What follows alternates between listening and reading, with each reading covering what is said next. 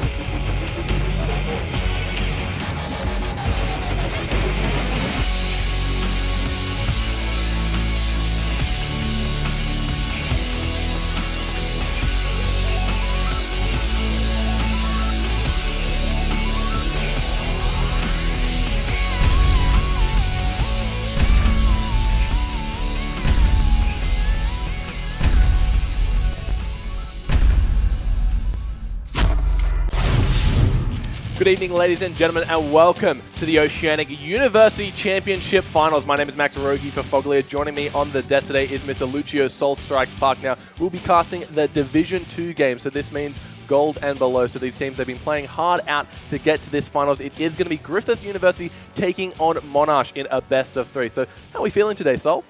Pretty excited to be casting these games. I haven't actually casted like Division 2 games. I did cast the Division 1 game last week, so it would be very exciting how these games goes. Yeah, really interested to see just how well these Div 2 teams play, because remember, they are around that gold elo, so interested to see if they go for a more comfort picks or maybe branch out into a little bit of the macro meta game at the moment. Yeah, definitely the comfort picks going to help them. You don't really want to go for the meta picks when you're like gold. Sure. Just because like you just want to play your favorite champ you're comfortable on instead of like something you've never experienced. So it'll be interesting to see like if these teams go for the meta picks or the comfort picks. But personally, I think you should just go for the comfort pick. Yeah, I'm expecting a lot of fun. We actually have a Nasus main in the top. He had 4 games throughout the season getting here this final. Expect to see some of those massive cane drops on those towers. Towers everywhere should be scared of the incoming Nasus. Yeah, maybe we could see a Teemo counter pick to this Nasus. So anything's possible, man. I'm excited. Like AB Teemo is actually pretty good. Like when I play against in normal, like it's just drives you crazy. It's infuriating, right? There is nothing worse than stepping on an 800 damage Noxus trap that slows you. Have to recall, walk back the lane, step on another one. It's the worst, guys. Don't pick Teemo. Don't be toxic. So basically, these guys got here through the university LoL clubs. They've had a great time meeting and getting to new people. And so we've both been at universities ourselves and didn't have the resources back in the day. So it's such an excellent opportunity for these guys to get out there and meet and learn and just grow as players and people. Yeah, like back in my day, like I only had like a bunch of friends, like 3 or 4 friends play for League. Now these guys have like a huge club. So it's very... it's just a great opportunity. It's a unique thing. Like, yeah. And they should like cherish the moment they're playing League of Legends with people they get to meet. Yeah, look at that. We got the Monash University on our screen. They must be feeling ecstatic to be here live at the Oceanic Riot Studios. And we're on the side with Griffiths as well. These guys are looking hyped. As you can see, they're all ready to play. This is such an amazing opportunity. I highly doubt that when they first signed up for the club, they had in their wildest dreams would be here today playing in the grand final. So I'm just as excited as they are, but you got to give them props for being here today. Yeah, definitely. Like some of these clubs just got recently formed in this year, and they're already in the final. So, like we could expect so much from both of these universities in the future.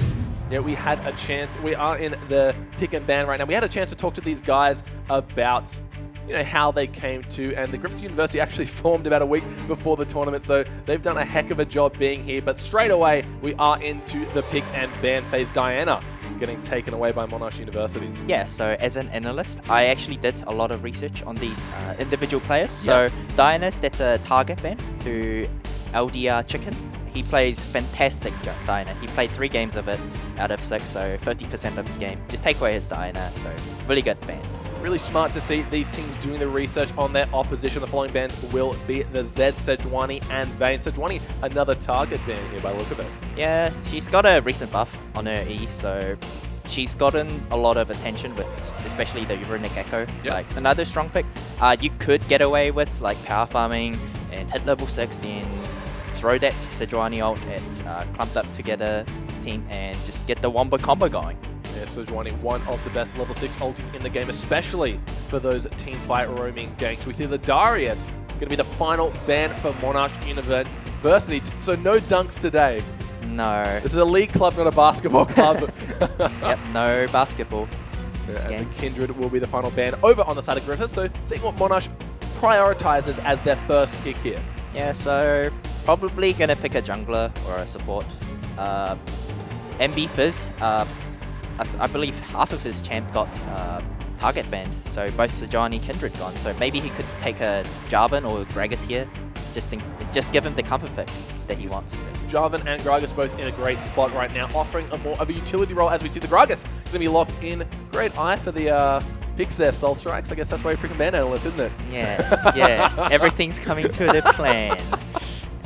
Oh, we see on the side of Griffiths now they've got their two picks in their back pocket. Look like the dust hovering over that Elise. Elise still in a great spot. One of those top tier junglers, offering a great bunch of damage and utility to boot. Yeah, I actually think the meta's shifting towards to more like gank heavy junglers like Sure. Rek'Sai and Elise. And Elise is just a fantastic pickup if they do lock it in. And Griffith University, they're probably going to pick a support because in lower division, the counter pick's very important. Actually, Oh, is he? no, it's a Twitch lock-in, Oh, boys. God, okay. Ladies and gentlemen, we see the Twitch being locked in here on the side of Griffiths. I'm excited for that stinky little rat to make his debut today. Yeah, so if this was a solo queue, like, you'd be like, I'm gonna play Fizz, just give me Fizz.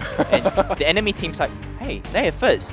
Get Nautilus, just target this Fizz. Like, Yeah. get the tanks out. Yeah, get the tanks out, get the hard CC, hard initiate, and just destroy this Fizz.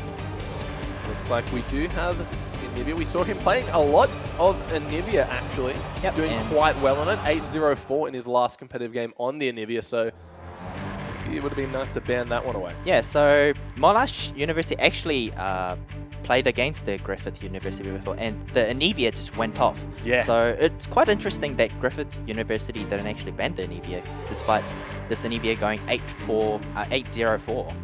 So impressive score. We saw Kira Yep. in the IWCI, maybe a little bit of inspiration here, Yep, okay. channeling his inner hard random to carry this one to victory. Actually swapping to the Orianna at the very last second, so everything that Sol and I just completely went out the window here. No Anivia going to be today, but Orianna such a great team fighting champion, especially when you can chuck on the Command Protect and Command Shockwave on top of that Gragas. Yep, so already has like a Leona, Gragas, Oh, and this is a team Orianna, fighting so comp. it's a They're wombo brawling, combo already. We're brawling. Yep, so this Twitch, ooh.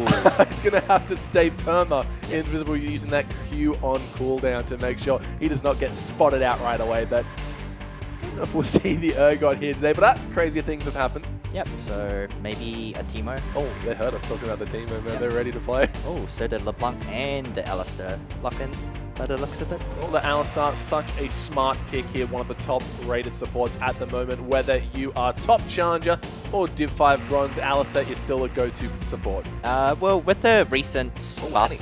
to his W, his headbutt pulverized combo is very easy to it. So, and we're in Right Studio, so they're on like 2 pings, so They're it'll gonna be very easy to hit the Alistair combo. And yeah, even when I was like gold, I couldn't do the Alistair combo. So Especially not on NA, that was impossible. yeah, that was impossible. Back in the day, but it looks like Annie will be the mid lane of choice from LDR Chicken, picking that one up. Yep. On the side of Monash, they've still got their last 2 picks. It should be the 80 carry on the top lane, but we've seen Gragas go a little bit of top, so I wouldn't be surprised of the Malphite though. Nothing says wombo Ooh. combo like Orianna, Gragas, Leon, and Malphite, and they're looking for maybe that long range stun in the Enchanted Crystal Arrow on the. Okay, No, once again, Ezreal. With Ezreal. Ezreal, he just got to stay safe, right? They're all going to be going in. Where's Ezreal? He's at the back, chucking out the True Shot Barrage and the Mystic Shots. Yeah, so he'll be like pew pew, so throwing that Q out, and it just does his ultimate, the whatever then the name Arcane of Barrage. Arcane Barrage. No, That's the one. True Shot Barrage. Yeah, True Shot. I Barrage, always okay.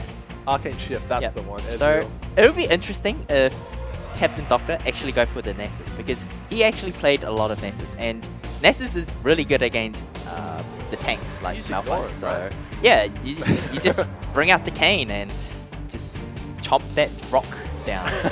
Looks like the cheeky little Teemo hover right now. Dat will see that locked in the Vanilla Sun. Going to be the last pick here for Griffith University. So a very interesting team comes Monash, definitely going for that super duper wombo combo, but the Nasus hover, and it is the Nasus locked in. Captain Doctor, he's going to be feeling good about getting his main Nasus. 4 picks on it.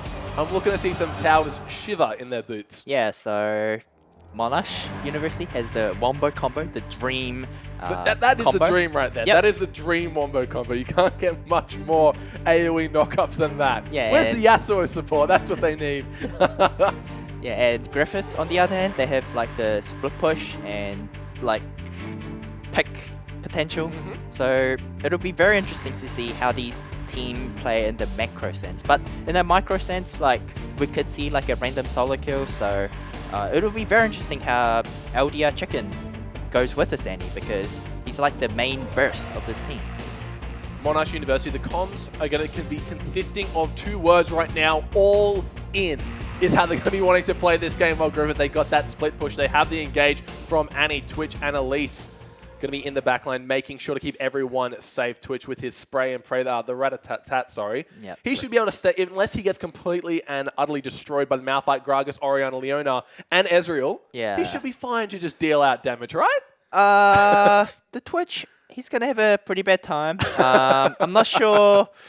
I can't imagine how he's going to get any damage off. Like, as soon as he shows his face, the Malphite's just going to Flash ult. And Gragas is going to, like, throw the cask down. Throw the cast down, then Leona will use her ultimate. So, ooh, the Twitch. He's banking on the Gragas ulti first, knocking him out of all the wombos. We are in the loading screen right now for the University Championship Finals. Is that Hextech, Annie? I'm jealous. Yeah, well, that's very...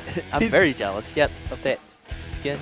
I haven't actually seen it in game yet, so we're focusing a lot on the LDR Chicken. Going to be rocking that one today. Really excited to see how these teams are doing. And we mentioned they're going to have a Griffiths. They got to keep that Twitch safe because he's got a target on his head. I think Twitch could be like a bait, like, hey, focus on me, you guys, use everything on me. And then Annie just flashes in. The Annie comes in and blows the enemy team up. Then the Nessus comes with it with the teleport, then just chomps everyone. Alrighty, ladies and gentlemen, we are on the rip for Monash University taking on Griffiths in the University Championship Finals. This is a best of 3. Are in game number 1, and he does have the cane.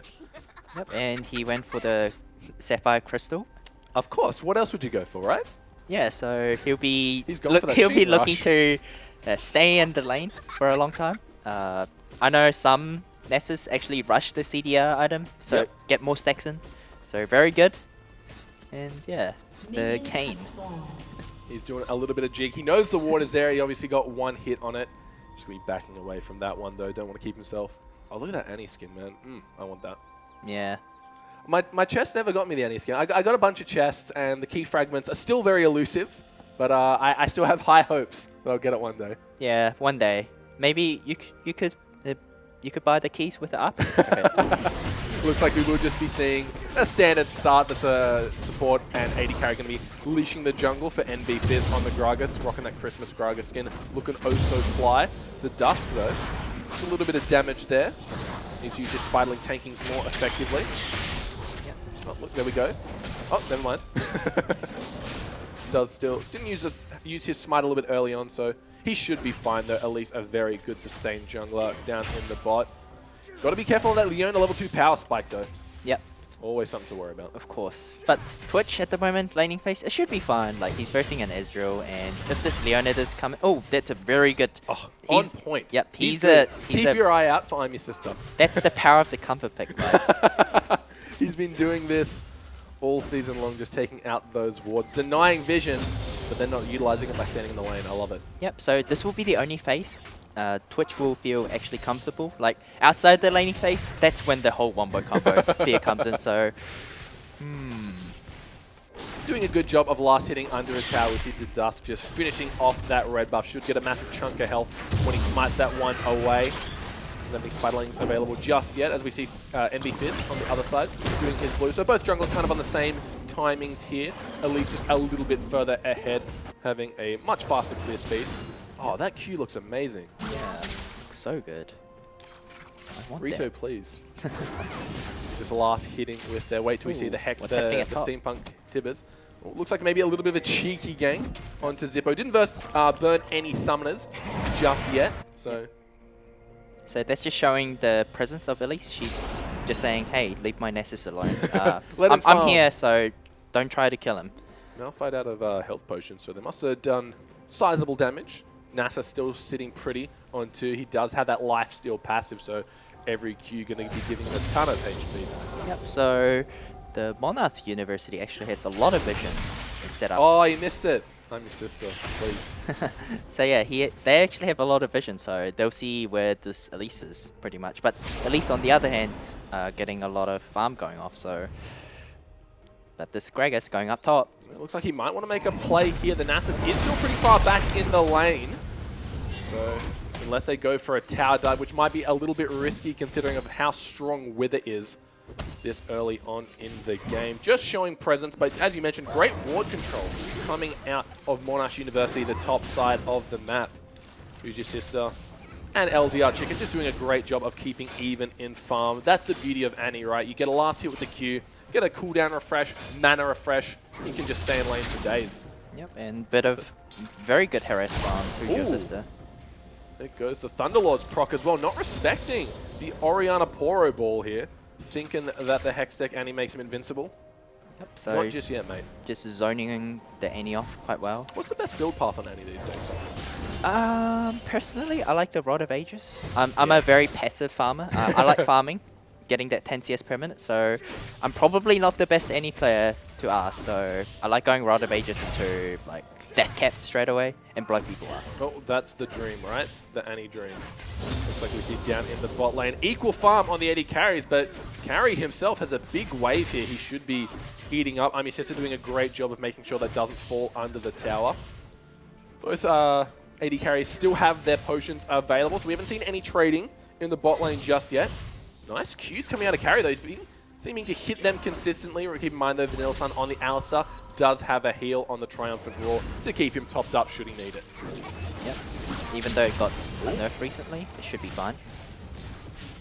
Keep in mind that Who's Your Sister does have Cleanse.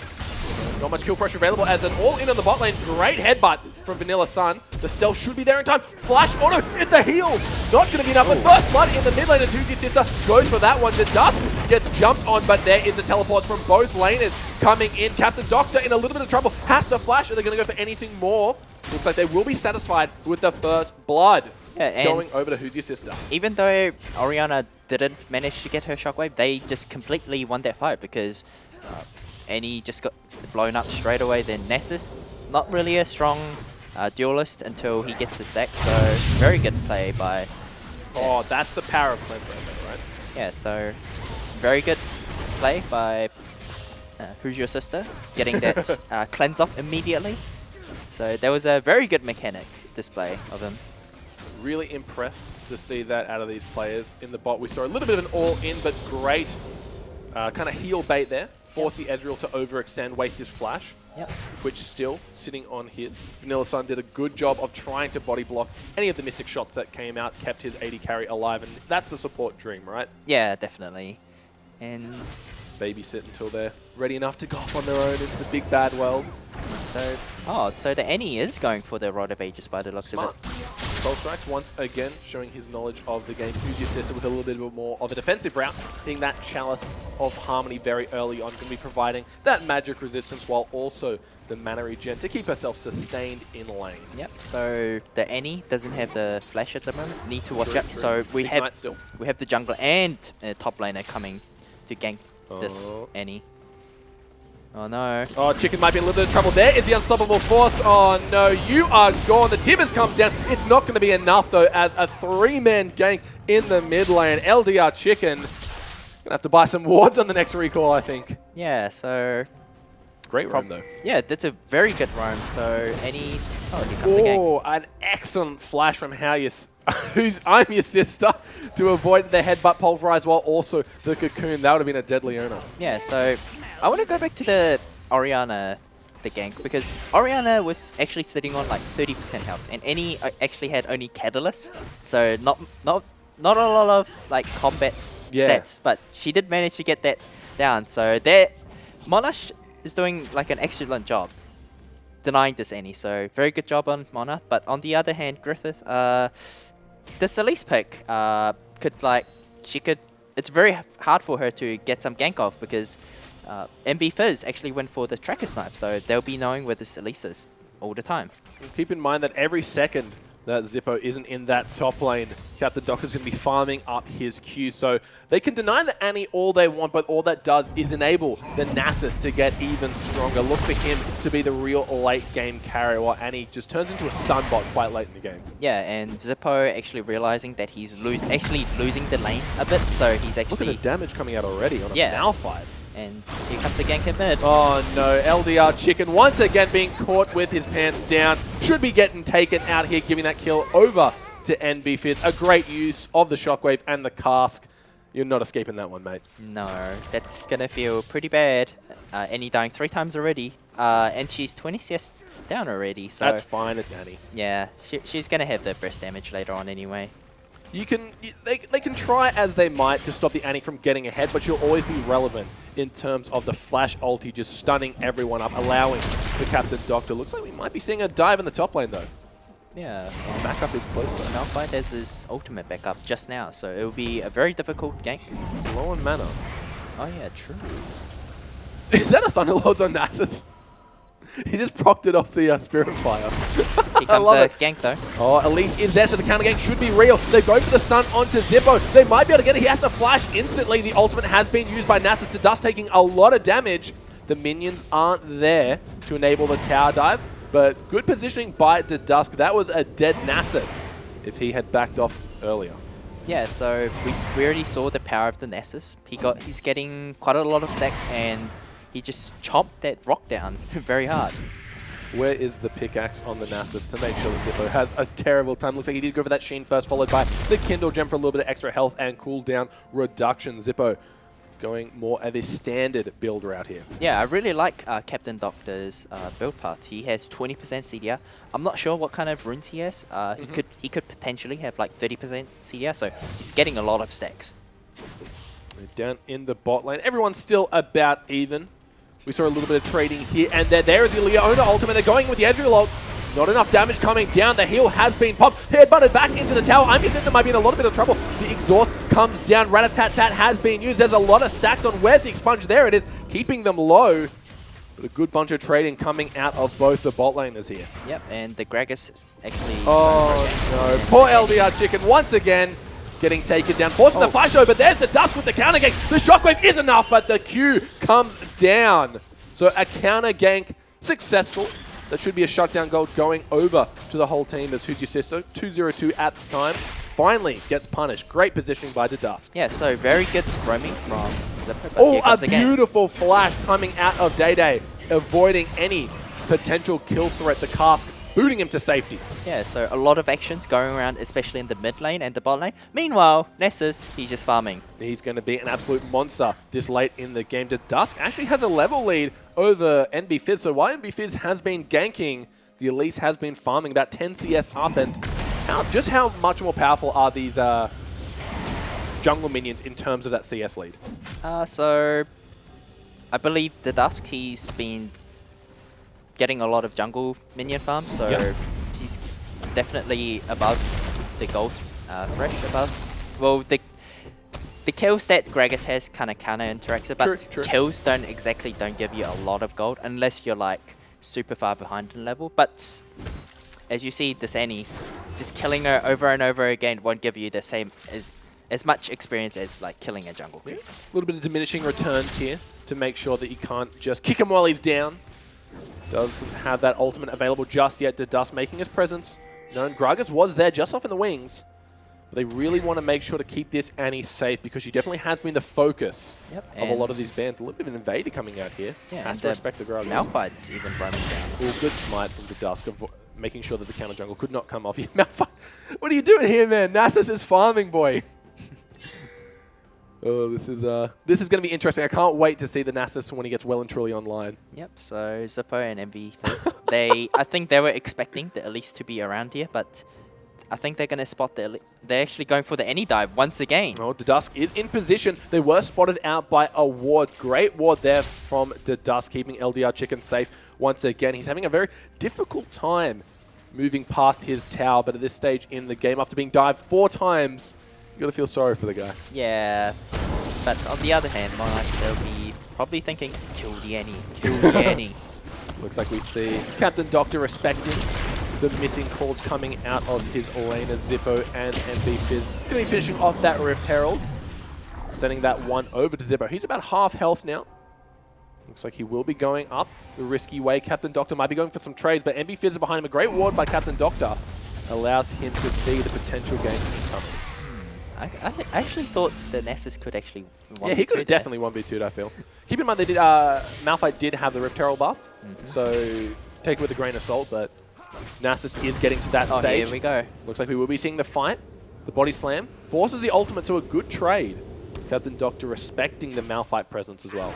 Worth. Oh, looks like an engage in the bot. The sun comes out. There is the dust forcing the arcane shift. The cocoon narrowly missing, but a great ultimate coming out of Leona to keep them at bay. Yeah, very nice counter attack on Monash bot lane, and Carry managed to get an excellent true shot barrage. There we go. That Annie Titters looks amazing. A lot of damage coming onto Who's Your Sister. You got to remember, this Annie does deep. The flash is available. There it is. The shockwave is going to be enough as LDR Chicken. He's back in the game. Yeah, so this Annie 0-for-1, but managed to get a solo kill. Solo kill. Yeah.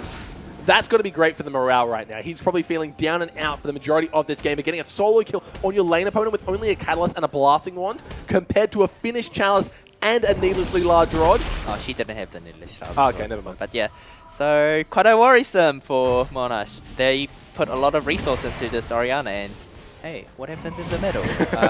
Why are you dead? It's like, hey man, I ganked your lane. I got this Nasus got ahead. What are you doing? Dying to Annie. So a bit of turmoil in that mid lane, but maybe a shining light for Griffith University. The Hextech Annie. Yep. Believe it stays true. So the good thing about Griffith University is like all their lanes are actually going like quite even. Yep. Like only the Annie's like bit behind, but that's a given because she did get dived how many 4 times? Yeah, 4 times. So 5, but she didn't die once. Yeah. So yeah, so as you can see, the gold only about 1,000, 2,000 behind, so they're doing a great job of keeping up. No dragon attempts out of either teams yet. Yeah. So personally, I think that was ambitious. Yeah. The Orianna managed to get the tower by herself, so that's a huge true shot barrage. But yeah, that's a huge massive true shot barrage. Yeah, massive.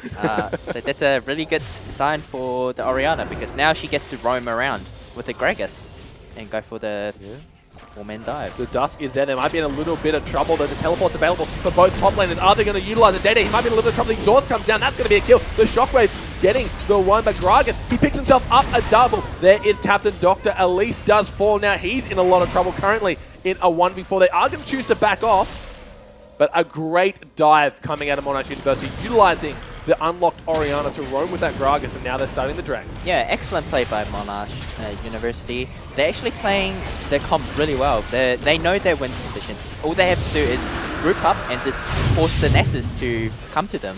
And just look at the replay. Yeah, great Gragas ultimate there, keeping them from escaping. Then the Leona ulti perfectly timed. The Dusk gets taken out of that one. Yep, so even though this Ness is so far ahead, he can't actually chase after them because, you know, Ness is not really a great champion to chase down a target. As we see, Captain Doctor just trying to find farm where he can. Malphite, though, actually having free reign of that top tower. Remember, he does have his teleport available, so has a little bit of advantage here.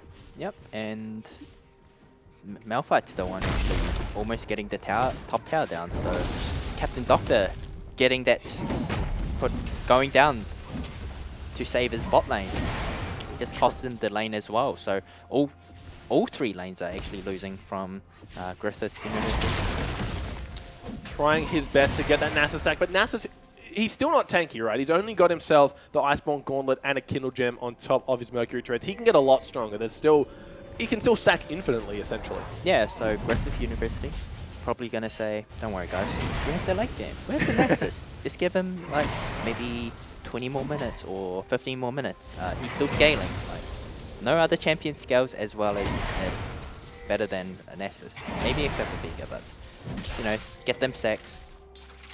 Exactly right. Nasus does have a very easy time now to completely farm that one up. That top tower might go down very quickly, but once again, an ultimate in the mid lane. A beautiful stun. The flash cleanse comes through. They want to turn this one around. There is Envy Fist. He should be picking up Annie here. He's currently unstoppable to Dusk. Forced to back away from this one. The sister Leona combo is coming. Can he get the E over the wall? There it is. The stun to follow it up. Gragas is on top. The flash coming through from Dust, making their way to the bot lane. The beautiful ulti coming out of I'm Your Sister, Dust. You've got nowhere to go as Orianna picks that one up. The fight isn't done yet as a teleport from Zipper. A beautiful body slam to knock them both up. The unstoppable force hitting both of the Ezreal ulti coming through Vanilla Sun. Your ulti's not going to save you. It's a double kill going over to Zipper. What a play from Monash. They actually transition from mid kill to jungle kill, then the bot kill. So in the meantime, sure, Nessus is getting his farm, but the game's already kind of exploded by now. Yeah, they really need to try and get put a lid on what's going on right now, because this game is exploding in favor of Monash University. They kind of are banking on the split push and acid, but hey, we saw Zion Spark do it once, so why can't Captain Doctor? Yeah, so it'll be a feat to get that done. Very hard. Zion Spartan, yes, he did manage to do it, but it'll be very interesting to see how this pans out. Currently sitting on 0-0-0 in the top lane, so yet to really make his presence known. He did take out that top lane tower in the meantime. 20 minutes in the game. Bit of a gold lead coming out of Monash University. They were in the lead for quite a while, but they are doing a great job of expanding that. 3 towers to 1 currently, and the only dragon of the game. So they will be feeling very confident about their position right now. Yep, definitely. And this is the scary moment for Griffith University, because Monash, they got the bot tower, they got the mid tower, so they're actually looking to group. And you know what happens when this comp groups? Ooh. The wombo combos definitely come out. Looking forward to seeing that in full effect. They have knockups, and a couple more knockups. Yeah, so you can't cleanse a knockup, you can't QSS a knockup, you're just going to have to just sit there and watch your screen go black and white. Yeah, so they have to pull out like a miracle and like flash out of the Orianna, Gragas, and Malphite ultimate. Then maybe they could start fighting, but yeah, there's just what so was many it things that to you and go. Carbon kept going on about? Flash Duke forward into the team. When the Gragas throws the ult, he's expecting you to run away. Run into him and blow him up. Come on, Annie, you can do it. That's an excellent tip. Yep. So how does that actually work? So you basically you're expecting the guys to chuck the skill shots behind you, but he play aggressive. Ooh. Meanwhile, in the mid, a beautiful shockwave going to have to be flashed out of that one. Vanilla Sun doing what he can to keep everyone at bay, but I'm insistent they want to go with this one. Zippo, he does have the ultimate available, but it looks like they will just be getting the tower for their troubles. Yeah, so that was pretty much a zoning ultimate. You could say, like, hey, we're just going to take this out. We're going to use an ultimate, so back off. Yeah, Ezreal getting himself those damaging items. Still has a little bit on the Muramana to stack up there for its well and truly built. Dragon in about a minute 15. Yeah. Monash should be in control of this, getting their wards down, getting the crab, getting pretty much every advantage that they can on the map. Yeah, and they're actually getting the bot farm. Oh, is the Gragas going to take the bot farm? Okay. Of course he is. He's 5-0-3. He deserves it. Yeah, he's He the earned carry it. now. He's earned it. Yeah. He's the carry now. We saw him doing a great job. He's hit beautiful body slams this game. Yeah, like, beautiful mechanic. Must be one of his, like, most comfortable pick. Like, playing those sort of flash body slam is actually quite difficult. Like, I know some challenger people actually struggle to do that. But Certainly MB not you, though, Fizz, Sol. yeah. Yeah, but MB Fizz just showing... Mastery of the champion. Yeah, definitely. Very satisfying to watch. People on their comfort picks here. Looks like a little bit of aggression in that mid lane. LDR Chicken taking a barrel. That's just showing the damage that's coming out of this Groggy. Level 12, so higher than anyone on the side of Griffiths except for the Nasus, of course. Yeah. Comp is just so scary. Like, They got to respect it. yep, and they're getting this tower chipped down, like, very slowly. They only have 1 dragon stack, so Yep. no 2 dragon dot damage on tower yet. But the dragon's up, so they're probably going to go for it and maybe send the Malphite top to clear that top wave. 22 minutes in the game. A 10,000 gold lead on the side of Monash University, so they're well and truly in control of this game. 5 debate. towers at the moment. Looks like they are going for the Fog of War strat. Oh, an excellent Spiderling. Volatile Spider to make sure they don't get spotted out there. So really good game sense by the Dust. You can tell that he knows how to utilize all of the Elise's abilities to their full effect. But regardless, Monash will be getting this dragon uncontested. As I say that, the members of Green, they're making their way in. They want to go for this fight. Malphite, he's teleporting behind him. A flash pulverize comes in. The beautiful shockwave hitting onto 2 members. Doctor, you might be in a little bit of trouble. Is able to get the ultimate off Didi, doing what he can. He gets 1. Can he get 2? The beautiful Tibbers coming out. Carry is dead. That's a double kill over for the Twitch, but he's got a Malphite. He's got a Fizz, NB Fizz, sorry, and he has an Orianna on top of him. He goes still. He's going behind. Looks like he wants to make a play here, but that's going to be a triple kill. Going over to Who's Your Sister, finishing off the kill. An ace for Monash University. Yeah, and that's just the power of the wombo combo. But surprisingly, the Griffith University actually managed to take down 2 members and 2 blinking health bar members on the Monash. So it was a very close, despite the gold lead. Maybe if they were maybe 3k or 5k gold fight, that fight would have been like totally different. You're saying? Yep, but let's just have a look at the replay. Very nice pulverize engage, but look at the shockwave, just deleting the front line of the Griffith University, and the Twitch does the best to do the damage, and the Annie, Tibbers was very well done, but they were just too far behind at this point. Like I said, if they were like 3k gold, maybe they could have won that fight. But 10k gold lead, that's like 10 giant spell. It's a lot of extra health, damage, and resistances on the side of Monash. So they're going to have to pick their fights wisely. I really liked how Twitch went back in for that fight. If he had a little bit more distance between him and the Gragas, maybe he might have been able to pull that one out. But Monash, they reacted perfectly. They knew the Twitch was going for something sneaky. Yeah, so the Twitch actually knew that they're like behind so much that he need to make a like outplay mechanic. Yeah, so he can't even take that Gromp. That's really sad. He's got himself the Runar's Hurricane and the makings of an Infinity Edge. So once that Infinity Edge is completed, should be doing a lot more damage. The Siege once again in effect, but the dust just gets blown up completely. 100 to 0 by the Orianna. That is a huge cooldown in the Shockwave down.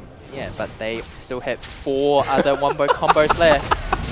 Yeah, you take out one. You cut off one Wombo, another one takes its place as we see a great little bit of split pushing here coming out of Monash University as NB Fizz Carry and the rest of his squad makes their way up to the top tower. Yeah, Monash University, they're playing the team comp just well.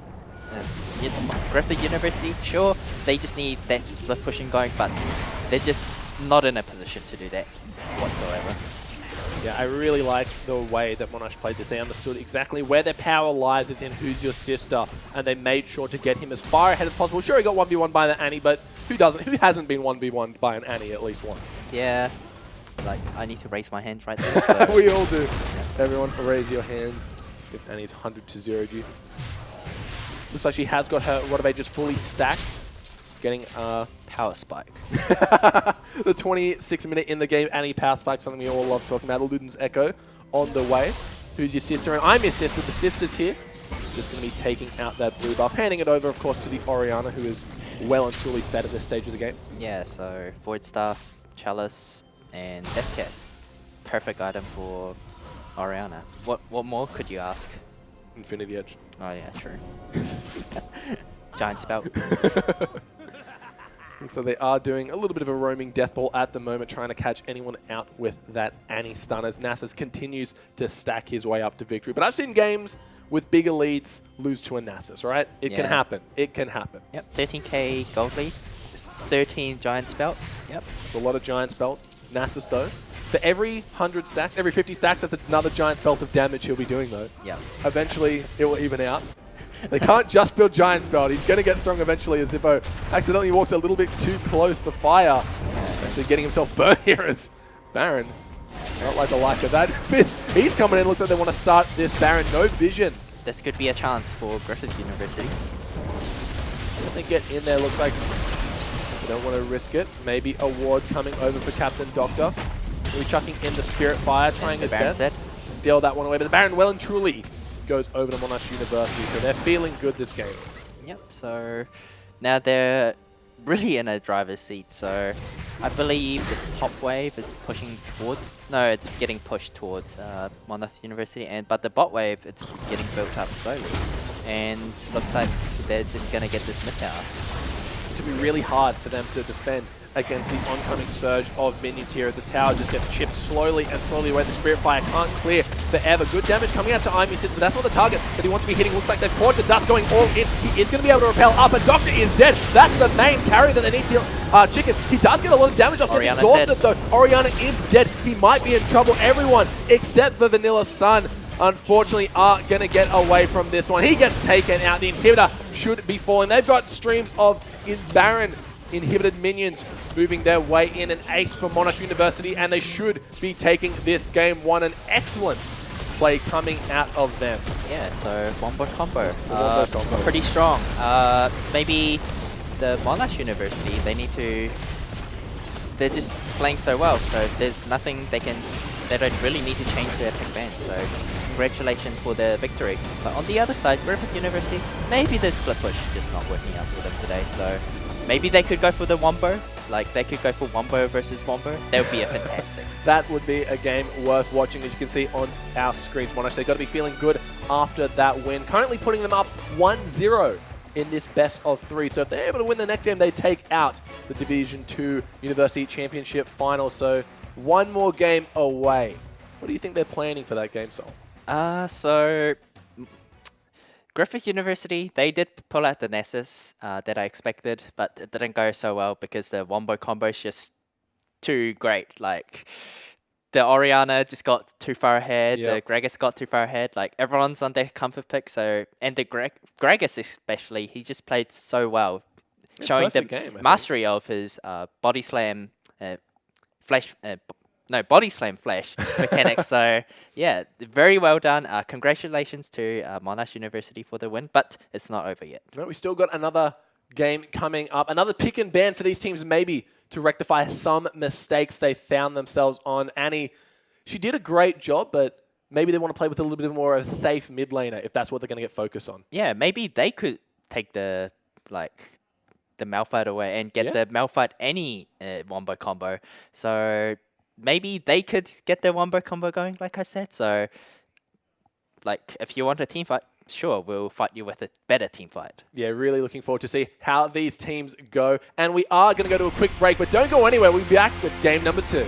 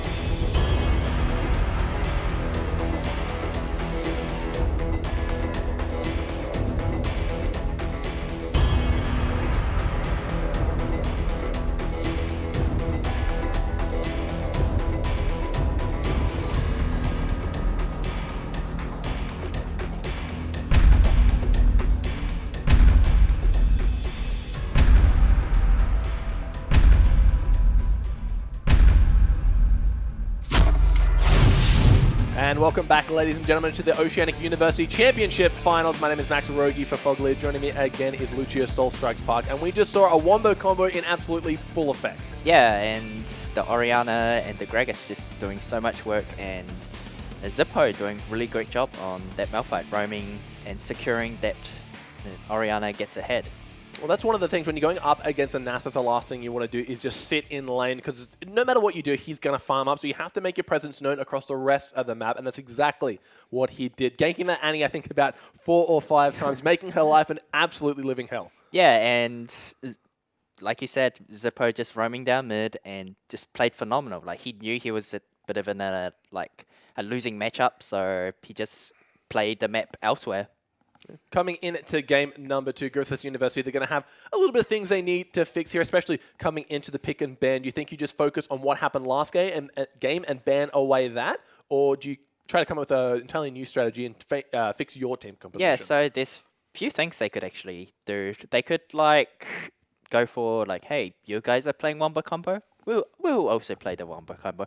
Or they could go for their comfort picks and go for, like, an assassin and try blow up the game through the laning phase. Like, play the LeBlanc, play the Diana, perhaps, play the Ari, and get the solo kill in the lane, then snowball from there. I feel like the Dusk especially had a great game sense of where to be at the right times as a jungler. He always seemed to be in the right spot at the right time, but unfortunately there's always an extra member there on the side of Monash University, so his job was well and truly a lot harder than it normally would have been. So speaking from yourself, challenger level jungler, what are some of the best routes you can take early on in the game? So since that Dusk did play the Elise, he was in a position to, like, should I gank the mid, should I gank the top? But top lane, you can't really gank the Nessus. Like, best scenario, you could get the flash out of the Malphite, but it'll be pretty hard. But he probably should have gone for the any lane a lot. But MB Fizz, on the other hand, he saw that if this Oriana is going to get ganked by the Elise, they'll be in a pretty big trouble for their Wombo combo. So MB Fizz just warded up nicely for Who's Your Sister, and Who's Your Sister can get that vision and knowing where this Elise is. So very nicely played overall for Monash as a team. Yeah, they definitely had that map vision, as you mentioned. So important, especially for these two teams going into the pick and ban right away. Interested to see how the draft may have changed from game number 1. Griffith University, of course, on the opposite side this time around. So they will be getting that beautiful first pick advantage. Yeah, probably get rid of the Oriana. He's actually banning the Zed. Since this could potentially be their last game, they probably should go for, like, banning the champion they did play, the Monash, because right now their morale is so high. They're like, yeah, we're just so good with the Wombo combo. If we do the same thing again, we'll probably win. Like, maybe the Zed could potentially win, but Who's Your Sister just showed how strong his Oriana was. Yeah, smart ban coming out of Griffith University, going to be taking away that Gragas, because NB Fizz, quite a monster, should change his name to NB Gragas. But on the other side, we see Vayne and that Diana target ban once again. Yeah, and so on the Monash side, they don't really need to change anything on their composition because they're just on a driver's seat at the moment. Yeah, looking really strong with those Wombo combos in turn. Malphite going to be the next target ban, so not really fearing the Oriana, putting more priority in this Zed in the mid lane, and the Dunk Master himself will be banned away once again on the side of Monash. But the first pick, Kindred, coming through here. It was banned last game, so Dust maybe having a little bit of a comfort pick here. Yeah, and that's a very strong pickup for the Echo slipped through. Yep, Echo and Sejuani, very strong pick. So that's another Wombo potential coming through from Monash University side, because Oriana, she's still up. Yeah, these guys all major in Wombo combos as their degree of choice, so looks like we'll be changing to that Oriana at the last minute once again. We saw how well Who's Your Sister did on that, constantly proccing the Thunderlord's Decree, just with the ball always being a complete nuisance. Hovering over that Echo once again. They want to make sure they can get that on that top lane, maybe even the jungle. Echo's such a versatile champion right now. Yeah, so Echo right now, such a strong pick. I believe this is the live client, so Sure. we're at the 6.8. He did get a, like, 4 nerfs from Grasp of Undying through Iceborne Gauntlet to, like, his E and his passive, I believe. I'm not, oh, his W passive, yeah. Yeah. So he's still strong. Like, he was just overpowered. Well, But let's call them quality of life, Yeah. because for everyone else but him, the quality of life was not good. Looks like they will be answering though with the Maokai and the LeBlanc pickup on the side of Griffiths University. yeah, so LeBlanc, like I said, he's going to dominate that lane and just get this LeBlanc down and hopefully go for lots of solo kill and play around the map elsewhere when this LeBlanc gets fed. So very good pickup. And Maokai, he's one of those tanks that stops the wombo combo, because when he get his ult down, you give the 12% damage reduction to your team. So very nice pickup. But in the laning phase, he does suffer against the Echo, so it'll be very interesting how this pans out, because the laning phase, it's going to be rough. Yeah, an absolute massive damage reduction aura to have on the side of Griffith, looking as though they picked up the Sejuani and the Caitlyn. We saw how well Caitlyn did recently in the promotion tournament, just setting up those trap lines. Let's see if Monash can utilize that to full effect here, because Caitlyn in the right hands can be such a zone control monster. But on the side of Griffith, they're hovering that Ezreal Braum. Yeah, very good. Brom's another champion that stops the wombo combo. Yep. Like, he stops the Orianna bull coming in. He stops the Sejuani ultimate coming in. And is he going to go for the Urgot? Maybe something cheeky here. Maybe he knows that, hey, if I play, like, Ezreal again, I might get blown up, but he does go for Ezreal. And instant lock-in for the Leona. So another wombo coming from the Monash University. Yeah, they're feeling good about that Leona in game number 1. Let's see if it holds true for game number 2. So they've got the Echo, Sejuani, Orianna, Caitlyn, and the Leona. And I've been really loving the Caitlyn pick lately. It allows for teams that maybe are a little bit new to sieging towers to really just have an extra tool in their back pocket to completely zone away the opponent and use range as their advantage. Yeah, definitely. She has like the longest range as ADC, and once she finishes her rapid fire cannon and hurricane, that's a lot of range on top of that. So Caitlyn does need like 3 items to get rolling, but once she gets those 3 items, put those traps down, put those traps down, and start sieging. There should be absolutely massive win in the right hands. Really looking to forward to see how NB Fizz, we saw how well he was on that Gragas. Can you actually do the same thing with body slam as you can with Sejuani's Q with the flash interaction? Yeah, definitely. Oh, there you go. I'm looking forward to see him doing that. If he's mastered the Gragas, I'm expecting to see some of that Sejuani. Arctic Assault, is it? I believe so. It's been a while since I've seen Sejuani, to be fair. She did quite dominate the jungle for a stint, but they realized how strong she was with that percentage health and also massive amount of CC, even if you missed the ulti. So Yeah. she's been fine-tuned a little bit, but resurging here in this game today. Yeah, but the question is, will he play the Poro skin? He's Yes! got it, right? Hey, they've got the double Poro in the Orianna and the Sejuani, so expect to be him ganking once again. On the other side, though, little soccer Ezreal looking good. Gonna be going for those goals. Yep. Straight through the Caitlyn traps, maybe. Yep. But he needs to still score a lot of goals to win this game. So maybe like a 10 goal or like a 20 goal. But yeah, like even if you get 10 goals, if the enemy team score 11, you're still gonna lose. So expecting a lot of things from this Ezreal. Alrighty, guys, we are jumping into game number 2 with Griffiths taking on Monash University. Monash currently 1-0 in this best of 3 championship grand final. Zipper, he's got that Academy Echo skin, rocking the university-esque skins here, so gonna be feeling good. That poor rider Sejuani, cute and deadly at the exact same time. Yep, so Carry, is he actually gonna face? No, he started the trap actually. Ooh, that's very interesting. No fear. No fear. Looks like Dado, they just want to chill out, help their junglers do that thing. Doing the jungle camp is still a little bit daunting for some of the less experienced players. You don't want to take too much damage and screw it up. So any advice you can give to some of these aspiring bot lane players, Sol, on how best to take the Gromp/Krugs? So since these guys are playing with the team, like in TeamSpeak, as a jungler, when I'm in a TeamSpeak with my other teammate, I usually say, yo, give me a good leash, right? I'll give you a good gank if you give me a good leash. So if you don't give me a good leash, you're not getting any ganks. You get absolutely nothing here. Looks like we will see Chicken on a little bit of a more mobile champion this game in the LeBlanc last game. Yep. Still having flashbacks to a 3-man Gragas Malphite Orianna dive, so definitely playing back in the lane. Yeah, so already. now that you mention it, he does have like three dashes once he hit level 6, so he'll be very comfortable not getting dove. You're exactly right. So these two guys just paying their respects to each other. The dive, starting that W just in case there was any level 2 shenanigans coming out. Doing a great job hitting every single CS for himself. So both these guys, not too much kill pressure this early on.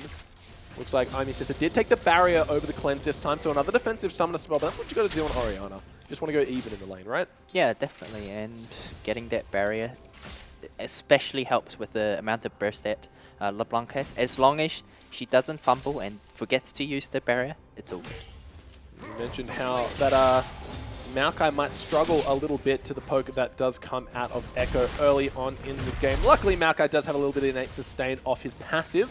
That should be keeping him topped up. We see Dust going for an early mark of the Kindred. On this Scuttle Crab is able to smite that one away, so Zippo not pulling off any shenanigans just yet. Yeah, so MBF is actually going back. I believe he could definitely keep going because the red buff gives you 20% of your maximum health back. And the Leona, she's going in. Might be in a little bit of trouble. The passive should be procced there. Thunderlord's also going down.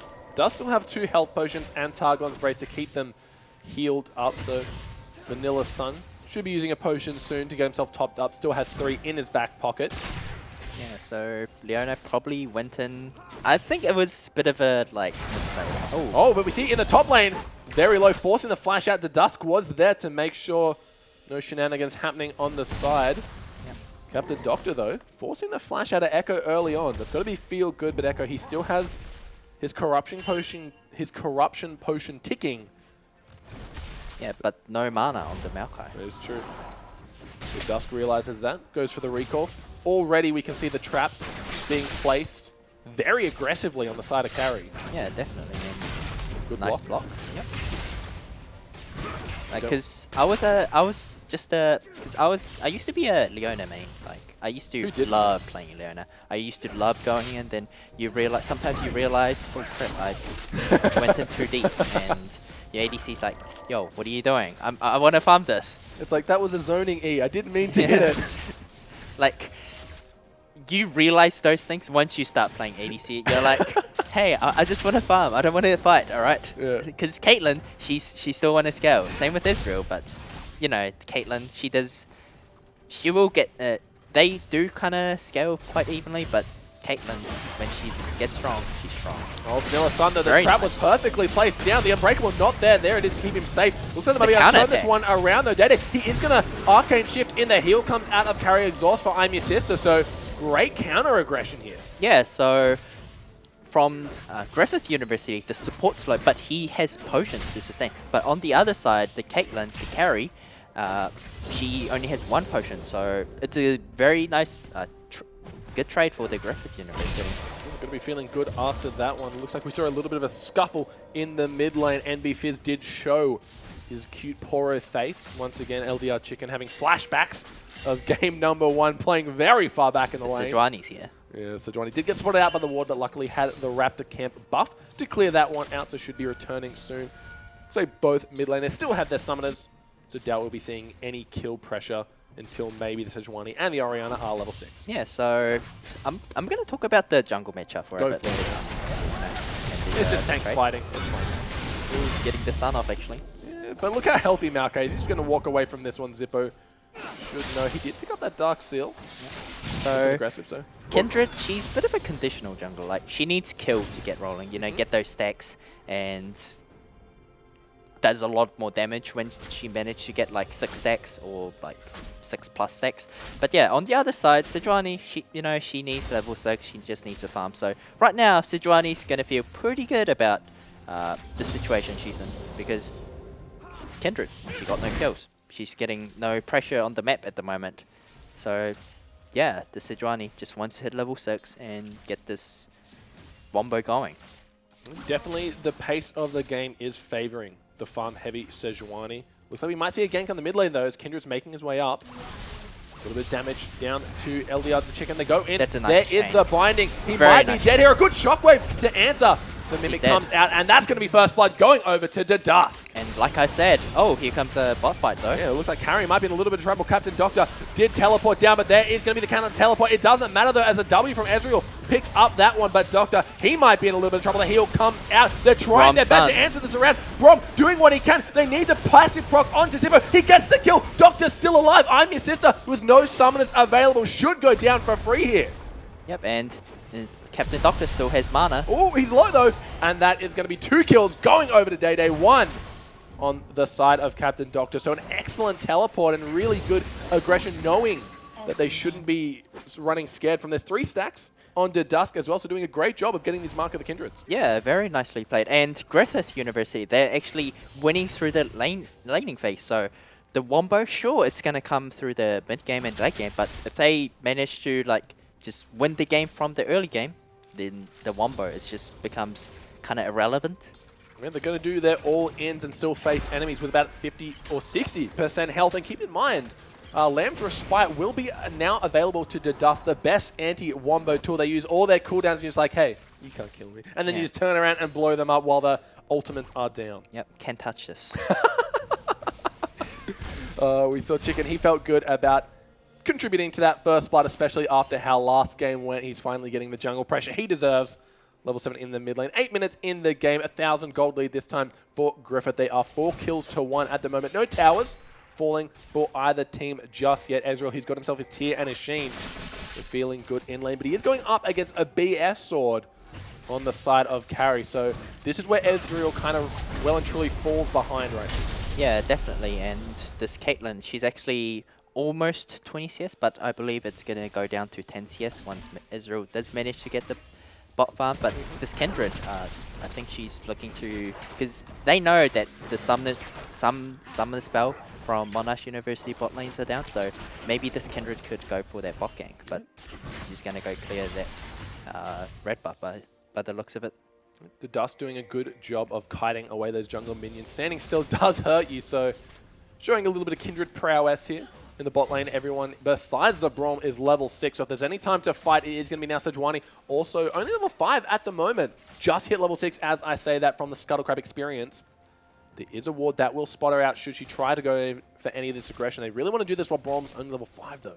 Yeah, and I believe, oh, here comes a good arcane shift to make sure that any further aggression does get quelled. Yeah, so I believe Captain Doctor was the one roaming towards mid. So he realized that, hey, Zippo, you did that roaming thing last game, so I can do it as well. But it wasn't quite as successful as Zippo's roaming potential.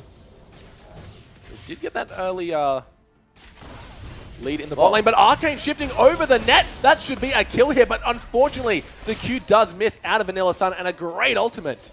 The Solar Flare coming down from I'm Your Sister, keeping them at bay. Looks promising, but good reaction by both supports. Yeah, and I'm Day Day. He's actually playing very aggressive, and knowing that Leona wasn't there, and he's like I was once you lose a series, you're probably thinking, oh, maybe I should play a bit more reactive. But no, he actually went forward and got the Summoner spell out of the Caitlyn. That was excellent. Arcane shifting over the net in mid-flight. Beautiful micro play rather, out of these players at the moment. Vanilla Sun is now level 6, so he does have his Glacial Fissure available should he choose to utilize it. Good traps once again set up by Carry. Yep, and by the looks of Sejuani route, she's going for the top gank. And like we know Ice is strong against grass. You're exactly right here, Captain Doctor. He's going to be feeling the pressure a little bit. Should the Sejuani maybe get the freeze off, super effective critical hit, you know how it is. He is going to get to recall to base, so Sejuani going to be walking away from that one. Yep, and the Dusk though. The Dusk though, yep. Might be in a little bit of trouble here. Realizes that, has that Kindred sense to get out of there. So once again, the Dusk going for the more combat smiting compared to MB Fizz with his Tracker's Knife. So the Tracker's Knife doing so much work, knowing where the Kindred is. So this Orianna's just her summon spell's like almost all up. I believe her flash is like 2 seconds. Yeah, it's up right now, pretty much. So yeah, like, didn't manage to do like re-gank when the summoner spell was down with the Kindred LeBlanc, but yeah. Monash University, after a little bit of a goal discrepancy here. They've completely caught back up here just through superior laning phase. So the gold is now dead even despite 4 kills being in favor of Griffith University. So team of Monash, they really know how to just sit back, use their superior lane skills to eke out an advantage here. So Juani once again in the bot lane. Out of vision though. Yep. But these guys are playing so safe. Yeah, just winning through the CS because all their lanes are pretty much winning, just through CS. Like, sure, like, Ezreal does lose to Caitlyn, but losing the CS is just not going to feel very well. Especially getting that full kill compared to 1. And this tower's very low. Glacial Prison is available on the side of NB Fizz. This tower should get taken down. That's going to give them the 1,000 gold lead they need to run away with this game. And where is the LeBlanc? She's going to go for something here, but look at the damage coming out of Who's Your Sister. Who is your sister, indeed? Just does so much damage. Yeah, it's impressive. He's only got himself a Chalice and a Fiendish Codex and already popping the LeBlanc's passive. That's impressive, that really is. Yeah, the amount of damage she does so much, despite having only Venus Codex. They are spotted here. Can you go for some fancy feet with the WQ over the wall smite? Then so they want to go for it. The smite is a little bit too early. NB Fizz locks that one up with a beautiful ultimate, blocking the damage. Lamb's Respite has been used. Zippo in the backline. Deddy, he's going to have to eat over, but he's in a whole world of hurt. Flashes back. Zippo is there waiting for him. There's the flash of I'm Your Sister into the exhaust. The Braum passive is going to wear off LDR Chicken, trying to do what he can. Not going to matter as Zippo follows the flash over the wall with the time tumble. Yeah, very nicely played. Captain Doctor, on the other hand, he... Yeah, just no teleport. It's available, just didn't probably thought it was a lost cause. Yeah, and oh, here comes the LeBlanc. Oh, that was a beautiful stun coming out of I'm Your Sister, protecting Who's Your Sister. Is there a coincidence between their names here? Do you think they're friends, maybe? Yeah, maybe. Yeah, but just very nicely played from I'm Your Sister, just protecting Who's Your Sister. Yeah, that's a fun little tongue twister for all you guys at home. Surely Sol and I won't be making any mistakes here, but look at Carrie using that net very offensively at the moment. Yeah, so I really like this macro play from Monash University. Like, they know they got the bot tower, so there's nothing to be gained from the bot tower more. So they're actually sending the Caitlyn top and shutting this Maokai even further. He's really struggling here. The Echo Roam did pay off. Yep. Monash University playing very well in the sense of both macro and micro game sense. Showing that they got more to offer than just a wombo combo team composition. Looks like Captain Doctor nearly finished his Rod of Ages at the moment. I'm really liking when playing Maokai, he's going for that Corrupting Potion, then using the Dark Seal for that ability power in lieu of the Rod of Ages, so just going straight tank after that. I'm finding that to be a very successful build. Looks like it kind of what Zippo did. He was able to get those early assists, and that helped him start stacking that Dark Seal. Yeah, like you said, the Corrupting Potion into the Dark Seal, very effective because you usually get the Doran's Ring when you first spec because Doran's Ring gives you so much combat sets. But the introduction to the Dark Seal and when it got buffed, when the price got adjusted to 350, like it's just such so much gold efficient. Yeah, cost efficient item, and it can snowball through just getting those assists, getting those kills, and get those extra ability powers. Really another avenue for AP. We saw in the mid lane, the tower did go down. So 2 towers at the moment for Monash. LeBlanc, though, gets killed by the sister combo once again. Really good out of the Leona, catching the LeBlanc off guard. Got themselves a Rift Herald, got themselves a tower, and got themselves a kill as they're going for a push in the mid lane. They need that Rift Herald buff. There it is. The Wombo Stare. Actually, no Wombo, my bad. No Oriana, no Leona. They got the Sejuani ult, and that might be enough of just pressure alone. The minions have dispersed. A lot of damage taken by I'm Your Sister. The trap line is there.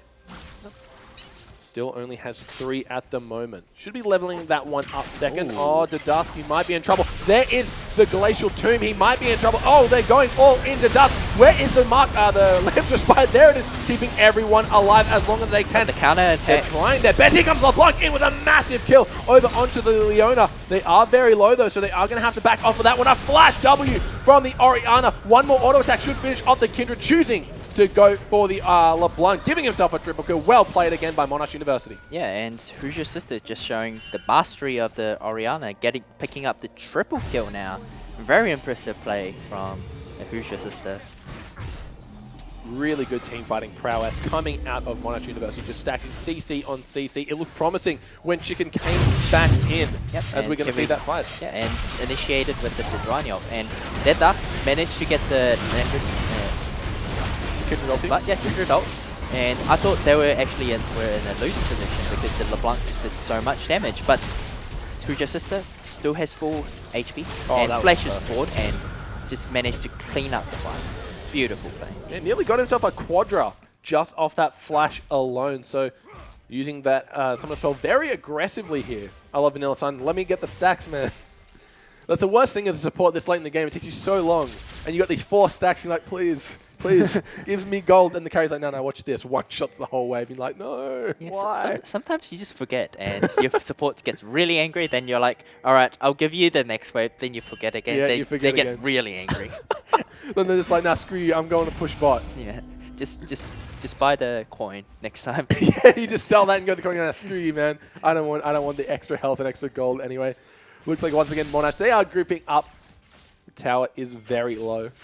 Should be doing a good job of pushing that one down as we see the traps coming up. But the scary thing about the Monash University team comp last fight was Oriana didn't even have her ult. Oh no. So right now she has the Oriana ult and like Oh my god, a 4-man shockwave and followed up by every single ult under the sun onto Vanilla Sun. Everyone gets taken down. The Maokai falls. That's the last member you want to die to dust. Now, no Lamb's Respite available. Chicken is going to be on the back foot running away from this one. A triple kill coming out on the side of Gary. Zippo, he doesn't want to end just yet. He does have the ult available, but he's still stuck in the base.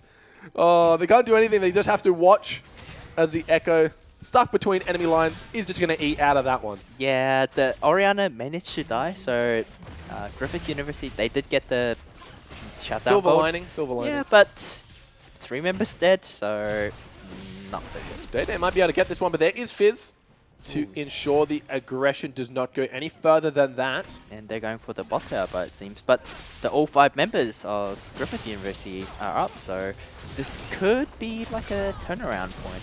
And there is a True Shot Barrage. They might be going a little bit aggressive here. The Q does land onto Fizz, the slow field coming down from Echo.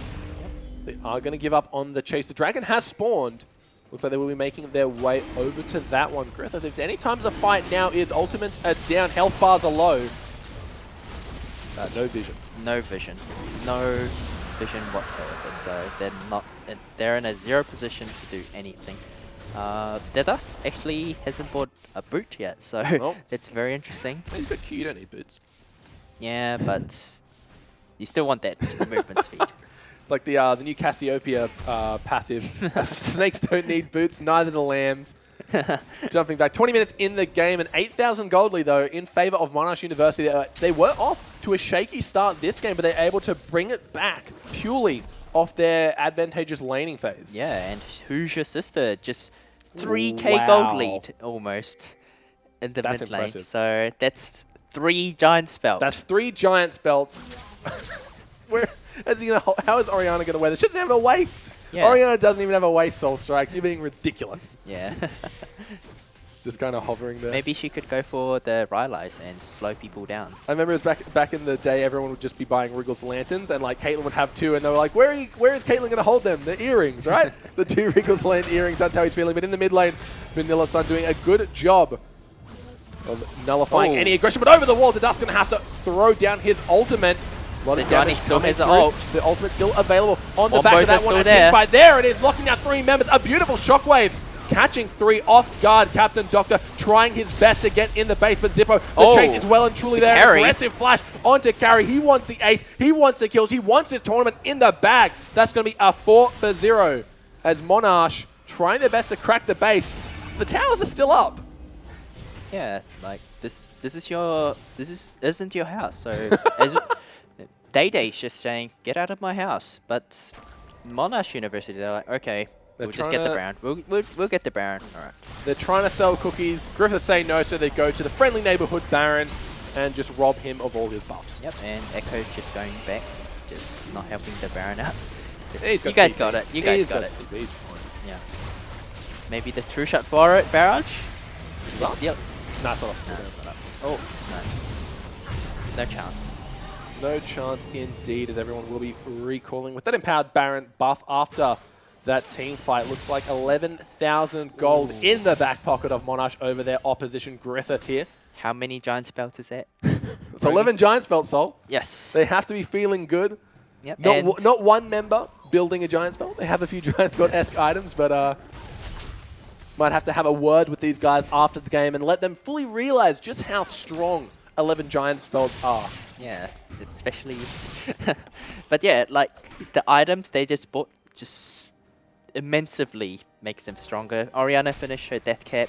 Caitlyn now has her 2 crit items on top of her BF sword. I'm not sure what that BF is going. Maybe Bloodthirster perhaps for sustain. Yeah. And Leona, this Leona is probably more tankier than this Maokai at the moment because the Maokai is going for the Abyssal Scepter. You got to go for the Abyssal Scepter at this stage. There's one way you can win, and it's by killing your opponent. That's what this Maokai wants to do. Keep in mind, though, on the side of NB Fizz, he's currently having another perfect game. If he doesn't die this game, he's going to have a perfect series. But Day, he might be in a little bit of trouble. An excellent E from Leona. Everyone gets knocked up by the Braum ulti. NB Fizz doing what he can to keep them slowed down. Zippo in the backline does have the ultimate available to get himself out safely. We can see Captain Doctor in the midst of the fight. A beautiful shockwave coming out of Zippo. They're back in it again. I'm your sister. He's wanting to go for this one. The only 2 members left alive. That's going to be a double kill going over the carry. He's looking for one more, but LeBlanc, she's in the fountain. She's the last member alive. Carry going for that greedy ace. Not going to find it, though. But this should well and truly be the game here. Monash University looking unstoppable.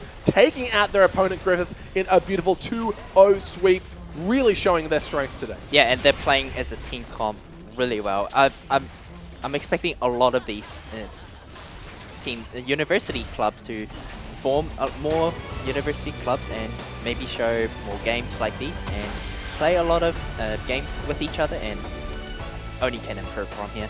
You're exactly right. If that's not enough to get you guys excited to get involved with the League of Legends University clubs, we got another division coming right up, which should excite you even more. That is going to be Division number 1, which is Platinum, Diamond, and above players. So these guys did an excellent job playing for us today. We saw Monash University, though, the superior team of the day, taking out both games. I think Fizz, he had a perfect series, not dying once. Yeah, they may be a gold below in this series, but they played like challenger level right there. You got to look for them to be at the next promote relegation tournament. Monash University, I'm calling it now. Yep. Expecting a lot of things from them. Maybe next year. But well, yeah. That's the thing. Next year, it's only up and up. If they do so well in this gold and below, they should have their aspirations set on maybe the Division 1, because that's realistically the next step. A great way to level yourself up as a player is to play with friends like this, get that down pat, especially now that Dynamic Q allows you to rank up as a squad of 5. Maybe these guys have a good future ahead of them playing League of Legends. Yeah, and the Wombo combo they just showed was just it was on fierce. point. It was just on point. Especially MB Fizz with his Sejuani on his Gragas just playing phenomenal. Yeah, definitely the backbone of that team. An epic tank and an epic ganker in his own right. We saw the Kindred really struggling to find her footing in game number 2. But when you're up against a jungler quite like NB Fizz, it might be a little bit daunting to risk invading there. Yeah, so MB Fizz kind of played like my style of like be more reactive, put the ward down for your lane, make sure your lanes are safe, and that's what he did, and just played the Sejuani so well. Vision's such a difficult thing to learn. We've recently had changes to the ward debris, so you are able to see those key spots that a lot of the higher tier players may be focusing as their vision control. But definitely that Tracker's Knife coming into play very strongly over on the side of Fizz. He picked that up both games, if I'm not mistaken. Yeah, so even though this is like a gold lower game, like remember, you're playing as a team. So if you get some information from that ward, you're probably going to shout, hey, this Kindred is bottom. I spotted him with a ward. So everyone knows this Kindred is bot, so everyone's alert. So just giving that information to your teammate is just immense. Alrighty guys, we're going to go to a half an hour break, but when we come back, it will be the Division 1 University Championship Grand Finals. Stay tuned for more.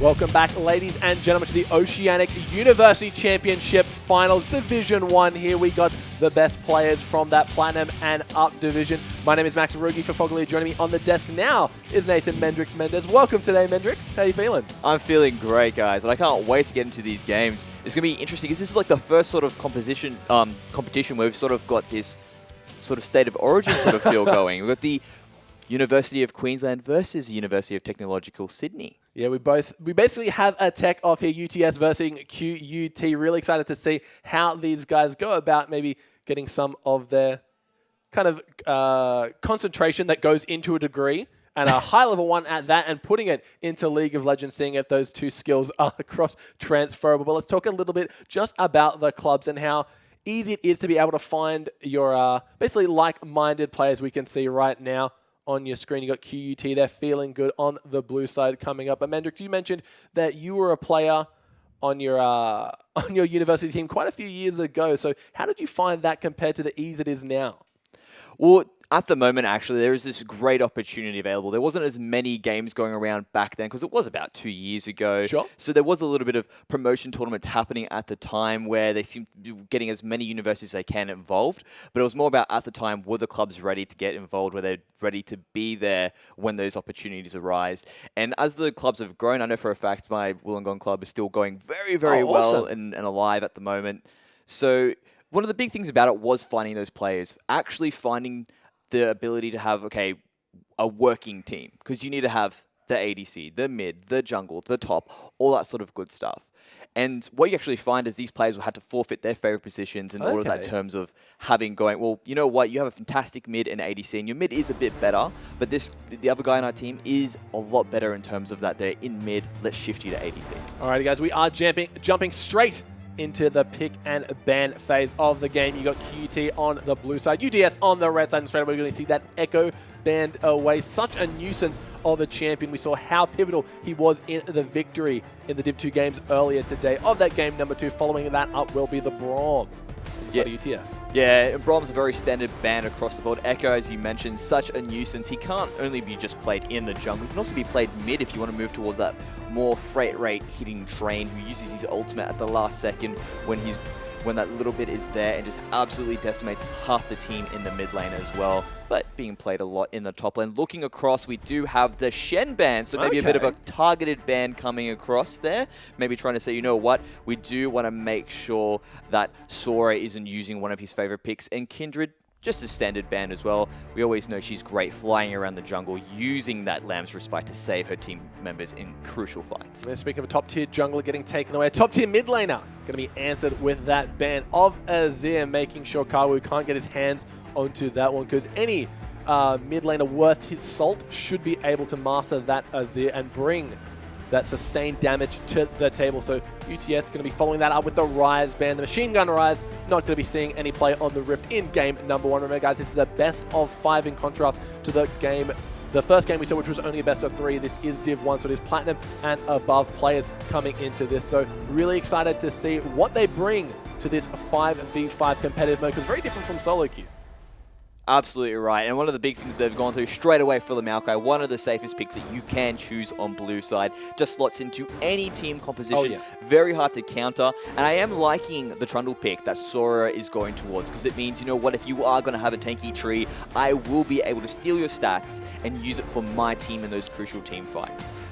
But it's being hovered at the moment. There is a few picks available for them to go to, and also having a look towards a Gragas jungle. So a lot of utility coming out on the side of UTS versus Queensland. They're really just flexing these champions at the moment. We've seen the Trundle support, we've seen the Gragas top lane. I don't know what to expect coming out of these guys. We mentioned a little bit earlier on in the broadcast when it was on with Soul Strikes, just comfort picks versus the meta picks. Looks like a lot of meta champions coming out right now, so I'm sure these guys with their high level of game knowledge and mechanics should be able to simulate the meta quite well in lieu of that champion comfort that we were mentioning earlier on. Looks like the Lucian Hover will be here from QT. And Lucian, again, he's also a fantastic pick to go as well. He's very good in terms of he's hard to be countered. He provides a lot to the team. He's able to zip around using that double tap. Even if you do have a lot of slows in the team, using that relentless pursuit to move around, essentially peeling himself. One of the other big things about it as well is that he's able to use that culling of his as an initiate tool in order to make sure that he can actually whittle someone down before a team fight starts, or if they have an unfavorable trade, he's still trading damage as they're doing that retreat. And Ajana as well, very good pick in terms of being able just to disengage from the rest of the team. So UTS do have a very engage-heavy comp already in terms of having the Gragas ultimate and start the fight, cause disruption, and the pillar as a to engage onto it, and a disengage as well. But it does so much in the middle of team fights. Ajana instantly sort of negating that. Haven't seen a lot of Jana lately. She is springing back up here and there, but all of the supports tend to be those super tanks that Alistair and the Bromshaw Brom was banned away this game, so going for that Jana, Eye of the Storm, such a great ability to keep your carries safe, keep them alive. We see the Rumble hover here. Rumble did get a little bit of a buff. He does do full damage to minions now with the Flame Spitter, allowing his farming to be a lot more predictable and a lot more easy.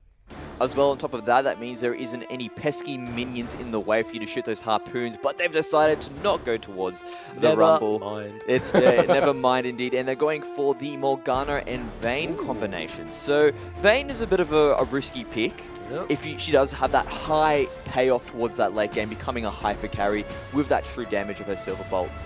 But the big thing about her is that there is a very little margin for error, and Lucian does very well against her, so very bold pick indeed. Really looking forward to see if he can tumble out of the Qs from Lucian. Always piercing like Q, piercing like Q. That's actually QQ between the two of them. Sort of just counters each other there. The tumble piercing light interaction. Always fun to watch those Vayne pros just use that champion to her fullest abilities. Could be a Morgana mid lane. Probably see it on the support though. Might be playing it a little bit safe. Black Shield, just such an amazing ability to have. QT with 8 seconds left on the clock, hovering that Yasuo.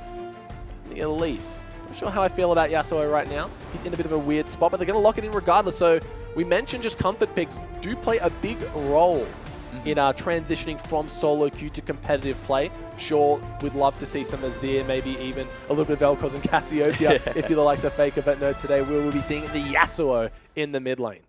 And it's one of those things we look at, okay, well, what does your comfort pick bring in terms of your ability to overpower your lane versus what it actually brings to the team? Because that's the biggest difference between your high-level competitive play versus your sort of regular 5v5 fun that these guys engage into.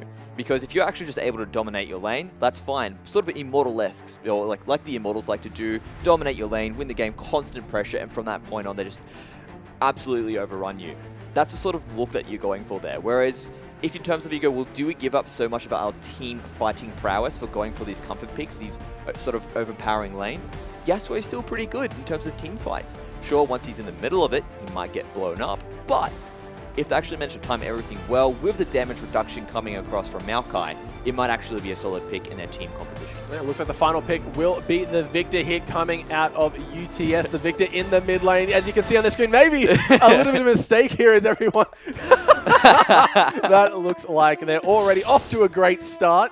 UTS, if this were the final exam, they may have failed. But luckily, it is just the first game of the day. It is, you know what, it is literally just the first assignment being presented to them. We're talking 10, 15%, nothing to worry about. Fine. You can catch up with the lectures online. Exactly. There's a few lectures, as long as you can turn up the tutorials, you should be fine. But always love showing up to that last lecture at the end of the session. You show up to the first one, get a feel for it. Yeah. No, I don't need to be here for the rest of them. I'll show up at the very end. You rock up to an exam, you're like, this class isn't as full as I remember. This class is way more full than I remember. When I would come in, there'd be about 40% more people in this one. So always fun to see. University jokes aside, the Yasuo versus the Victor. Yasuo are going to have a good time being able to block off the cube. I think the laser goes through the wind wall, if I'm not mistaken, or does it stop it these days? It stops still, yeah. Okay, so the wind wall actually stops out there. It's mainly if it is anything that can go under the wind wall, because it's not going to go under, it can be stopped. Oh, cool. And I'll be interested to see. I'm pretty sure it goes through the Chaos Storm goes through it, because it seems to be just like a zone that's moving instead of it being more of a skill shot. Yeah, fair enough.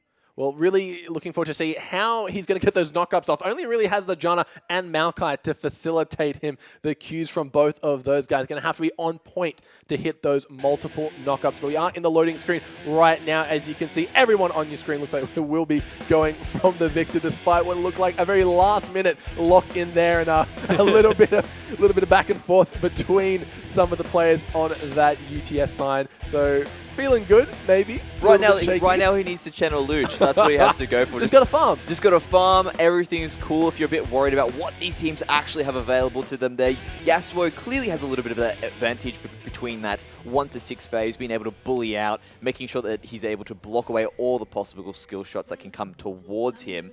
And yeah, it's just very interesting to see what these guys, QUT, going for the early invade.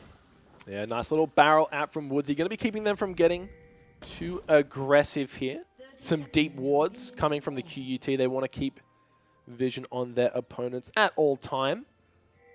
See Infamous just going for another little deep ward here. Of course, on the side of the University of Technology in Sydney, they will be answering with the mirror wards here.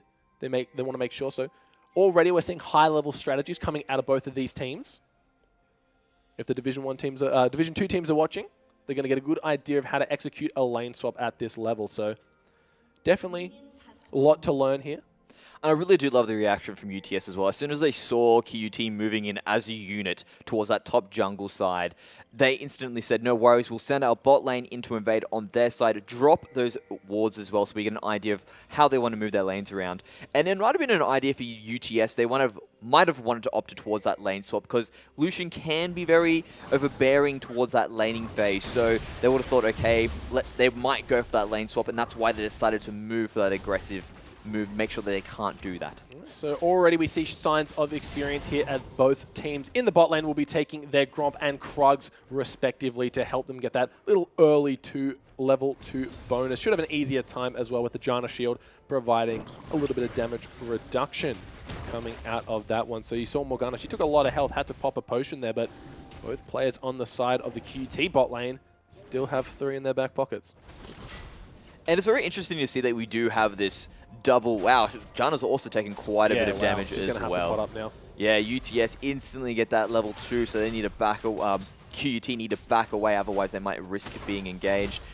And one of the things you have to take into it, they're going straight for it. Oh, wow, a nice binding, though, to cull any further aggression here as Lucian. He tried to go for something sneaky, but Morgana was on point with her skill shot. Trying to hit that Lucian level 2 power spike, not going to happen. So what I wanted to mention before they decided to get a bit aggressive down on that bot lane, going for a bit of a rumble. Oh, the piercing light doing damage. He took a bit of damage. They didn't Q at the right time to avoid the Q. What they have is that double range support, which means that whatever lane decides to get, or whichever lane does get ahead in this situation, will actually have great pressure around the map. So once they move across, say they'll go, we get this early bottom turret, we can go straight to mid. Using that range support is actually quite a big buffer to take that tower down faster and further consolidate your lead.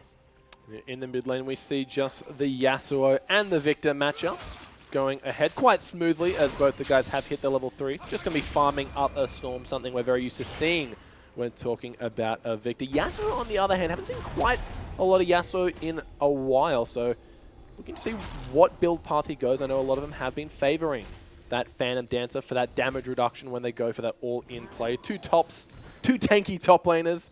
Not the most exciting matchup as he walks headfirst into a present. These guys will have very exciting level 6s though, because one of them is damage reduction, the other one is I'm taking away your damage reduction. So as soon as a fight breaks out between them, they're going to be just looking there to sustain as much. Manacles though, he's in a bit of trouble. Oh, the Condemn comes through, not going to hit the Janna, but there is a Cocoon onto the Victor, forcing the flash. No knock-up coming out of Yasuo just yet. And just a bit of action happening across the map. That is a lot of damage has been dealt to Kawu there. So very good for the Yasuo. If he manages to get himself to a quick level 6 before he can finish his own level 6, that means that he can actually engage under tower if he doesn't have any extra sustain to get him back up.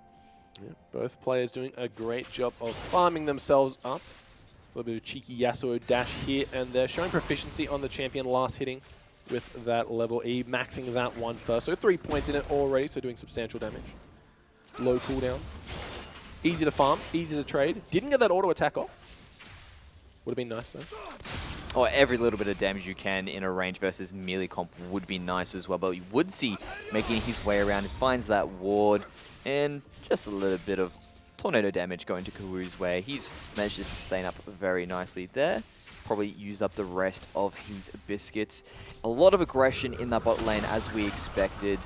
QUT starting to gain the advantage because Lucian is, as we mentioned, overbearing in that laning phase against Vayne. She is going to be wanting to scale up as fast as she possibly can, try to reduce the damage, take this as late as possible. That's the beauty of Warlord's Bloodlust, allowing for any trades to go in, easily healed back up. And on the side of Q2, they don't really have C bot lane, kill bot lane composition. Janna, she offers a lot of utility, but not much in the form of CC.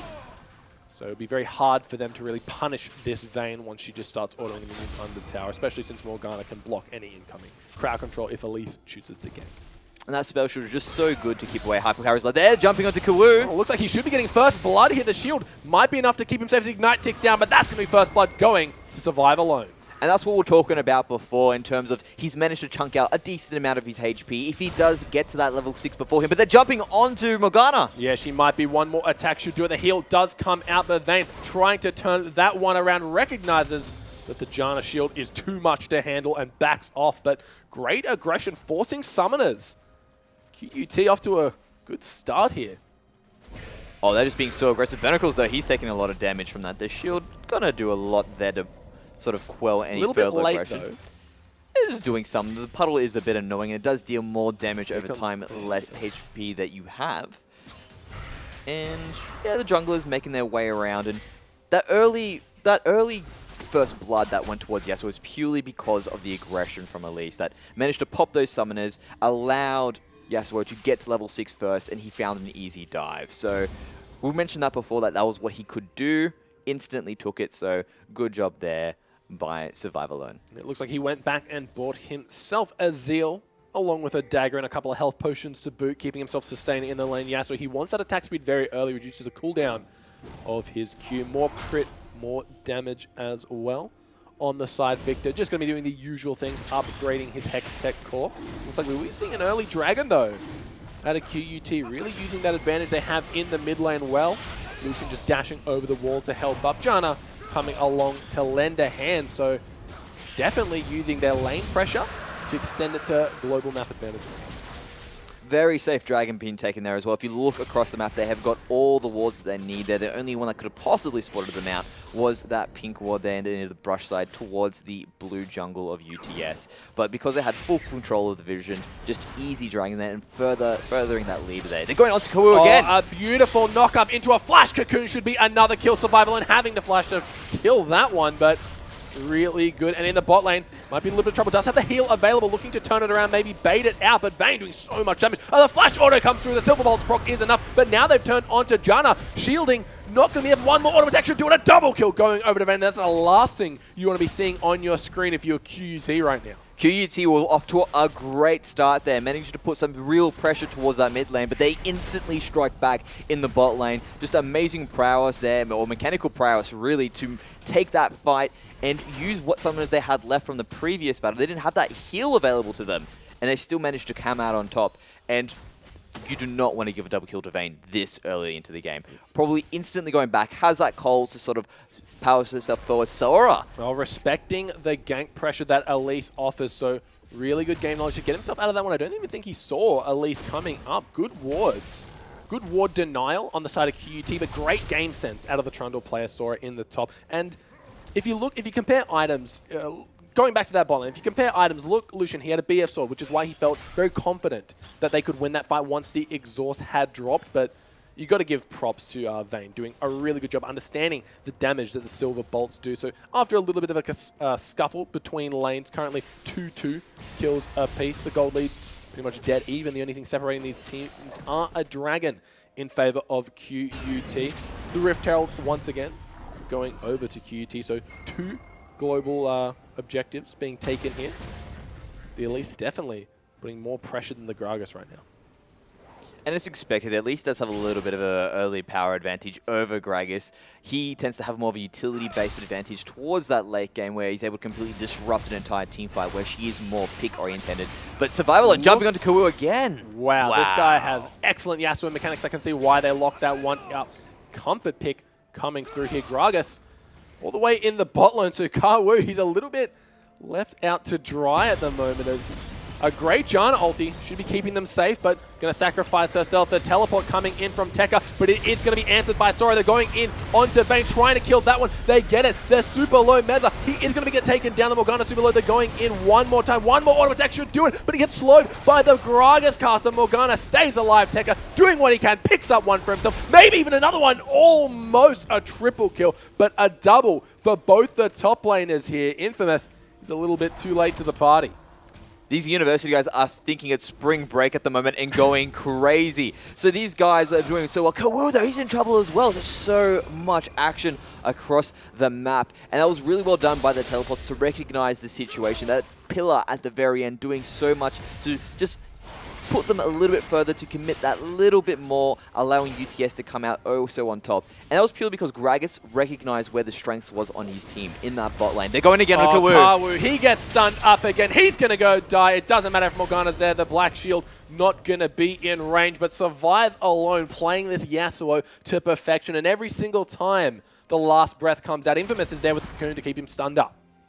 And he's also got his Phantom Dancer completed as well. So he is going to be moving so quickly ahead into this game if he continues to snowball off that mid lane.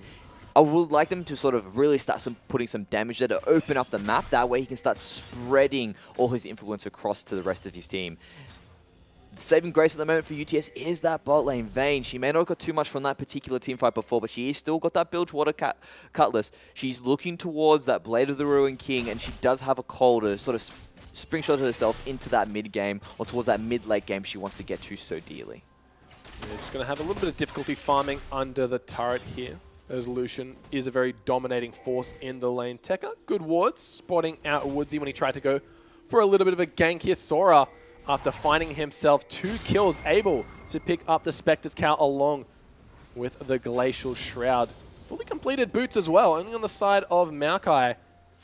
Is that a Sunfire Cave? Kawu, when he's not in the mid lane, he's also doubles as a jungler, as we can see, taking away the Wolf Camp off cooldown. Gragas is in the mid lane now, but a fight in the bot. Janna might be getting taken down. One more attack should do it. Morgana going to be proccing that one. Infamous with the flank. Not going to be enough, though. This Vayne is huge right now. Yeah, Chetty's playing amazing at the moment. The Binding lands. Oh, one more auto attack should do it. A double kill from Morgana. Bloodthirsty supports. Yeah, and that's completely fine for Morgana to get it as well. She does hit quite hard towards that late game as well when she does finish getting the rest of her items up, going for that Frost Queen's claim. And Chetty, he's happy to keep on farming, get his cull completed, get that assist gold as well. Anything counts for these teams. They're playing amazingly in that bot lane, really the saving grace. It's going to be all on Survive alone to really get in the middle of a team fight and instantly delete Vayne. But she's going to have so much protection. She's going to have the Black Shield. She's going to have the Trundle with the Pillar.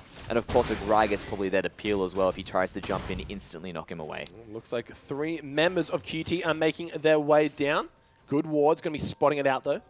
So the UTS squad just backing away after getting themselves a tower and a few kills to boot. But once again, the aggression on to Kawu. One more attack should do it. That's going to be another kill. Solo kill. Survive alone doing just that.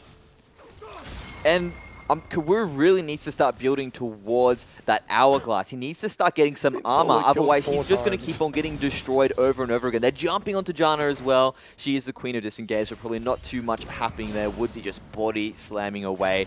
And Infamous coming down. And so is Kawu. Oh, no. Good disengage. Went into human form to try and hit the cocoon, but was not able to repel the binding. Looks like after pushing them back, they realize the recalls will be coming through, taking themselves another dragon. Game is well and truly an interesting one at that. Currently 14 minutes in. UTS leading with about 2 kills at the moment. 2,000 gold, more like 1.5. Really, the saving grace for this QUT squad has to be Survival, who has solo killed his opponent 4 times now. He's got to be feeling good, but really needs to start translating that advantage to the rest of the map, because we've seen Vayne, despite being down about 30 CS, she's got herself 3-1-3. They'll be running straight into the There's a cocoon, but TP. there's the teleport. Might not be enough to keep them safe. Mizey might be in a little bit of trouble, but Bonicle's going to have to flash over that. The auto attack still does land. Victor, he might finally be able to pick himself the Vayne passive. Going to be giving her the movement speed she needs to chase 2 more auto attacks. Should do it. The laser coming from Victor. He is Tekka and Infamous. They've got their sights set onto Karwu, but he's 0-4 right now. The Chaos Storm not doing too much, but now they're stuck. Woodsy's here. The flash from Malka. Does Infamous have his available? The Cocoon, the Repel rather, keeping himself safe, but Gragas, the master of chasing, but a beautiful Cocoon to stop any further aggression. They get out of that one scot-free. And UTS again are just taking their advantages where they know they have it, putting all their chips in that bot lane. Let's get Chenny ahead. They managed to break away. Tekka though, he's been caught out. Trying to escape. He can deny himself. Oh, trying to go for a cheeky old Woodsy, missing that Go one. for the execute. Oh, it's too late. Why did he execute? Why did he stay? It doesn't matter. In the mid lane, a 2v1 straight out of survival and looking to get the double kill here. A couple more auto attacks should do it. But there is Woodsy to back up Morgana to keep him safe. But wow, a 2v1ing is Yasuo against a Vayne Morgana. A bit late on the Black Shield. The knockup must have hit both of them. Very well done by Survival, and then look at how doesn't care. aggressive Look at- he is. yeah, he's he's so just- strong. He's like, no worries, I've got my flow shield to keep me going. And this is going to be one of those really interesting games. The win conditions are building on both sides for these teams. You do have that dragon advantage slowly growing for QUT, whereas on the side of UTS, they've got that late game threat. Karwu may be down and getting laser hit, damage. but he's still going to be doing so much for his late game. You can already see it as he's building that Hex core further and further. A little bit of a cheeky wind wall, not going to block that binding, is able to fancy foot his way out of that one. Good chunk of damage onto that mid tower. And they'll just going forward. There was just beautiful. Just jumped in. Oh. You immediately go for it. A beautiful wind wall, actually stopping that from going through, and he was able to do the 2v1. Very well played there by Survivalone, knowing his limitations, and he knew the cooldowns were down for Vayne. She had used it on the chase previously. Yeah, that just shows confidence in your champion. Definitely. The way he was able to spell wind wall, the incoming binding, whilst also getting those auto attacks in between every animation just shows complete and utter Yasuo prowess. Currently 5-0 on his way to building his Infinity Edge, whilst Karwu, smart, is going to be going for the Hourglass to keep himself safe. Yeah, and he really needed to go that probably just a little bit early. The moment it sort of started snowballing out of control. Ooh. And wow, the damage is really starting to build up there. Finally, he's taking this tower down around the 17-minute mark. Also, the tower in the top lane falling as well to Vayne. So these teams really wanting to speed up the game. They've got their win conditions here. It's Yasuo versus Vayne, and who can better facilitate that? The binding's going to land onto Tekka. They ult him back under the tower. He is able to get his Vengeful Maelstrom off, denying a lot of incoming damage as well, but he gets taken very low. Vayne, she's still pushing though. And Vayne's getting exactly what she needs there, just to sit back, farm up, get all the 3-item power spike that she so dearly needs. But Manacles, he's getting jumped up by Sora. They should be fine. Janna is there to keep him safe should any aggression follow up. Infamous doing a great job of counter jungling that blue buff away. The best feeling as a jungler when you're mid lane's Yasuo, they don't need blue. Screw them, man. That's your blue. You can sit there going, sweet, everything's fine. And we're going, but I really like that cooldown reduction. No. You get it off attack speed. No, No. you Go to hell, Yasuo. This is all for me. So at least very happy getting all the blue buffs and taking it away from Karwu as well is a very big deal, because he sort of needs every little bit he can get. He's having a very rough game. It looks like Sora is in that mid lane now. Still a lot of damage coming through. Yasuo, he has completed his Infinity Edge, so well and truly high crit rate. Looks like he is going to go in. Sora taking a lot of damage, but the way he's positioning himself through this minion line, never getting himself out of position whilst simultaneously being so aggressive. And he's just taking on 3 pretty much now. Sora had to back away, get towards his top lane, sort of put some damage control on. The rest of the team was sort of following up there, but he's so aggressive at the moment. He knows how strong he is. It's really going to be one of those merits. If towards that late game, he goes in at the right moment, and they just let that tower fall there as well. Probably figured, I don't want to be encroached on. I'm not sure where the rest of the team is. All my resources in terms of my teammates are in the bot lane. And they're sort of just playing this avoid Vayne's sort of like playing avoid everyone else at the moment. I'm still farming. And that might go against them because they're being really aggressive. And Sora's in trouble. Oh, a beautiful flash out of Jana, knocking him back in. They might not have enough damage to finish him off as he flashes from his own. But it looks like they should be getting this tower for free. Tekka in the bot lane, not getting caught out here, so he's able to defend this one up to his best ability. But it looks like both towers will be falling down. But the real discrepancy in the mid lane is still there as Kawu. He just can't survive alone against Survive Alone. Yeah, and now QT taking advantage of the fact that they could easily just roam themselves on the way down. They've already taken enough infrastructure, so they've got that map opened up, and another objective falls to them as well. So slowly growing that gold lead whatever way they can. UTS, to their merit, are actually keeping up quite well, purely probably from that gold count. Roughly about 1,000 gold. Hey, Soul Stripes, that's a giant belt. 20 minutes in the game. The first dragon for UTS. They will be securing that one for themselves. Survive Alone, doing a great job of doing just that. No one to really help him in this mid lane as of yet. Tekka, he might be caught out of position. The Blade of the Ruined King has been used to slow him down. A beautiful ulti, knocking him back in Tekka. It doesn't matter how tanky you are. Vayne shreds through that with the true damage out of the Silver Bolts. Overextending just a bit too much in that bot lane. Taking advantage just immediately, going for the Baron. Very bold move. Will they be able to take this effectively? They're trying their hardest to do so, but I don't know. Look at that Victor damage coming through. The binding is on to Survive Alone. He's not going to be able to get his last breath off. Flashes out of that one, trying his best. They get the first kill. Another one coming through as a beautiful double last breath. He's dead, though. He's trying his best. His team is still alive, but they get taken out. A very risky Baron results in 4 members going down. The 5th is on the run. Sora should have no trouble catching him down. He is chasing Ajana, so it's going to be very difficult. All right. And so Ajana walks away. The Queen of Disengage lives another day.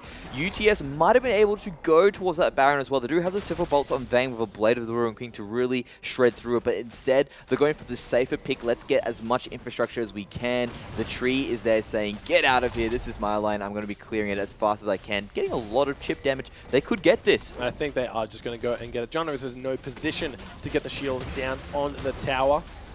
Sapling's just going to be coming out to try and clear the waves. Lucian will look like a very promising lane. He's currently 1-5-3. Got his hands on 2 core items, so he's still strong. He's just not finding his rhythm in the game. On the side of Vayne, she's got herself that completed Blade of the Ruined Kings on top of the Berserker's Greaves and Phantom Dancer. The cult was completed, just sold, so a massive gold spike coming out of that one. Yasuo well and truly the carry for this QUT squad. Can't risk getting caught out at the Baron again. And at that Baron, he did an amazing amount of damage. He was actually in the Baron pit for quite some time by himself. Managed probably to get a few shields from the Janna to stay alive. They managed to do a lot of damage, but UTS came out on top. It's too early to go for the Baron. None of your teammates are as strong as you are Survive Alone. They still are almost towards that single digits. Look at Janna, level 9. Then you have Lucian, he's level 11. That's been probably level 10 at the time of the fight. So even though you guys may have been a bit strong, you don't have your major tank to make sure the damage is there. And they're jumping on to Mixer. Oh, he's going to get taken out. Having to use that ulti defensively. Not going to be enough to keep him safe, though. The bindings from the Morgana really well placed this game. Baiting the Baron. Does get spotted out immediately by the far side orb, but that's all the vision gone. Once again, looks like a little bit of a bush strat. The Tornado hitting a few members, though. No aggression coming out from either team just yet, but the bait, not going to be enough. They actually have an opportunity to maybe rush it down. They're sort of going in for the flank there, but QT wisely moving the opposite direction of UTS. 5 members strong versus 4. And it's just one of those cases now where they're choking at the vision, and they can rush this down. They've got a Vayne, and they're going for it. Well, they can see it being done, the Crab providing what vision it can, but it is down to about half health. No one is there just yet. There should be a free Baron on the side of UTS. No one coming through. A great zone control out of Kawu. Baron's still getting reasonably low. It was taken, but there is Infamous. He's going in. He's up the creek without a paddle, and they're trying to disengage him. Maokai's going in a massive last breath onto 3 members. Is going to be enough to survive alone. He's down to about half health, trying his best. Woodsy going to get taken down. Vayne gets taken down. Survive alone. He's still alive. He's doing what he can. He's taken out another, and another one, and another one, going for the quadra kill. And does he get the quadra kill? That is a quadra kill there. Will it be a triple? No, unfortunately for them. But Survive Alone gets the ace, and that was amazingly done there. UTS thought they had the jump on them as well. Elise was immediately blown up in that team fight before anything went through. That was beautifully done by Tekka to get in there, get a 3-man knockup followed by the Janna, and that's all the damage needed from Survival Alone. He's been doing so much the whole game, and it's finally been translated into a team fight, going down the mid there, taking that turret there. Should be an inhibitor. No, he's going to back away. Yeah, doesn't want to risk anything. Janna, unfortunately, surviving, so we couldn't make our survive alone pun. Shame on you, Mizza. Shame on you. But we saw, if they can't kill the Yasuo, he was able to just destroy the Vayne without 10-1-2. Yeah, he's Highest CS in the game. got himself the Bloodthirster He's now strong. on top of everything. He is so strong. Dragon spawning in about a minute. Looks like they will be getting this crab to ensure that their vision is on point. It is what led them to having the correct information on the Baron. So, ladies and gentlemen at home, remember, value your scuttle crab control. It is damn important. And even after all that, the gold is relatively even now. So that little bit of extra 300 gold going across to all the members sort of kept UTS in the game with those extra kills that they have. There's a lot of gold concentration on Survival Alone. If UTS manage to get that pick, QUT are going to have a really rough time. They really have to find out how are they going to deal with this Yasuo. He's such a problem going into it. Only one exhaust on the side of UTS. I love how the barrel just disappears when it hits the wind wall. So instantly bursts. It's like this wall is everything we need. The Dragon is up in the next 20 seconds, so positioning themselves around there. UTS have 1, QUT have 2. So slowly becoming a win condition the longer this game goes. QUT being very prudent to make sure they're on top of it, but UTS aren't going to give it up over a fight. They're getting in there and getting their own form of vision. QUT a little bit hesitant though. They might be in trouble. Woodsy looking to go in here.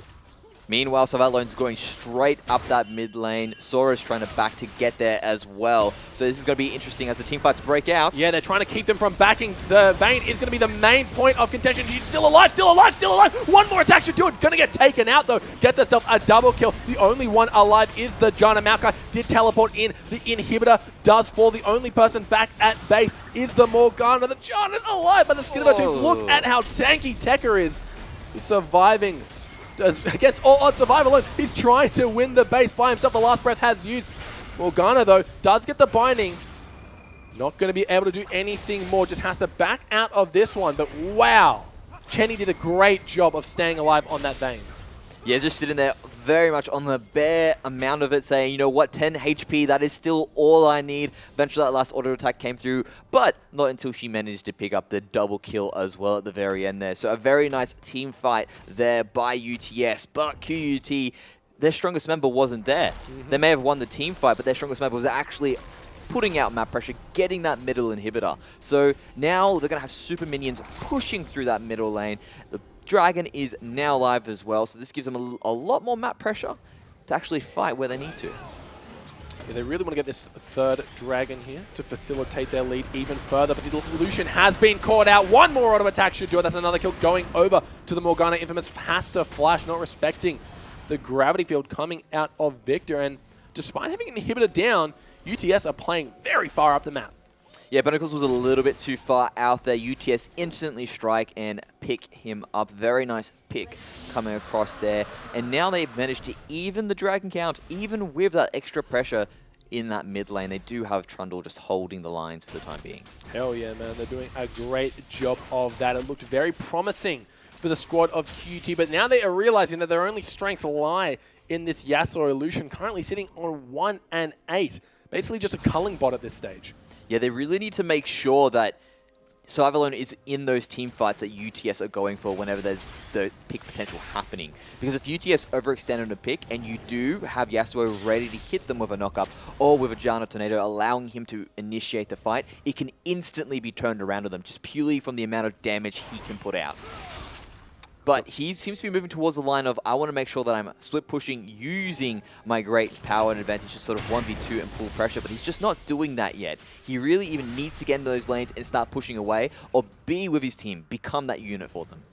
Looks like Vayne trying her best to fulfill the split push role her team needs. I doubt that even Survival Alone would be able to do just that against her right now. A little cheeky binding over the wall, not going to translate into any kill pressure, but despite having an inhibitor down, UTS are playing this very, very well, still exerting their pressure all over the map. And Chenny in the top, really no one that can deal with this guy right now. Yeah, but he's going to back away. He wants to be a part of the team fight. That guy is amazing at the moment. His mechanical movements is incredible, and the longer this game goes, he's getting stronger. There's a lot of damage happening though now. Well, looks like they really want to go in. Not going to be procking the last breath just yet. Sora is going to be the main target, but he's so damn tanky. Tekka, he's tanking an inhibitor tower. That's not where you want to be, man. The Vayne still alive. The Giant ulti going to be trying to disengage, but Meza goes down. The only person left alive is Infamous.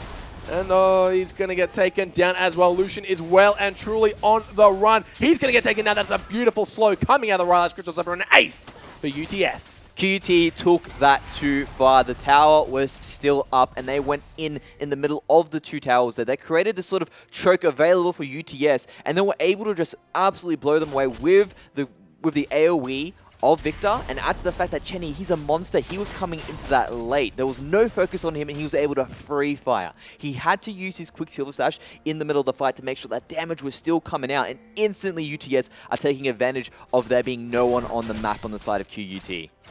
Yeah, 30 minutes in the game. Still, the gold is still pretty close between the two teams, as we can see what happened in that team fight. And as you can see, they went a little bit too deep there. Tekka was actually taking that tower damage from the inhibitor turret, so he was instantly taken out as well. There's the AoE damage we're talking about, very huge in Chenny now. He is just a monster going through, getting that untouched because he came into it just a little bit late.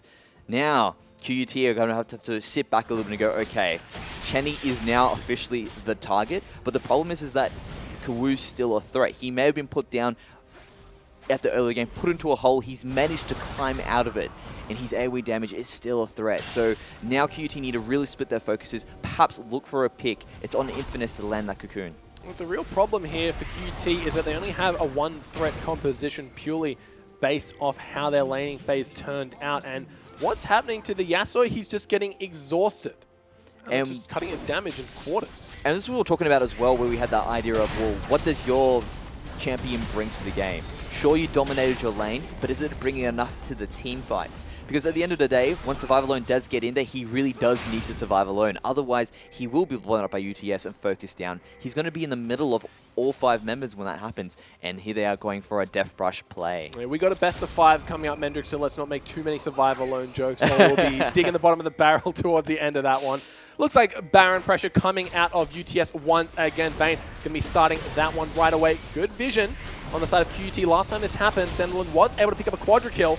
They might be going in for this fight. A good gravity field, keeping them there. Boys teams want to fight. Woodsy goes in with a massive disruption. Miza trying to answer with his own, but Woodsy gets taken down. A beautiful last breath coming through. Vayne is still alive, wreaking havoc at the moment. Survive Alone, he's going to get taken down. Kawu, short to follow. They flash in. Infamous taking that one. Sora, the last player left alive. And once again, a Baron fight spells disaster for UTS and QUT with an ace of their own. The support, the only player dying.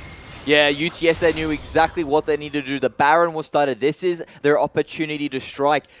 QUT knew exactly what to do. The UTS, for some reason, they're in that situation, did not back completely away from the Baron. They were still taking damage from it as that fight ended. They thought they had the engage, a beautiful disruption there, but it wasn't enough. They knocked the support into the team, not a damage threat. After that point, it was a beautiful ultimate there, and they're taking the game. Yeah, Vengeful Maelstrom going to be enough to survive those towers at the stage as the Nexus does fall. What an epic match between these two juggernauts of university teams here.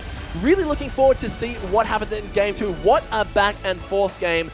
Definitely on the backs of the Vayne and the Yasuo, the two hyper carries coming into this game. Really exciting to see both players on two of their probably most mechanical, proficient champions. Just an all-out slugfest.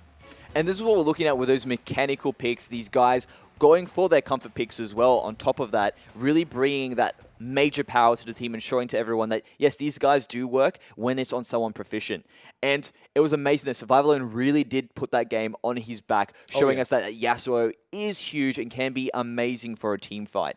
But now that we have this sort of feel out, these players know exactly, all these teams know exactly what these players want to have, probably look for a Yasuo ban coming through in the next game. Yeah, definitely. He was able to solo kill his opponent 4 times by about maybe 15 minutes. So Maybe Victor wasn't the smartest choice. We definitely saw that was I a mean, last-second lock-in, and everyone was kind of hands in the air at that stage. So why would you pick Victor? Going, why would it be? You're going to get ready. He's like, nah, I'll be fine. It's Don't worry. fine. It's I good. got It's this.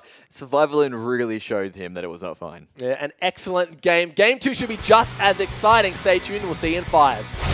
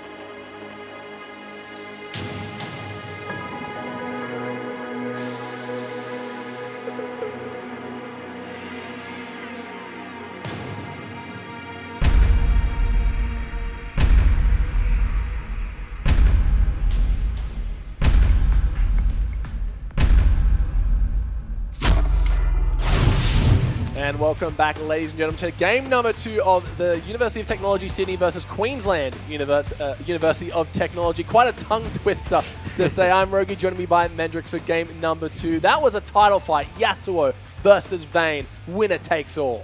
And it was amazing there. And in that situation, Yasuo took it got it all. He really went in there using the back of his team to really push him forward because they were ready to go. Okay, no worries. We've got the knockups. We've got the Maokai Arcane Smash to really push you on through. And on top of that, we have the Janna as well. And it worked out perfectly for them because he just took advantage in that laning phase. Absolutely taking control of the game and really showing it to them. Yasuo is worth a ban, guys. Yeah, definitely UTS are going to have to focus something away because it looked very promising for them, but 2 Baron fights unfortunately ending in tears for UTS. They had the advantage, they had complete Baron control, they forced the Baron fight, but they were still tanking it by the time that QUT got there, and then it all just ended in shambles. First time it was Yasuo getting a quadra kill, next time it was Yasuo winning the game. And it was one of those things where history, you need to learn from history. You need to make sure, you know what, we had the Baron last time, everything was good, but they still lost the team fight. They had taken too much damage, used too many cooldowns in the space before that fight engaged. Same thing happened again, but the Baron wasn't even taken this time. They were still taking the damage. They had a really good engage, but it wasn't on the person who they wanted it to get onto. And although they managed to kill the Janna, they lost the team fight. Alrighty guys, we are in pick and ban for game number 2. Will UTS maybe ban away that Yasuo straight away off the table? See you later, standalone. Survive alone, rather. You are not going to be seeing standing alone, that one. not with Yasuo. No, he's not. Yasuo is not standing at all. Echo will be the following ban for QUT, keeping that one away from any potential top lanes. So not going to be seeing Echo today. What will UTS answer? Maybe the Vayne coming out of QT. They really struggled to kind of shut down that Vayne, and she proved to be quite a big load of trouble for about 30 minutes of that game. And it was one of those situations where they might sit there and go, you know what, she got lucky. She managed to pick up that early kills. Yeah, I know, that's right. Because the things, they went straight for the Brom there, so they're probably going, okay, you know what? That's what I'm saying there, but that's UTS. UTS won to have that. They might say she got lucky there. We were actually able to beat her in other situations. Sure. Because Vayne's one of those players, again, who is high risk, high reward. You take a very big risk in that early game, and the fact that she was able to get going really early, probably off the back of Jenny's skill, is something they're going to make sure doesn't happen again.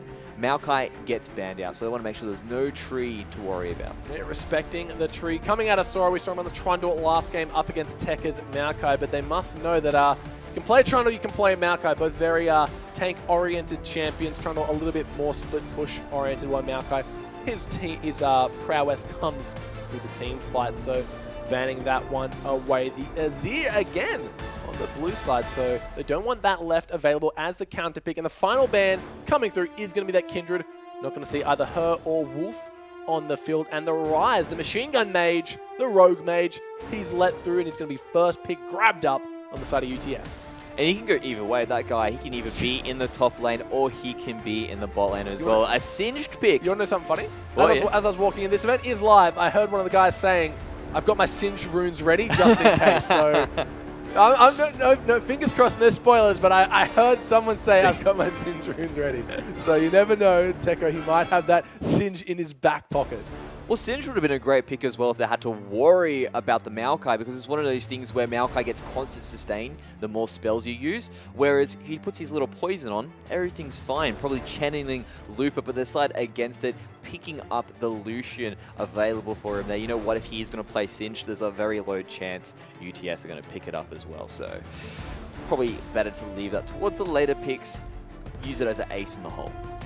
Grabbing that Lucian early seems like the right choice. Following it up with the Gragas for their jungler or top lane. We saw Infamous on that Elise last game, hitting the clutch cocoons to help just destroy the mid lane. But this time, to be on that Gragas, potentially. We have seen a lot of Gragas in the top lane. Maokai was banned away, so another great team fighting top laner can be that Gragas. UTS now, they got their pick of the litter, a bunch of really good champions still on the table. Maybe see the Vayne again. They really liked it into the Lucian, did a great job.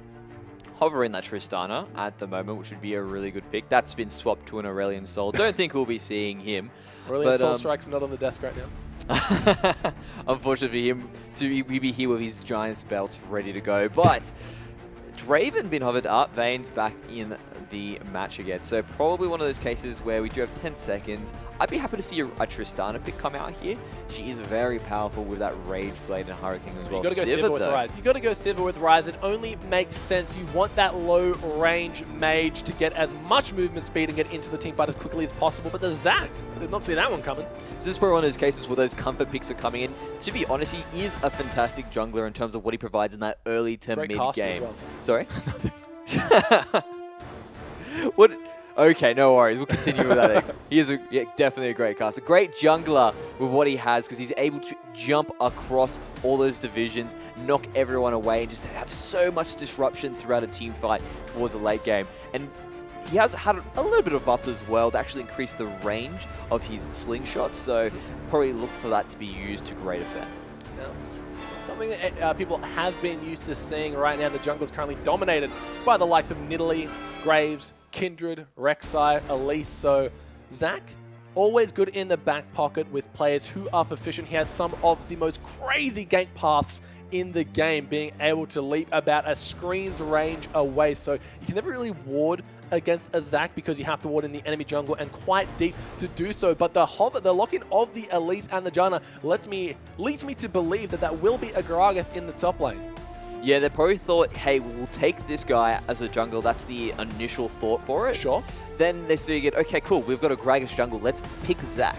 Because the thing is, with Gragas, although he's got fantastic ganks, he doesn't really have amazing invade pressure that early because he wants to make sure he can sustain through. Probably on his second back, that's when he's going to come through and start being a bit more of a nuisance. So that really gives Zac, who doesn't have the he doesn't have decent clear in terms of what he has, but he does have a bit of trouble getting going in the jungle because he's a bit slow in comparison. And what that actually means is, you know what? We'll send Gragas to the top lane, and now we're going to have the Elise to pressure you early. Make sure you can't get those slingshots off, because Elise definitely a better jungler in terms of having that one-on-one early in the game. The lock-in of the Janna as well confirms that it will be Lucian and Janna once again in the bot lane from QT. Remember, Shen was banned in game number 1, so it is going to be picked up on the side of Sora. That is going to be Ryze in the mid lane on Kawo.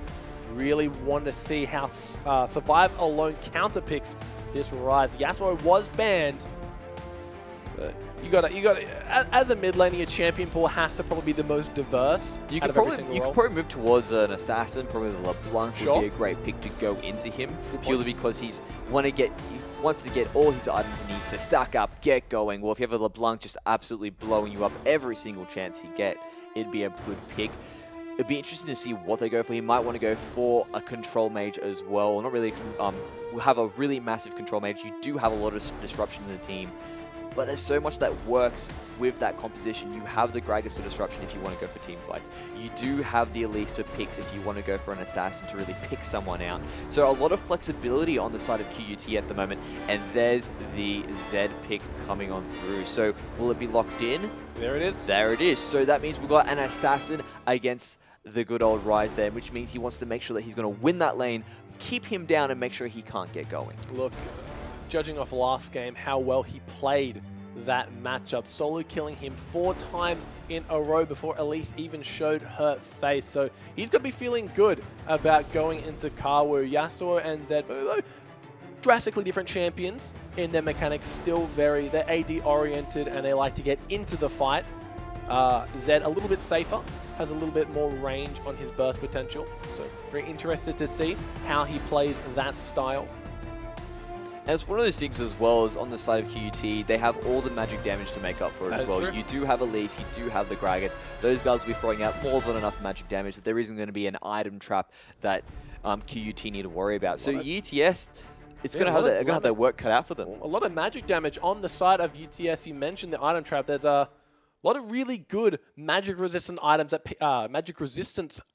people like to build these days. The Hex Drinker being one of the premier ones. Like to see that a lot on the Zed, and sometimes, well, there's no Graves in this one, but the jungle Graves, so might have a tough time itemizing against the UTS squad. Yeah, those magic dealers might have a bit of issues if those Hex Drinkers start coming through, or the Moors really get towards that late game. And the other things you also can take into account there as well is they do have a Sivir at the end of the day. True. Sivir, that means even if they are building more magic resistance focus, that means Sivir will be able to shred right on through them.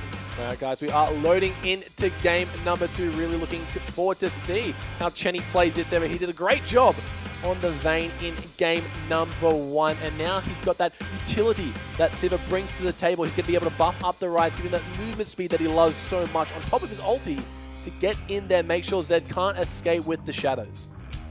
And it'll be interesting to see how he does use it. Will he be a lot more aggressive, looking for those engages every single time, or will he be more defensive, saving on the hunt for that disengage that they do have available to them?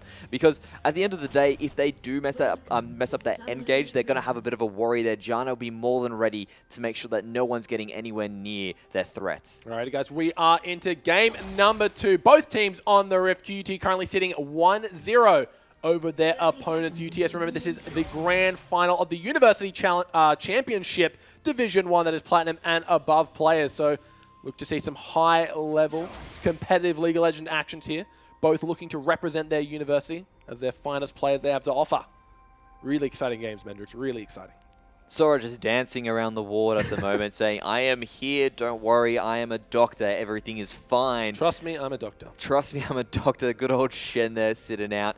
And if he has any issues, he can just level his good old taunt and get on out of there, but that would be very rough in the lane. But these guys just setting up their line of scrimmage at the moment, making sure no one gets in there, no deep wards, no one will know each other's strategies until it is revealed in the laning phase. I'm sure Kawu is feeling good now that he got a champion he actually wanted to play.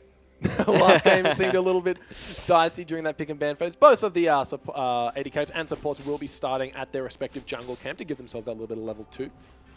So good to see these guys still have that worked out in the mid. Survivalon and Kawu.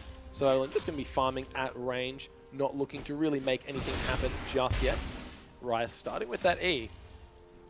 And just making sure that Survivalone doesn't sit behind his minion waves, trying to avoid the Qs possibly happening there, means he can get a little bit of extra harass off and allows him to push the wave so that way he can actually get a bit of a level advantage, make sure that Zed doesn't get to 6 before him and assassinate him quick smart.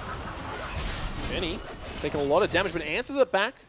Keep in mind though, Janna does have a lot of potions while Chenny only has 1. Should be taking that Warlord Bloodlust on Sivir, which seems to be the trend at the moment. Keeps her sustained in lane.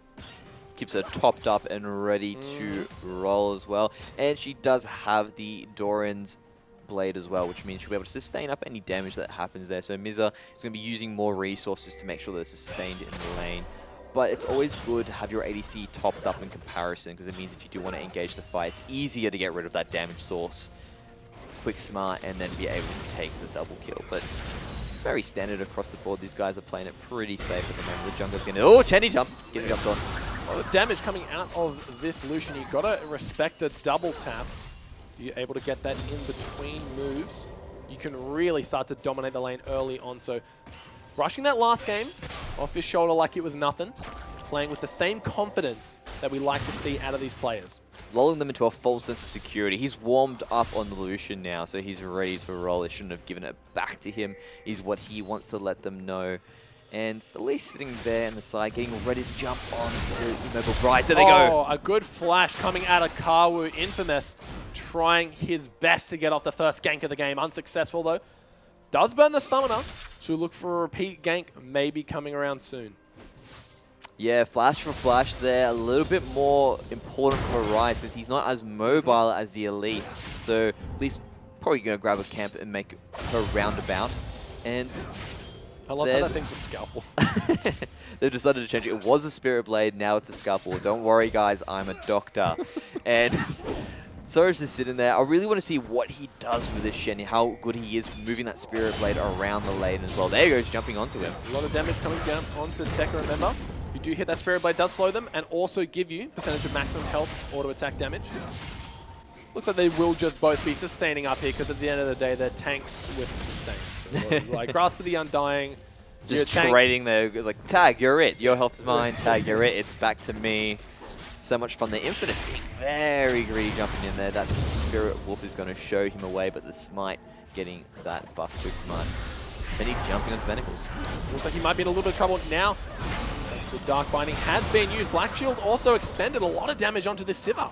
And these guys are just trading back and forth. A bit of a slugfest in this bot lane at the moment. Manacles does have a bit more mana than Chenny, so they really need to push out and get the back. They get him again. He should be fine with the Janna. Expends the exhaust though onto Chenny. Maybe a little bit too worried about the damage coming through. The Sivir was and quite low health, but there were a lot of minions in tow. Looks like Banacle should have no trouble farming that up under his tower. Good wards to spot out the recalls. Looks like they found Little Asian. Maybe going to want to make a play here. Little Asian's probably going to be very safe. He does have the black shield that Morgana loves to use to keep everyone safe. And he's probably going to try to be there to hold the lane, make sure they can't just push it into the tower and deny away Chenny. And that's one of the advantages of having the Sivir as well. He's able to push that wave out quick, smart if you need to go for a free back.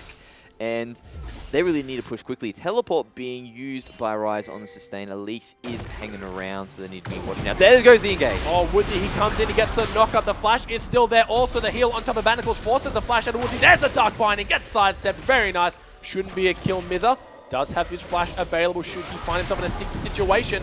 Gets the shield, but burns a flash like both of them flashes into, actually. But here is Infamous in the back. The teleport from Tekka is on the way. Who are they going to focus on? Stand United is there. The taunt is going to miss. Infamous now in a lot of trouble. The first blood going over to the Gragas. Woodsy, he's still got his passive available, so not really feeling in a lot of trouble there. The Elise gets taken out, pops the Zac passive. Not even, actually, a massive trade in favor of UTS. And Woozy starting everything up there, using an amazing range that Zac has. It was a bit of a messy fight on both sides. Very quick reactions by QUT and UTS top laners to get in the middle of it. They managed to pick up the first blood on the side of QUT, but UTS get the double kills, getting that favorable trade available to them. Yeah. About this time last game, Kawu had died twice already, so playing infinitely better than last game. Yeah, but look at that elastic re-engage. slingshot. Wow, just the range is just huge there. Benacles is trying to get away, using the flash and the heal. Fancy feet. Very fancy feet to dodge that as well. Here comes the teleports now any second in to sort of re-engage the fight as Infamous has come in from the backside as well. And there's one, there's going to be the ultimate from Chenny, so he's still got his available to him. And now just those two, but here comes the body slam. Boom! Pops on the side. Chenny now is going to be very risky against Tekka, but he does very well to survive. Infamous comes back into fall. Woodsy doesn't care, he's got the passive, and UTS come out on top. Very well played there to really kite back. They're going again onto Survive Alone. Let's bounce. They go in. They get the Runic Prison under the tower. It might not be enough as Survive Alone. He's trying to turn it around. Not going to get it though. Kawu. Whoa, he survived barely there. Yeah, Woodsy lined that up perfectly with the Let's Bounce. Infamous is going to go for Kawu. Nah, he's in no just to go for it. Oh, the beautiful elastic slingshot. Infamous might be in a little bit of trouble here. Yeah, he needs to watch out. Woodsy's going so strong at the moment. He's got one kill as well above the Elite, so she really does need to watch out if they do meet each other in the jungle. And now the sort of dynamic is a bit interesting in the bot lane, and needless to say. Look at the invading. This is what happens when you never skip breakfast, ladies and gentlemen. Woodsy doing a great job of using Zac's strength to his advantage, stealing away the blue buff. Looks like Infamous in no position to go for this one. 2 levels behind at the moment, and this blue buff will be skyrocketing him in that XP advantage. I'm really interested to see he's decided to go for the Aether Wisp, which suggests that he's going, ooh, Sora's doing a little bit of damage on Tekka there. It suggests that he's going for a more damage-oriented, but wow, the damage There's from Kawu! the damage. This is why we saw the Rise band. Oh, a beautiful flash cocoon, keeping him safe, but I don't think it's going to be enough. Infamous, he's quite at the moment. Does deny the kill. Zac is Kawu. lining up a slingshot in the bottom lane as well. I think he's about to come in. There he goes! He's going in. He gets the double knockup. Banacles is going to get taken out. He might answer with one. He does. That is going to be a kill over to Sivir. I mean, to Morgana, the supports, they both get the kill. The Bloodthirsty supports once at it again. Yeah, in University, these guys are ready to go anyway. If you hold the support, doesn't matter. I want the gold as well. And even though it was a really good engage on the side there by Woodsy, very well done by QUT to actually take something back in the bot lane. Deathmark is nearly available for Survive Alone. Desperate Power is up. Elise is coming. So is Zac. So there might be a 2v2 about to engage here. No ward spotting him out. The slow is there. The Shen ult comes through, but he flashes right on top of him, and the Death Mark comes in. Not going to be enough as Sora finishes that one up, and there goes the spider like a spider to a boot. They crush him. Zac not even necessary for that one. We're talking about a 2v2 coming through. We didn't expect it that soon. Sara showing us the power of the Shen ultimate. Everyone thinks it's okay, and it's not. That shield makes everything okay for Kawu there. And even though the death mark went down, the damage release, he's still got plenty of HP on the back of him. And this is a completely different game that we, in comparison to what we had before. Yeah, UTS, horse of a different color this game, doing a great job. They were started off a little bit slow, but now they are well and truly in the lead. 10 minutes in the game, about a 4,000 gold lead. They're feeling really strong here. Just taking the Dragon as well on the side of it there, so just further consolidating that lead. And this is a really good point to get the Dragon as well. When you're that far ahead in terms of gold-wise, so you're looking at roughly about 3 Giants belts there, close to, just enough. It means that that extra bonus from the Dragon is just going to be so much available to them there. Oh, scumbag double tap. Unfortunately missing that CS under his tower. Survive alone this time. Feeling very different from last game. He's in the shadows at the moment. He's not feeling everything as it was before, where he was You're the worst, in the wind. You're the worst. You're the worst. I did not respect that one bit. Oh, I thought it wasn't too bad. Nah, I'll give you that one. I'll give you that one. But just now, the guys in QUT just need to go into damage control mode. They sort of try to slow this down, but the problem is that it is a very high scaling comp on the side there, purely because Rise is going to be getting bigger and bigger as the game goes on. He has decided to disengage. They're going for it in the bottom lane. Yeah, they're trying their best, but Miza, he's caught in a very bad position. The teleport does get cancelled out of Sora, so the sacrificial Janna will be getting taken down. Hopefully, the kill goes over to Chenny, as we see Little Asian has taken a few for his own before. Yeah, Little Asian's like, I've had enough. It's all good. I'll be doing my normal job now. And very well done there by UTS just to pick up advantages across the map, using their teleports and global pressure that they have available to them to really take control of it, because Sora cancelled that teleport, make sure that they can continue to have pressure in that top lane, and they're making their way towards the mid lane, thinking about that Rift Herald. And Yeah, changing their mind, though. changing their minds. Poor Survive Alone. He really is surviving alone at the moment with the way they're He's engaging not, onto He's him. not surviving, that's for sure. He's trying to survive alone. Yeah, it looks like everyone in this mid lane, they want to really force the pressure that they've got. 12 minutes in the game, and they're already off to an astounding lead, but only one tower has fallen for UTS. Definitely the most 3,000 gold. important tower as well. Woodsy taking a bit of damage He's against fine. Tekka. He's got his passive. He's not feeling under the pressure at all as Sora comes back in the lane. The Groggy dance, one of my favorites in the game. The Woodsy just really showing no fear coming into this game. And why would you when you know you do have the ability to come back to life after death? So it is good there, especially with the Shen on the back foot. And Shen as well, he's doing great this game, I like to mention. 2-0-2 at the Shen moment, ult to Bloblet? above in CS. Sorry? Can Shen ult to Bloblet? Or is it only teleports? No, he can't. He can teleport to the Boblet, Yeah, but keep it alive. he can't actually keep it alive with his ultimate, because it is considered to be a minion at that point in time. So he would not be. He can only ult champions. No synergy. No synergy on this team. I don't like it one bit. Shen needs to be able to ult Bloblets. Maybe a change might come on through, but Hey man, at the mid-season moment, madness. mid-season Who madness knows? is Anything coming. can happen. Maybe an item that allows him to do it is coming. There's a lot of changes ahead, so Yeah, you should be able to, when Zach Bloblets are down, just run away with them. They like slowly crawl away instead of crawling into each other. Oh, well, we see Infamous just doing his jungling things. Both of the junglers have gone for the Tracker's Knife this game. They prioritize vision over the slow or the extra bit of damage, which is smart. and Clearing it's out true. wards here. It is really smart. Both of these guys can pop out of nowhere, so you need to have as much vision available. Did you... You said Zach had an Aether Wisp earlier, right? That's correct. He did have an Aether Wisp Looks like earlier. he has finished it, but he's going for a Sunfire Cape instead of the Cinderhulk here. So interesting build path. Yeah, so I was thinking, well, maybe he could have built both at the same time and gone, hey, depending on how well my team's going, do I need to be tanky or can I be more aggressive? But he's figured, you know what, everything's fine. I'm doing well. Everyone's doing well. Let's get that good old Runic Echoes into the mix there. Kawu just doing a great job of keeping control on this lane. We saw what happened last time on the Victor. This is a completely different game. The Rise is well and truly getting to that stage where he's an absolute monster. Got his tier stacking nearly. Got the Roa. Went for a little bit of a detour with the armband. Doesn't want to get taken out by the Zed. Infamous is there. Zach is just waiting off in the wings, but he has used his slingshot over the wall to get the Raptors. Ooh, no Quick vision feed. on that. No vision on that Quick either. feed. Kawu is fearless. Yeah, he's just jumping through. He's got no worries. He's jumping onto him. Absolutely fearless. Flashes in, goes for the rune prison, forces the flash out of Infamous. Wow. So flash there, as we mentioned, probably not as favorable for Kawu, but he's letting them know, I am ready to fight. I am almost at that point where I'm going to be turning on. As soon as he does finish that Rod of Ages, there we go with the gold. He is actually quite ahead. Quite ahead indeed. Almost 1,300 gold. So every single member on the side of UTS is ahead in gold over their QUT counterparts. Looks like a little bit of a roam to the top lane from both squads. This should be the next tower of contention. Chenny taking a little bit of damage there. Tekka, he might want to go for something. Explosive cast not going to be enough. On the Hunt has been popped. So everyone from UTS got that extra movement speed to disengage from the fight. But now the engage that QUT have is not going to be there. This should be a free turret.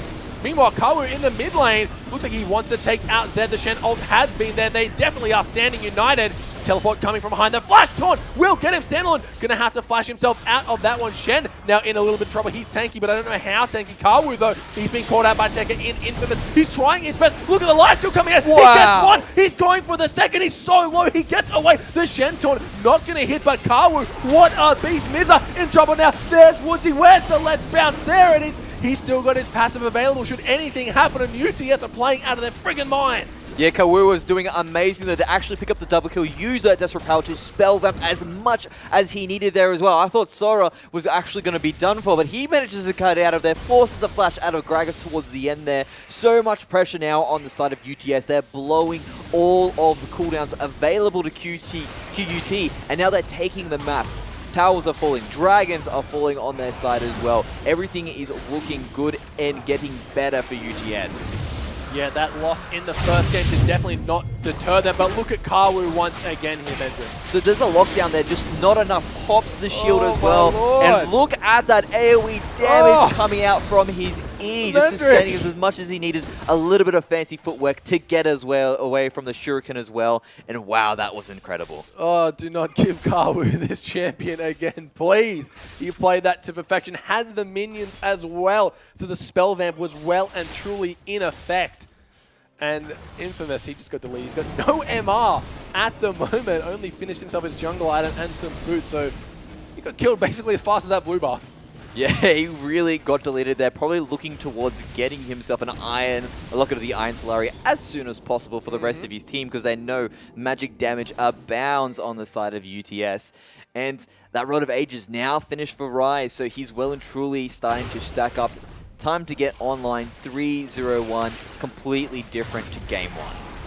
Yeah, it looks like the Rift Herald will be the next objective that UTS feel like taking. Currently, 18 minutes in the game with a substantial gold lead of 8,000 at the moment. So they're feeling good. That's 8 giant belts here, a giant belt for each kill. QUT, though, yet to find themselves a tower or a dragon. They've fallen behind and they've stayed behind. Definitely a different story from game number 1. So QUT at the moment wisely are starting to get the pink wards into their jungle, make sure that UTS can't continue to stranglehold control the way they are. Sora just seems to be in that lane, and the moment they're jumping onto Kawu, right there, ready for the ultimate to keep him alive and use all that extra power he's accumulated over time. So Sora showing us Shen is a good champion, guys. Definitely pick him up a little bit harder than what he was before, but that means there is so much more outplay that you can do. And just with the amount of engage that these guys have available to them as well, you can instantly speed up the Rise. After that, while he's running in with a Desperate Power, use the ultimate from Shen to stand united to get into the middle of the fray. And it's just a fantastic engaged composition. And to wrap it all up as well, if you need that speed to get away, you can use it as well. That On the Hunt lasts for quite some time. Look, you just got to give props to Sora. It's so easy to stop a Shen ult with Tekka, and he hasn't, with Gragas rather, and he hasn't been able to do it once. That Stand United always finishing the channel, giving that shield, giving the extra body presence. Rift Herald minions are in that top lane now, but looks like we see a fight in the mid lane, though. We know how this ended last time in a 2v1. Kawu doing a great job. Stand United does come through a little bit of miscommunication as Kawu backs out of that one. The interruption was there out of Tekka's, but he doesn't care as he just turns around with the damage. This top lane should fall. A beautiful Monsoon, keeping Mizra alive, but not for much longer, as the Boomerang Blade should be enough. Let's Bounce comes in. That should be enough to kill the Lucian. They're making their way onto Elise. A triple kill for the Sivir. The Bloblets have been popped the first time this game, but Chenny standing guard, allowing for them to reform. Teleport in the top lane out of Karwoo. Don't know about that. Don't know about that one. A little bit of a risky play, allowing his team to get out safely. Woodsy, what are you doing? Oh no, the Zed's coming in. He smells blood. He's a very small blob at the moment, but they do get the turret Little as baby Zach. well. And yeah, little baby Zach. That's what indeed. happens when you skip breakfast.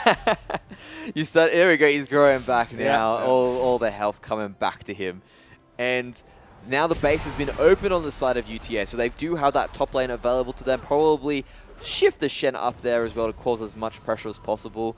They do have only the Baron available as the neutral objective on the map, so it might be an idea to keep him in the bot lane depending on what UTS really feel is a priority. Did you skip breakfast today, Mendrix? I did not skip breakfast today. What'd you have? I had a coffee and some sausages. It was very Sausages nice. for breakfast? Yeah, there was they were there, some leftovers from before, so I thought, why not? Good nutritious start to the day. Fair call, fair call. What about yourself? Did you skip breakfast? Nah, I had raisin toast. Whoa, Delicious. Rise definitely didn't skip breakfast No, there. no, no. He just blew up that minion wave. That's a raisin toast breakfast, not a sausage breakfast, by the way. Survive Alone had sausages. Oh yeah, okay. No worries. Oh really? Did you have sausages at the beginning of the day? Yeah, of that's game why one? it's a lot of upfront energy, Oh, but yeah. then you fall Oh, off. okay. Raisin toast. It Keeps you- it unlocks It starts as off the day slow, goes yeah, on. and then Yeah. as the day. Okay, fair enough. All right, back I into the game. wonder who's using wheat picks at the moment. All right, back into the game. UTS, they're feeling good. They've cracked the top lane inhibitor tower. Now they're grouping as for the Shen Stand United almost off cooldown. He's got the teleport available should they need him in a hurry. Making their way up. They want this inhibitor. It's going to be very difficult for QUT to defend, though. Yeah, they're just slowly chipping it away at it now. They've probably decided we need to give this away or go right now. Probably erring on the side of giving it away as it falls. No engage happening there. So they decided, okay, we can let this happen. One inhibitor is not so bad. It means free gold is flowing into our base, giving it up for the pressure. UTS instantly starting to put a stranglehold on the map, moving towards the Baron. Yeah, this Baron should potentially be free. There is no vision on the side of QUT. UTS feeling strong now. Last game, the Baron was their downfall, but this game it should be all right. They are taking it quite slow, down to about 2k health. Well, they don't have the shredding power of Vayne available to them this time, so... It's all right, they still get it without without too much trouble. Yeah, pretty much. Just nothing too much to worry about there. So much pressure on the map in the top lane around. And they had the Shen to stand guard, make sure that nothing could get close to them. And just look at that. Like you said, it was completely dark there. 3 pink wards around that Baron side. So nothing to worry about there. Just a nice, easy take. And UTS starting to finish this off textbook style. Yeah, they've got pretty much nothing to lose at this stage. They're so damn strong, and unless they die the double Nexus towers, I don't feel like there's a way that QUT can win this fight. The Zed, They really need a pick. He's That's not the strong big enough thing. to get through the Rise passive shield or the Archangel stuff, the Seraph's Embrace. So on top of that, Zach's tanky, the Shen ult. Spell shield on the side of Sivir, spell shield on the side of Morgana. So it's looking bad. It's looking bad. I'm not going to lie. QUT, they're really going to have to play their hearts out here. Chenny and Morgana, the only 2 people that have died this game, but look at that. The Cocoon just gets shielded away. And now they're just slowly being together as a unit. That's their one major downfall. UT could go for a quick catch, delete someone immediately, and then from that point in time sort of try to get some pressure back. But UTS wisely staying as a group, except for that Shen who could be there at a moment's notice. And even if his ultimate is knocked back or stopped, the shield's still there. The shield's going to be doing something. This is going to be a free mid lane tower. This is where they have to fight. This is where they have to make their last stand. They can't just wait for 3 inhibitors to go down. We see Tekka. He's trying to go in. A beautiful cast, disrupting the member survival, and he is in the back. He's on top of Chenny with a beautiful left bounce, keeping him at bay, flashing in, trying their best, but Zed has fallen. Jana is going to be the next target. Lucian goes down from a nice flash from Karwood. Tekka doing what he can to kill still the going. He's so damn strong. A double kill coming out of both the carries. Infamous, he's running from his life. Sora will be finishing that one off. And we got a game on our hands, ladies and gentlemen, as UTS take game number 2, tying the series 1-1. And that was just purely from them getting the advantages across the map. Fantastic global pressure play from all of them. There is the Nexus falling now. Very beautifully done there by UTS, using global pressure to really take it to QUT. Yeah, they did a fantastic job of getting a small advantage and rolling with it to the late game. Kawu, definitely the MVP on that rise, regularly catching members out of position and just blowing them up, not letting anyone out of his sights once the target was locked on. A much different performance from him in Game 2, showing us why Rise does need to be banned away. That guy is just an absolute monster once the spells come flying out of his bags. And it was really a great performance by the entire UTS side. Definitely. Just solid in the bot lane, solid in the top lane, using that Stand United effectively to keep both his bot lane and his mid lane alive.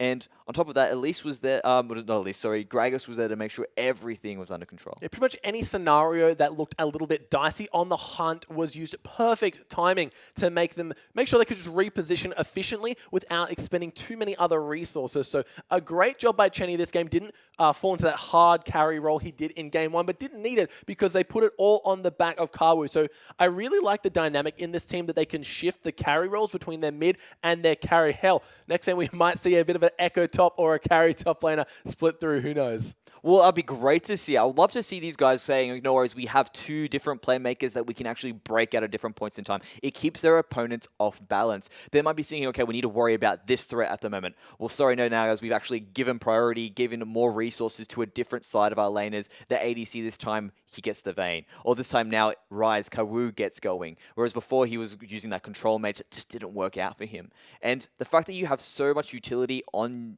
your team is just a boon across the board. Alrighty guys, we're going to go to a quick break, but when we come back, game number 3.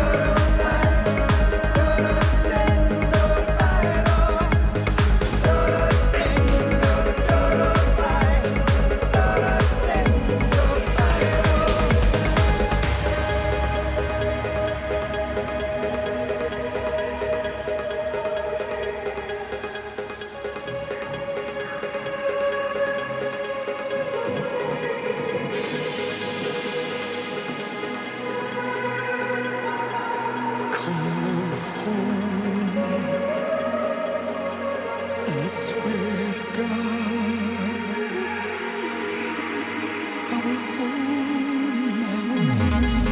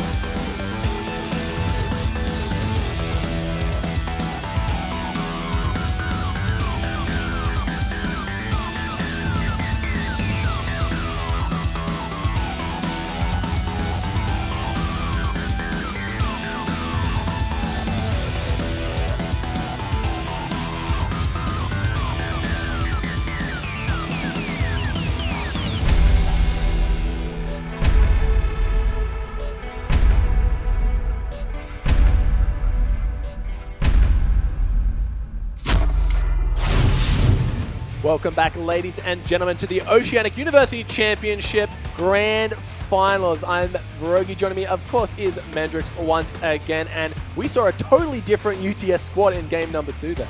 Yeah, they really showed up in game at number 2, probably on the fact that, hey, you know what, we managed to get some more comfort picks on our side. They got the Shen, which was banned away from them, and they got the Rise, which was also banned away from them as well. So these guys getting exactly what they needed and showing us that, yes, when we do have a bit of our comfort picks, when we're actually on the ball, we can take games. Yeah, Survive alone, despite having an amazing performance in game number 1, really struggled to find his footing in that second game. So it'll be interesting to see where he lies in this game number 3. So we've had basically 2 outliers. Where is it going to average out?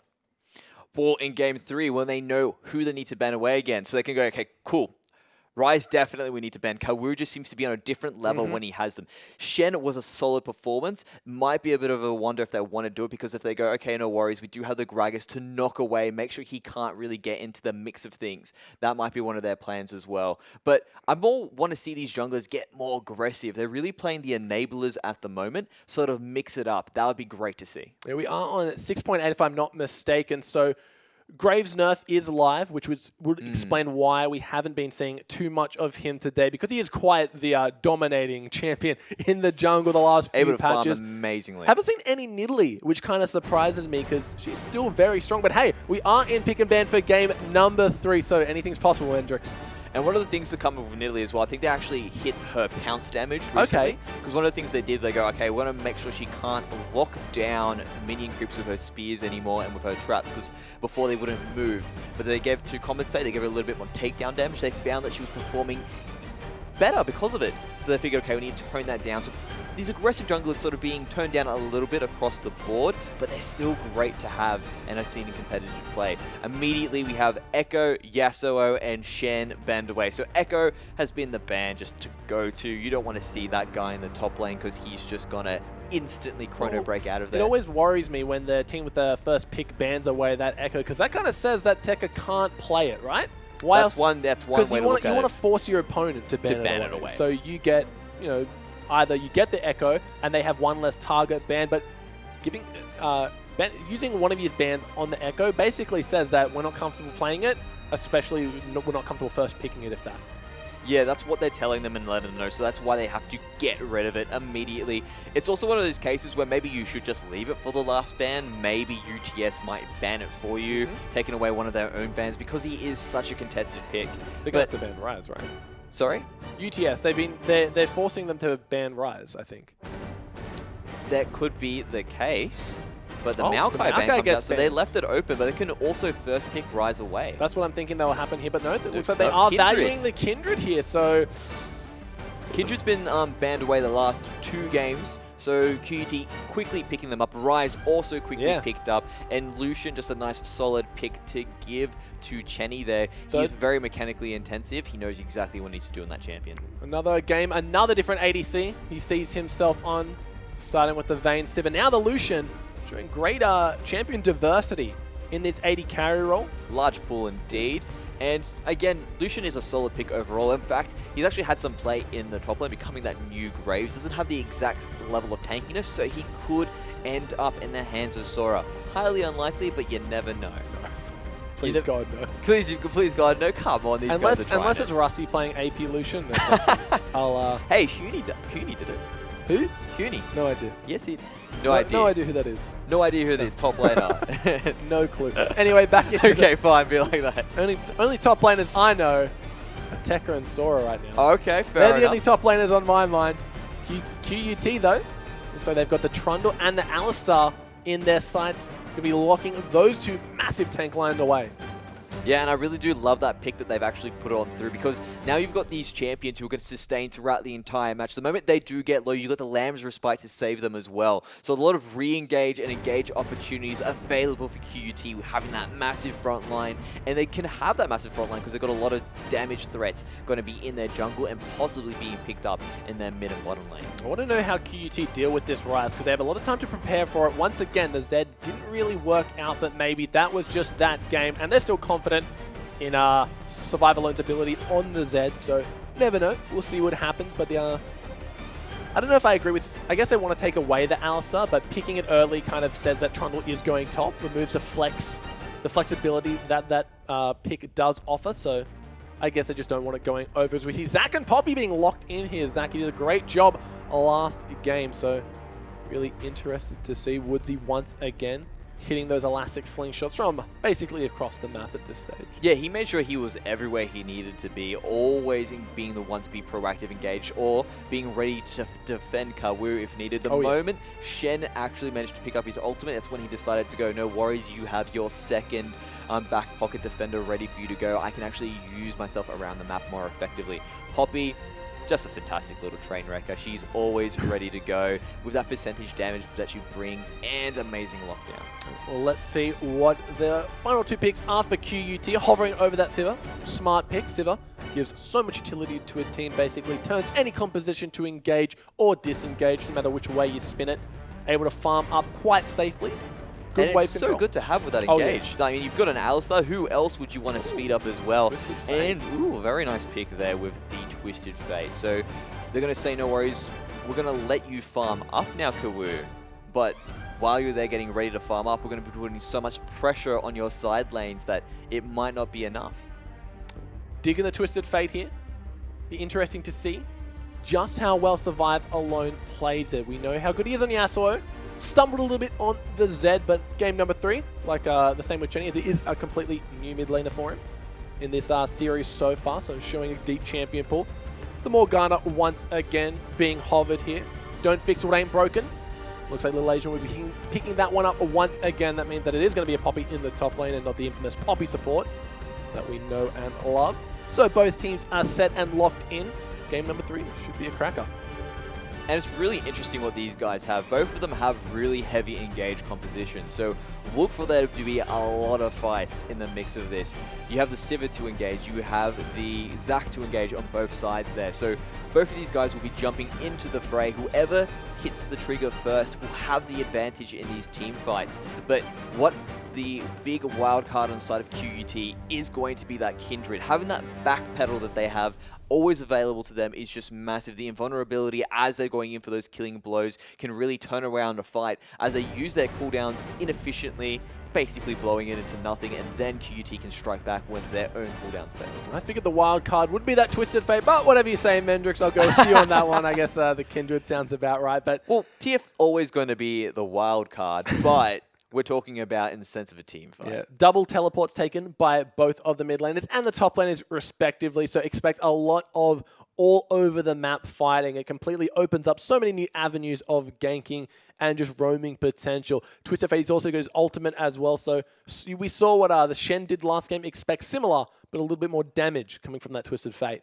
And one of the big things about that as well is as we've moved into Season 6 as well, there is less vision options available to you. True. Now you can't buy those green words anymore. They're only going to be inbuilt into those trinkets. So one of the things you have to take into account is having that Destiny to reveal well, not the entire map, but to reveal where everyone else is on the map is so good to have. Look, this studio is pretty soundproof, but I can hear the teams cheering their loudest just outside. Remember, this is a live event, so everyone going to be using every little psychological advantage they can have. If you can psych out the other team by screaming a little bit louder and showing your confidence, more power to you.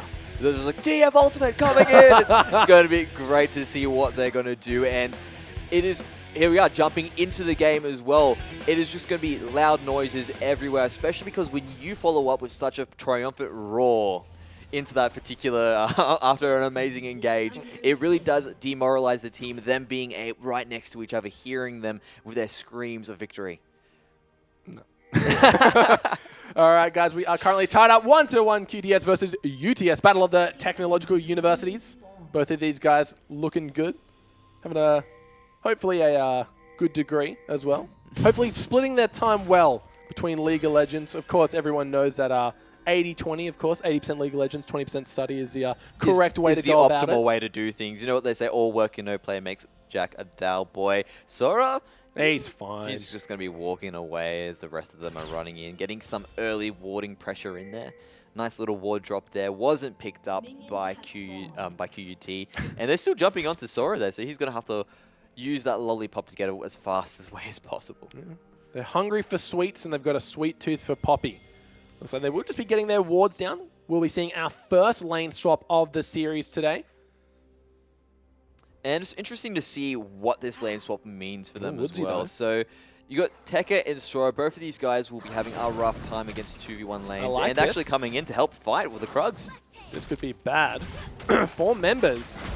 What is going on? This is an absolute team brawl at level 1. The Krugs going to be the main focus. The smites come down. Woodsy gets taken low. He still has a passive, so no fear just yet. But it was a 3v4. Who got it? It looks like it was shared between Trundle and Kindred. And as well that they're instantly using his teleport to get back into What a that mess. lane. So yeah, it seems to be an interesting Oh. start to the game there. A bit of experience happening. But UTS getting a massive advantage over this, really, because there's no one in that bottom lane just yet, while they're instantly pushing those waves in. So they could easily go for some quick trades and start moving around the map. The options are available to them. QUT, though, they might have an ability to do a 4-man dive, so Sora needs to be careful. Looks like they will be taking away this red buff. Both of the junglers and pseudo-jungler are still level 1, so they need a few more camps just yet. Kawu chucking down a nice ward. Going to try and deny as much experience as he can, unfortunately. Not going to be getting away. The little raptor. They should be body blocking the Q here, but they are just going to time it with the smite. Kawu takes a little bit of poke for his troubles. Stack deck is always in Twisted Fate's favor. And now you do have Trundle making his way towards the top lane. Kindred as well, so Sora does need to get out of there, otherwise he's he not might jungling, risk is a he? Foreman. Yeah, he's not jungling at the moment, and wow, there they go, and instantly he backs away. So very well done there. The fast push is starting to come across now. So UTS, though, should have a massive advantage on them. That tower has been taking a lot of damage throughout the entire early part of the game, while they've been sitting there in the jungle of Woodsy. Woodsy only now just making his way down to the opposite side of the map. The bot lane, that is. So, bit of an attempt at the 4v0. The tower should go down, but the minion wave is quite low. Yeah, Sora's playing with a little bit of fire there, just trying to soak up as much experience as possible with those minions dying to the tower. And turns out it's going to be relatively even if you do manage to bring up your members quicker. That means that you should be able to catch up to the damage. There's they go, Kawu jumping onto survival. Remember, they both have teleport, Ooh. so no offensive summoner spells out of these two teams. It's going to cost another minion wave here for them to get this tower, but it should fall. But on the opposite side, UTS are pushing that bot lane inner, trying to get away with as much as they can. Sora, they're quite low. Ooh, if that pillar had hit, Sora would have had to expend a summoner to escape away from that one. Yeah, and sort of just showing us exactly what you need to do, sort of keep them interested, but making sure that you don't die in the process. No summoners used there. He wasn't going to gain much anyway. He could have been at risk if he decided to hang around that tower as well. And very interesting to see how these guys have come up with the advantages in the lane swap. UTS making their way towards the dragon. Obviously, if you've got everything, all of your resources in the top, it leaves that open, so a nice early dragon going freed across to them. And in terms of CS with the ADCs, they're fairly even as well, 30 to 27, so Chenny coming out a little bit on top. Got to keep in mind that Sipper did pick up the cull. Lucian hasn't back just yet. Did go and help secure the dragon. So the first dragon of the game at 5 minutes, going over to UTS, so that win condition now is available for them, especially such an early dragon of that. Yeah, it means that they can get into it around the 11-minute mark and grab themselves the next dragon as well. QUT will know when that is up, so that is something that's going to be a point of contention. But to get dragons so early is something that's happened quite rarely in these games. Yeah, both of the carries going for the cull, so that kind of says to me that they just want to farm, stack that one up, get that boon of gold. Looks like Tekka just doing what he can. Hey, gave him the scuttle. I wouldn't have given him the scuttle. I would have taken it. Yeah, there was no mark on that either, so it didn't really matter. I would have taken it. You would have taken it? It's extra gold. Well, I mean, it's one of those things the jungler spent all that time. No. No, fine, fair I enough. am a scumbag, selfish jungler. All the jungle belong to me. Fair enough there, and I guess if you want to use that extra gold to carry, everything is Hell fine. yeah, you're playing Kindred, you're going to carry. It was banned away every single game. I say give Infamous his Kindred and let him get ahead on it. Fair enough there. So it's not even at the point yet where he really needed it, is the big point we wanted to bring across there. I guess it gets him quicker to getting his Devour stacks if he chooses to go towards that way, because he does need as much gold to get the item and start stacking up ASAP. There's another Scuttle following there. That's also a mark as well. So he's going to be scaling quite well into the game, getting the marks he needs. There's nothing better than seeing the mark of the Kindred's over on that Scuttle Crab. We saw the binding land in the bot lane. Kindred is behind them in case she wants to go aggressive. Twisted Fate making his way down. We could see the starting of a team fight. Destiny has been used. Looks like Siva might be in a little bit of trouble. The gold card onto Little Asian. Infamous gets taken down. That's why he needs the Scuttle Crab gold, because he gets taken down. The stun, the wild card, one more auto attack should do it. Mizza headbutts away Lucian. 1 for 1. Even trade. Teleports back in the mid lane like nothing ever happened. And just with that, the Infamous, he went in under tower, took far too much free damage from it, and was sort of just giving away that kill. So I'm not too sure, but Sora jumping a little bit of damage being taken there. Tekka showing he can 2v1 at the moment. Especially with no ulti. And well, much when he does have that ulti, he's going to be a monster. So we are seeing Woodsy on the lesser of the two Zac skins.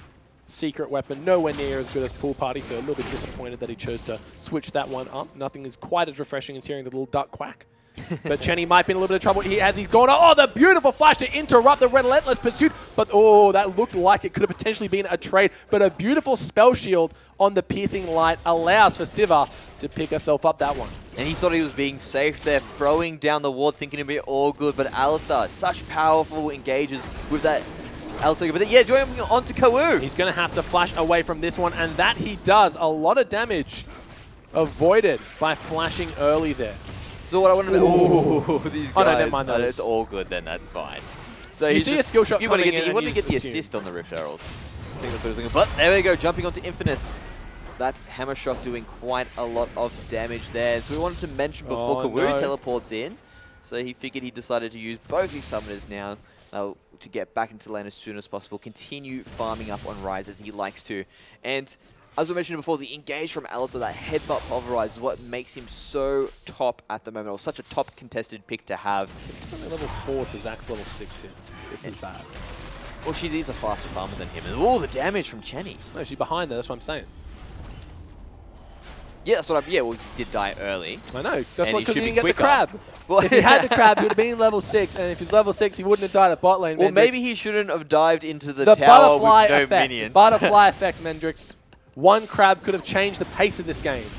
Well, that just shows Woodsy is doing amazing with his clear at the moment. Exactly right. And I would be interested to see if he decides to go for that Aether Wisp again, or if he's actually going to go towards Carry Zac, boys. Carry Zac. Okay, or towards the Bambi Simba to have that Cinder Hulk readily available to him. It does scale well with him, so it'd be nice to have. Now he's going to use the Slingshot, possibly to jump in here. But that would be a bit of a risk going into Manacles, who's actually a bit charged up after getting an extra kill there on the side. Well, they net themselves a tower in the top lane for their trouble, so beautifully timed headbutt, beautifully timed spell shield as well on the Hunt use, just to deter any further aggression. Really good timing on those two abilities. And with that was just purely to stop them from getting any aggression onto that tower, make sure they continue to have that tower lead as well.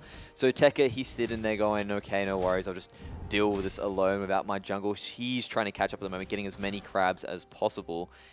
And Infamous making his way towards that bot turret. They want to make sure they can actually trade turret for turret. They're trying his best. There is a mark of the Kindred in the river, so that always helps when that coincides with your objective. Dragon spawning in about 44 seconds. I say about, I mean exactly. Instantly, UTS have brought their resources they sent to the top, so the bot lane that had been sent there to take the tower is coming back now for it. So a lot of priority being placed on this Dragon as they're setting up their vision around the area. They do have to worry about that crab there, unfortunately. So that's going to be a bit of an issue there, but that should time out probably a little bit after that Dragon comes into play. And Kawu just trying to clear out as fast as he can. Popping a little damage is all fine and dandy. Morgana and Zac waiting to start. 10 minutes in the game. The gold is about dead even. 2 towers, though, in favor of UTS. They also have the Dragon. Looks like they will be setting up the Dragon number 2 here, starting this one right away. The Crab only giving the vision on the side of QUT. No members in position to do it as Kindred and TF are both over at their blue buff here. Good wards spawning out Alistar, making sure that no shenanigans can happen. That's going to be the second dragon off cooldown at 11 minutes. So they've got their strategy in mind. They want that 5 dragon win condition.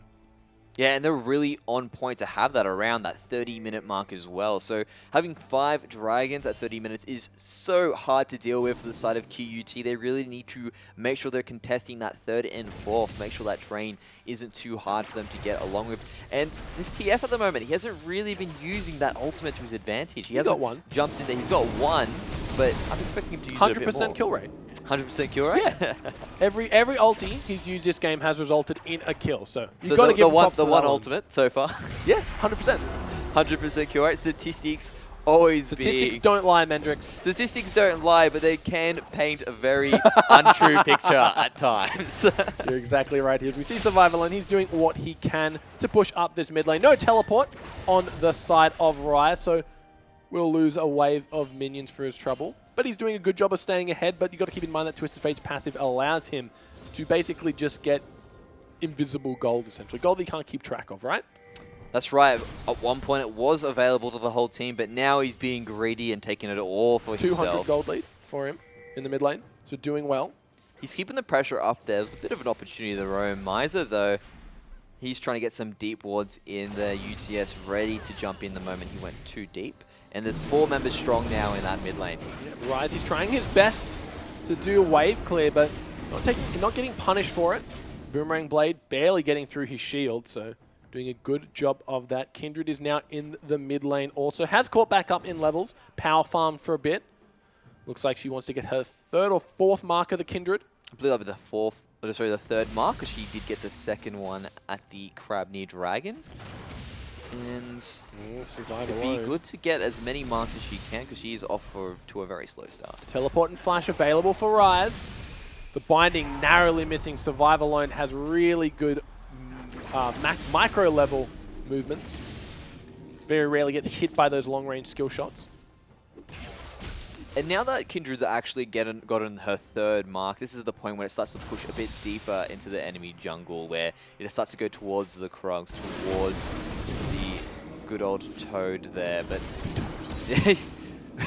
sitting there being the cousin for Tahm Kench.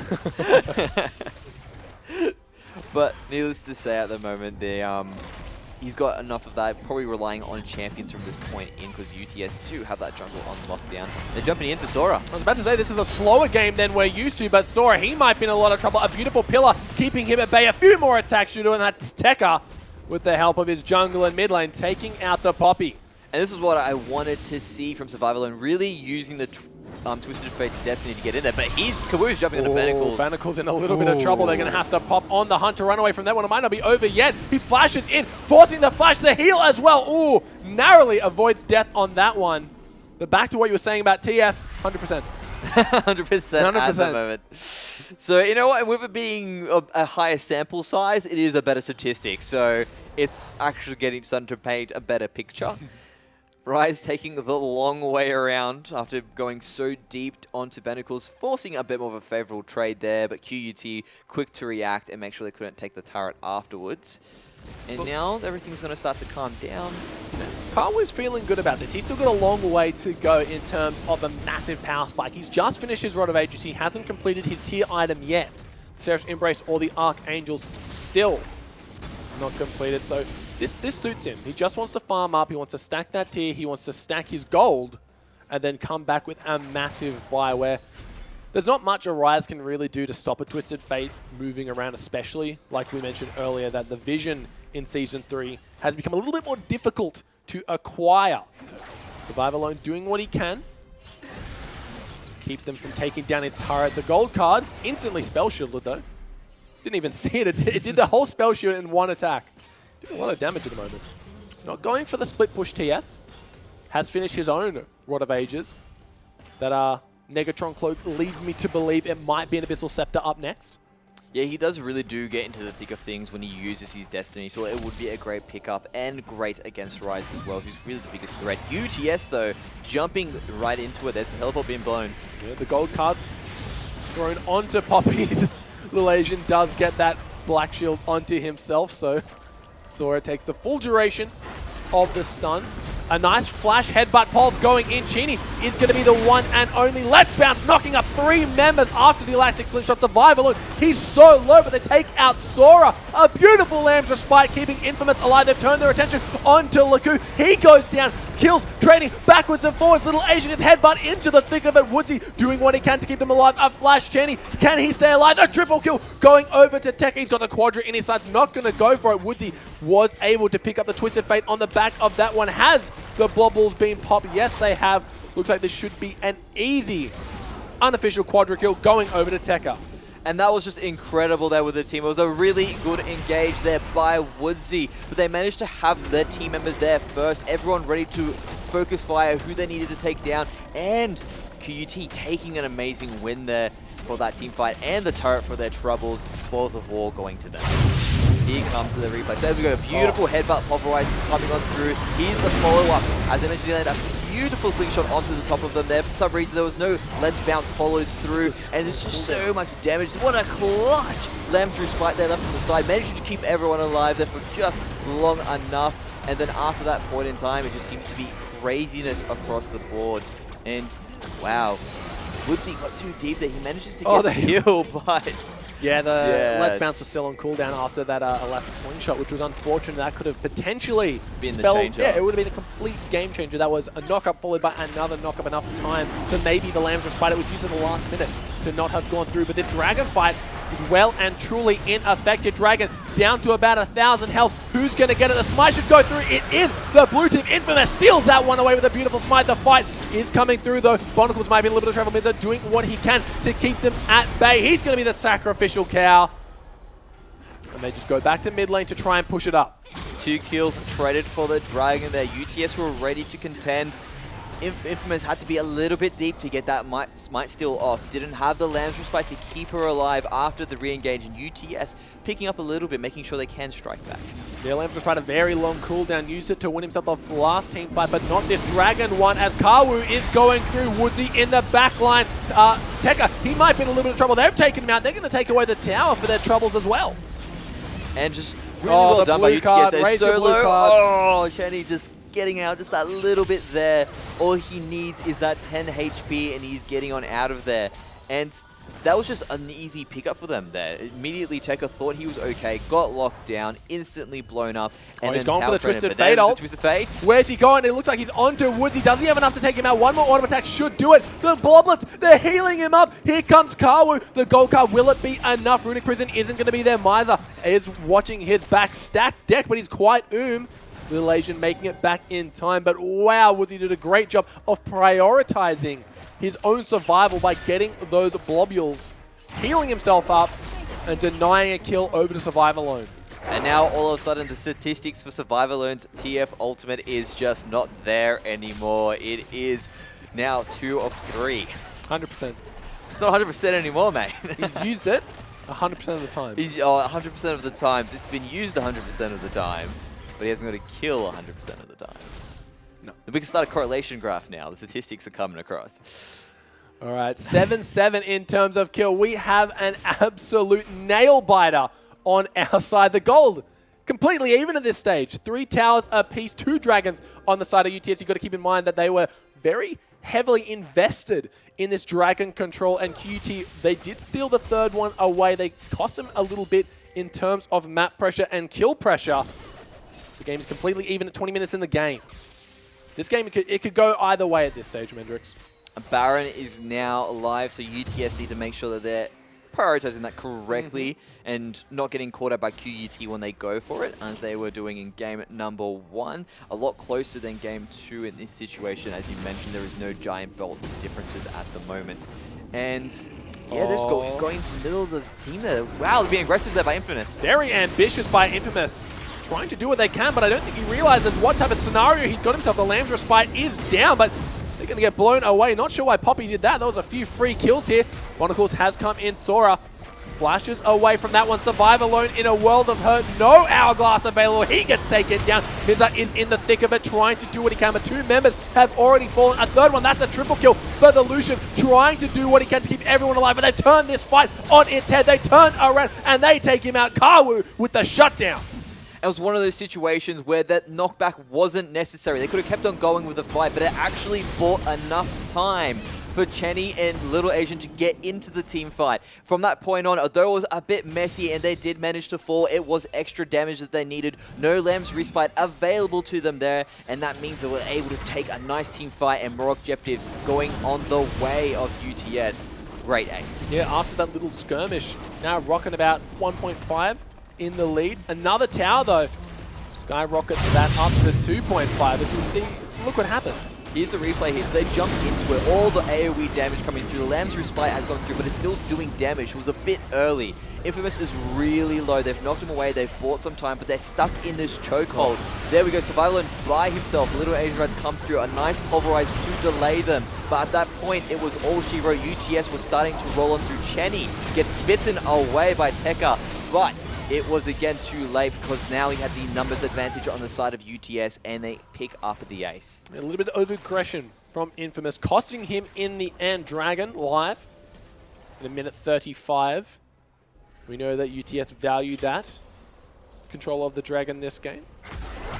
Currently sitting on 2. This will be their third, but could have been their fourth. But a clutch smite from Infamous. Save that one away. Looks like he's got himself. Still stacking that Devourer. One more stack, actually. He's one stack So off. He's currently on 29. So a big power spike about to hit for him there.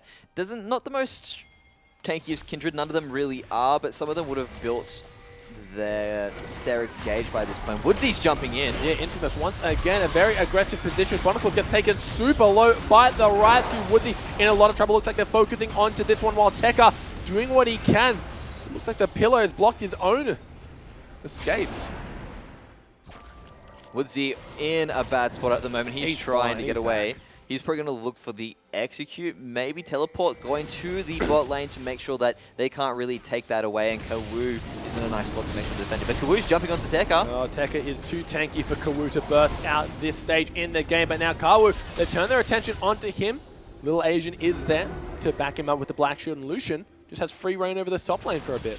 Yeah, he really should have kept on going there. There's a lot of pressure around the map for UTS at the moment, probably deciding to wisely back away. Did not want to worry about survival and maybe coming in for another ultimate relatively soon. So everything calms down now. Everyone is doing their wave management, getting their waves pushed out.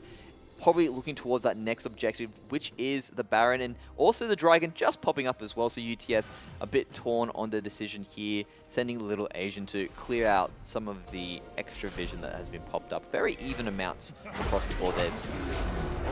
Woodsy. Yep, really good vision control. We see that QUT, they don't want to give this Dragon away once again. There The they gold go. card has locked in. They're looking for someone. They've gone on to Kawu, but then beautiful Poppy ult to knock them out. Kawu still the main focus here. He's still alive, though. He's inside the Lamb's Respite, just waiting for his shield to be procced off the passive. He goes down, but Tekka is going to be the main focus now. Little Asian does get the exhaust down, pops the Soul Shackle. It should proc any second. Now there is the beautiful elastic slingshot. Mirza, he gets the unbreakable wheel, but it is not going to be enough to save him this time. Tries to go for a headbutt, but the Poppy W stops him in his tracks. And UTS, they're instantly picking everything up. Sora coming up huge with that Keeper of the Verdict, just knocking away basically half the team and just giving a massive advantage for the rest of the fight. And now they're going to be picking up a free Baron on the side of it. QUT are nowhere to be found and instantly going for the safe objective after winning the team fight. Very good decision. Yeah, that was a beautiful team fight to watch. It should be a free Baron. Destiny is available. I doubt he's going to gate in by any measure. There it is, gets smited away. Kindred is now fully stacked, fully sated rather. All of them going to be backing with their empowered recalls, picking themselves up some nice new items. Rise, he still hasn't finished off his Archangel staff yet. So just slowly stacking it up there. He doesn't really need to complete it immediately until the tier is actually stacked. Would give him a little bit of a boost on top of it, but valuing more to go for some defensive items instead, making sure that he can't be chunked away by Anything. Fate. Or by, well, he's still going to get hit by Bunnacles if Bunnacles gets on top of him there, so they do need to worry about that. But objectives for UTS falling across the board, and now they really are in a commanding driving seat. Yeah, 4,000 gold in the lead. 26 minutes in a beautiful black shield to prevent any further damage. Little Asian might be in trouble as the gold card goes down. Soul Shackle's used, but he's going to get taken out of kill, going over to survive alone. And QT using the fantastic engage comp to their advantage. But all that for a support? I don't know. Oh, I mean, that's one less Baron you don't need to worry about. The pressure is off Poppy their in the back bot there, lane, but though. Poppy's there. They are sending Tekka down now to deal with that, but they're going in for a teleport. No, Higgins they're engaged. teleported in a beautiful spell shield on top of Bonicles to deny any more damage coming through, but that means that the wallbang is going to be there. Looks like they've chosen Survival Alone as their target. He's going to get popped. Treasure gets that one. Kawu in the back. A beautiful spell shield, but it might not be enough. And Infamous just gets destroyed. Lamb's Respite, the only thing keeping him a double kill. Should be a triple any second now. That is a triple kill going over to Lucian. And UTS looking strong despite the Rise falling valiantly to the tower. Just taking enough there to make sure they could get a little bit more chip damage on Tekka, though I don't think he should be there. He is strong at the moment, but it is a 2-on-1, and they're going to have to back away. Those power and Baron minions are barreling down the mid lane now as they're taking out that turret, and that was just brilliant by them. Even down on support, they had the knowledge, the vision around the map to win that fight there. They knew Tekka had gone down with amazing flanks from the sides, both from Rise, also from Woodsy, and also from Zora. They absolutely steamrolled that fight, taking back the advantage after losing Little Asian. Baron Empowered recalls coming through. Still sitting about 5,000 gold in the lead. 5 towers to 3, but 20 kills to 12. This has been an absolute bloodbath of a game. More kills than minutes. They're the type of games I like to cast, Mendrix. Yeah, exactly. There seems to be an extra 4 kills roughly at the moment to the amount of minutes out there. Probably concentrated in the last number of team fights. Yeah, there. they have been quite chaotic. And UTS have been taking full advantage of that there. And now that they're just pushing down, they still have a little bit of that Baron-powered minions available to them. But what they do need to worry about as well is the fact that they don't want to spread themselves too thin. The pick potential from Twisted Fate is still relevant. And as you can see, they're moving themselves as a unit now up in that top lane. And there they go, Sora jumping onto Tekka. Yeah, Sora just has no fear right now. He's so damn tanky. This tower will fall. And if there's anything to take away from this game, it's ban the damn Rise. Well, they should have banned it from the last game as well. They know exactly how strong Kawu is, and he's Here still he goes going. in. It looks like he's chosen Tekka at his target. Mizza trying to do what he can to knock everyone up. Poppy and Woodsy in the backline being the tanks. They need survival, and he's focusing the right target. Kindred does fall to the Lucian. Tekka, he'll be the next one. We see the wall bang coming through Mizza. A nice double knockup. Once again, this could be turning on its head, but a huge elastic slingshot coming through, and Kawu, the last member, Tekka, the last member left alive. Kawu, he's still alive. He's trying his best. The tower and the Tekka, just not enough to take him out. That's going to be the ace. That's going to be the game here. Second game, game number 3. UTS currently, once they kill off the Nexus, of course, 2-1 over their opponent of QUT. Yeah, that super minion there, ready to tank all the damage he needs. Another one of his friends coming down. That was an amazing team fight. It looked like Kawu had gone too deep into it. He had sort of enabled QUT the chance to actually come back into that team fight with him being too aggressive. But UTS too strong, managed to get too much of a lead, and with him doing so much AoE damage and a very impressive re-engage by Zach with that slingshot at the very end, really came through and just provided the win. Yeah, it was hanging on a nice edge there, Kawu. He was tanking the tower, tanking the Zac, but we just saw the power of Rise when his passive procs, when he's got the spell ban from his ultimate. His health bar is very deceiving. Yeah, it just seems to keep on going. On top of that, with the passive, as you mentioned, constantly proccing, it means that that shield just seems to be popping up all the time. And it's just all this extra damage that people don't realize is just being soaked on into him, along with his spell vamp, along with the fact that he has the Zerasan Brave as well. That's just extra shields on shields. And that guy, he can stay in team fights and dish the damage he needs. Yeah, despite game 1 going very poorly for QUT, they're looking completely revitalized in game 2 and 3. UTS are going to have to pull something out if they want to come back from this deficit. Well, they do have a lot of advantages available to them. They do have their next game in terms to ban away the Rise. That's one of the things they can look to do because Kawu is just so strong in it, and he seems to be doing well. And Woodsy, I mean, he's really making that Zac work. Every single time a team fight breaks out, he is just playing amazingly on him. That Let's Bounce, wreaking so much havoc in the team fight. And the fact that he's able to re-engage every single time he gets out of it is just so good to have. All right, will UTS ban away the Rise, or will Kawu wreck face again? Find out in just 5 minutes.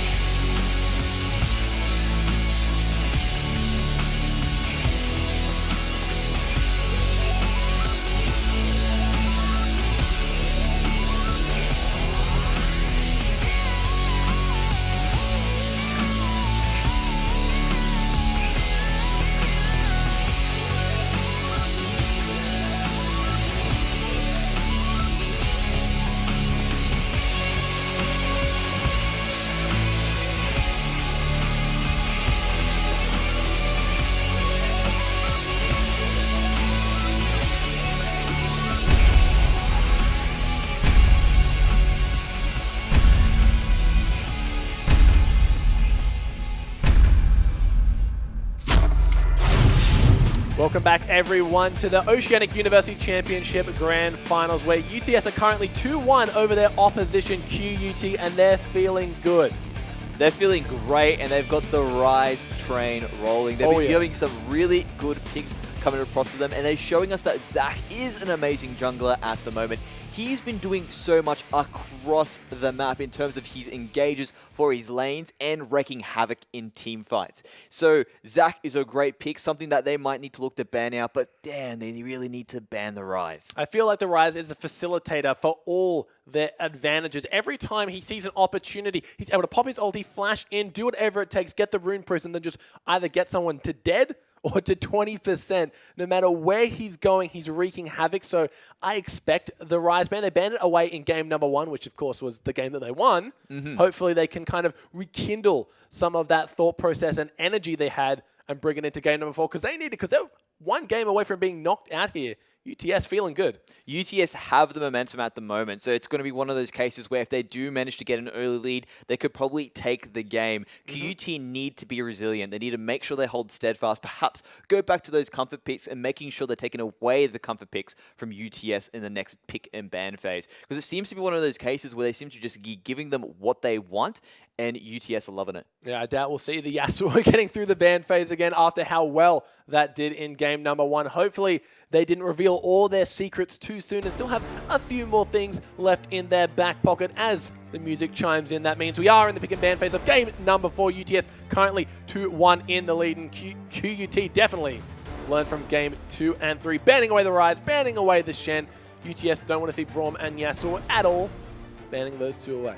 Yeah, Sora playing so well on the Shen, playing very well in general, just being a solid laner. Hasn't really been doing anything crazy around the map, but considering the champions that that Sora's been picking up with the Poppy, that little train wrecker that she is, and Shen just being so tanky, those guys aren't really looking to add kill pressure, they're looking to support and enable the rest of the team. But in terms of that, they're not dying that much, making sure everyone else is being so well. Kindred, clear ban across the board. Yasuo, again, another clear ban for them to get rid of. But Azir has been left open as they finish off the ban phase, getting rid of Echo. This is the issue that happens when you have to target ban away. Some of the more stronger meta picks fall through the cracks, and we can see them being instantly taken away by UTS, though, on the side of QUT. I mentioned, I saw a guy say, I've got my Singe runes ready, so don't let me down, Tekka. Don't make a liar out of me, man. It'll be so good to see actually bringing across the fact that they have that personal phase. Oh, Galio would be great. That idol of Duram causing so much havoc in a team fight. Probably not going to happen. That's a new splash from there. It's quite interesting what they've very intimidating. Yeah, well, the whole Noxian Tactician is one of the great things about Swain, and they just really encapsulate it in that splash. But, come on, you can do it. I'd love to see Look at that cheeky smile on stream. No! He changed at the last minute. I thought that cheeky smile was that the Singe was coming through, but unfortunately for our entertainment value, there is going to be no Singe, but definitely the smart pick, the Maokai, infinitely better champion, of course, than Singe. So good to see Tekka back on a very strong tank, and he performed very well in it in game number 1. Yeah, and they're also taking away Trundle as well from that. So that means that you don't have the ability to actually steal away the stats of this tanky tree. He will be strong throughout the entire match. Be interested to see where they do put that Trundle. They do have the option to put him in support or jungle still, so it'd be nice to see a Trundle in the jungle. Miser's playstyle strikes me as the type of guy who knows his way around a Trundle support. You reckon in that case? He seems to be running around making sure he does have those plays, those pillars, so key in what they can do, just completely locking players down, forcing flashes. And on top of that, even though Poppy has been picked up, that is just another target for Trundle to steal stats away from. So that means he can take away the stats from the Poppy, make her easy to take out, and be just as strong as Maokai as those fights engage. Once again, the Lucian is being picked up by Chenny. He did a great job all series long. His 80 carry play has been kind of overshadowed by Kawu on the Rise, but it's always him at the end of the fight cleaning everything up. So definitely the backbone of this squad. He's got amazing orb walking in terms of him actually using his attack move to get in and out, making sure every little bit of damage is eked out while he's still staying alive. He's one of those guys that seems to just live much longer than any other average ADC out there while the team fight is happening. Oh, the Graves. Hello. And he is back in there. He's ready to get his buckshot going, and his end of the lines out there, or the new destiny, as they like to call it now. He, as you mentioned, if this is 6.8, we are playing with the fact that he has had a little bit of a tone down. They've changed the way his buckshot actually works in terms of the amount of crit damage that comes out, but nonetheless, he's still a quick clearer and able to get around the map and clear out those waves. So probably have him in the jungle while we have Trundle to support. Quick clearer, quick drawer here on the side of UTS. They finish off their pick and ban strong with Zach once again on the side of Woodsy, and see Lesion finally playing not Morgana. Going to be Alistar in that support role. And I really do like that he's changing it up as well. They have so much strong engages available to them, so they can actually make sure they're protecting Lucian, making sure they're protecting that control mage in the Azir, who is such a strong late game threat, that if they do that hard engage, as QUT try to re-engage, perhaps get onto that backline, it's going to be hard for them to do that with a Poppy Verdict Hammer just knocking everyone away. Really interested to see how QUT answer this Azir in the mid lane. We know LeBlanc and Varus do quite well against it, but how practiced is Survive Alone going to be on either of those two champions? Yasuo being banned once again made such an impact in this series that resulted in 3 following bans, but maybe the Fizz here. Interesting pick. I like it though. I like a bit of Fizz in my life. Fizz is great just in terms of his assassination potential, the fact that he can become a split-pushing monster towards the late game, and he does have the ability to take on Azir early, to keep him down before he gets to that critical moment where his soldiers can destroy entire teams in those close quarters combat. So Fizz really needs to shine early, otherwise Azir will take the show later. Once again, a new mid laner for QTS. Survive Alone. This is the 4th different champion he's picked, so let's see how well he does on this Fizz. The damage amplification from the ulti, the Chum the Waters, something you got to respect, and should be able to jump. He can jump over the Azir wall, right? With Playful Trickster? That is a great question. There's a lot of things that You're the color, can't you actually should go know. over it. I believe you can because you become untargetable, so that means you're actually able to jump over it in that situation.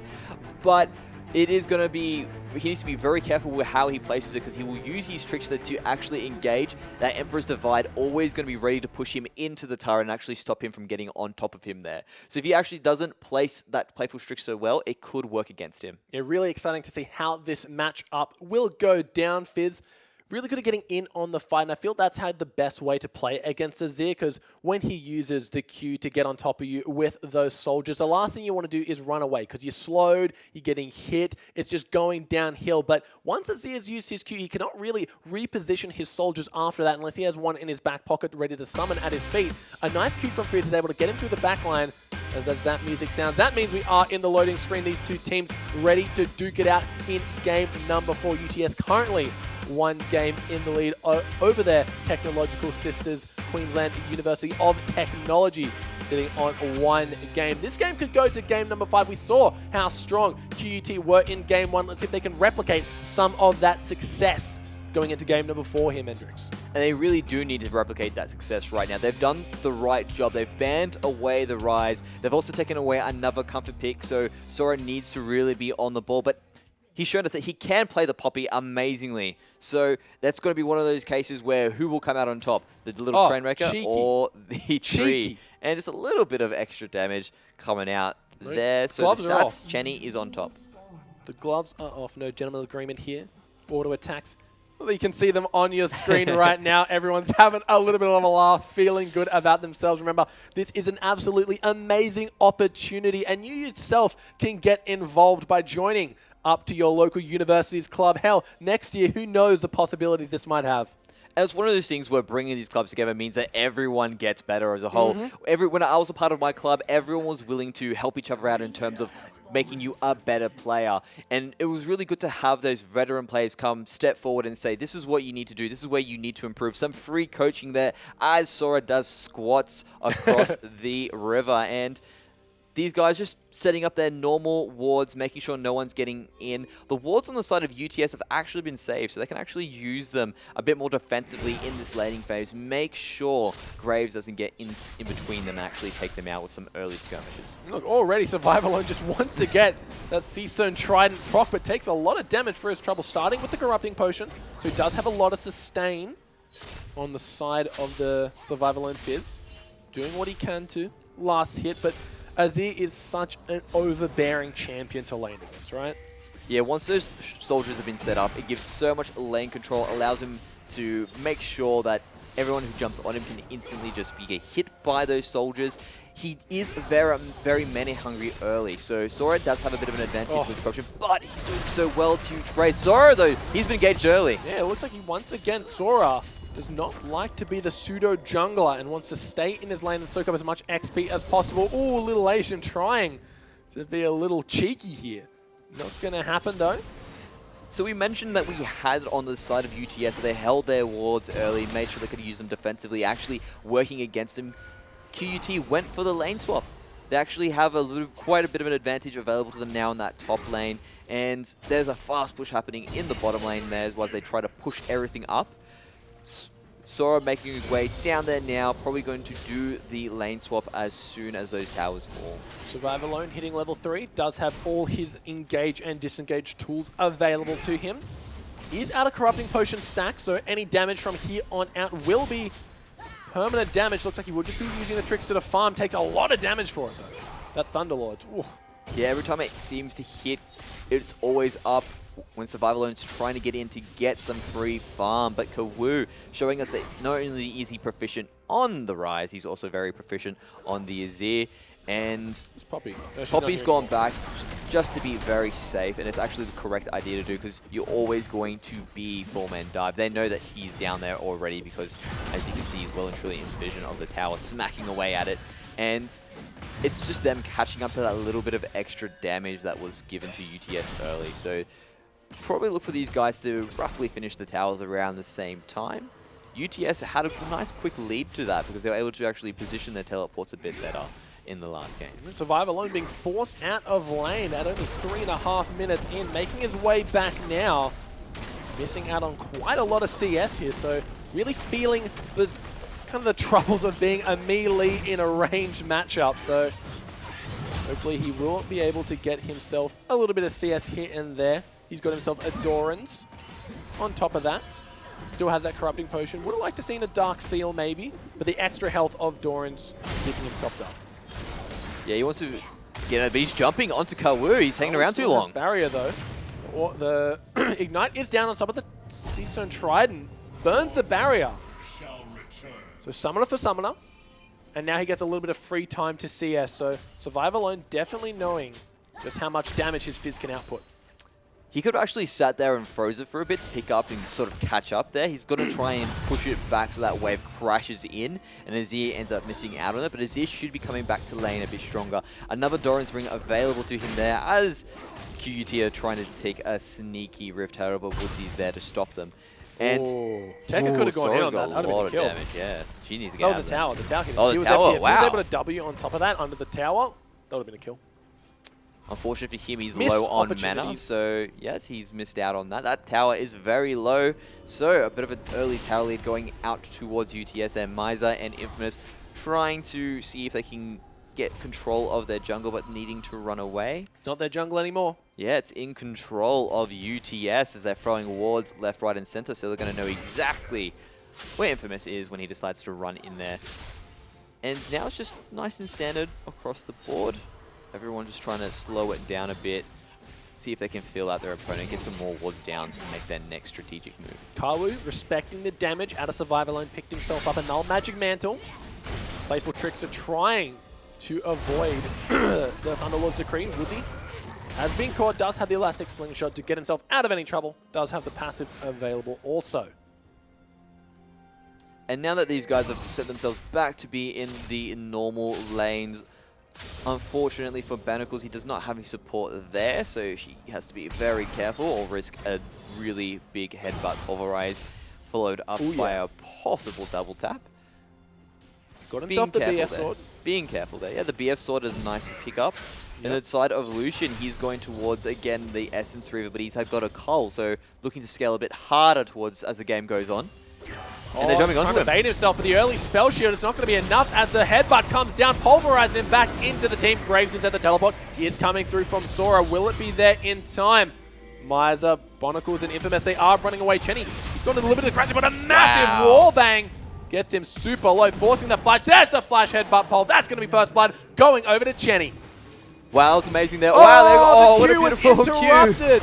Oh no, this is heartbreaking. Woodsy's there. The flash isn't going to matter. One more attack should do it. That is Woodsy getting the second kill of the game. 5 members all around this dragon. Heartbreaking to survive alone, but Kawu probably wearing the biggest grin right now.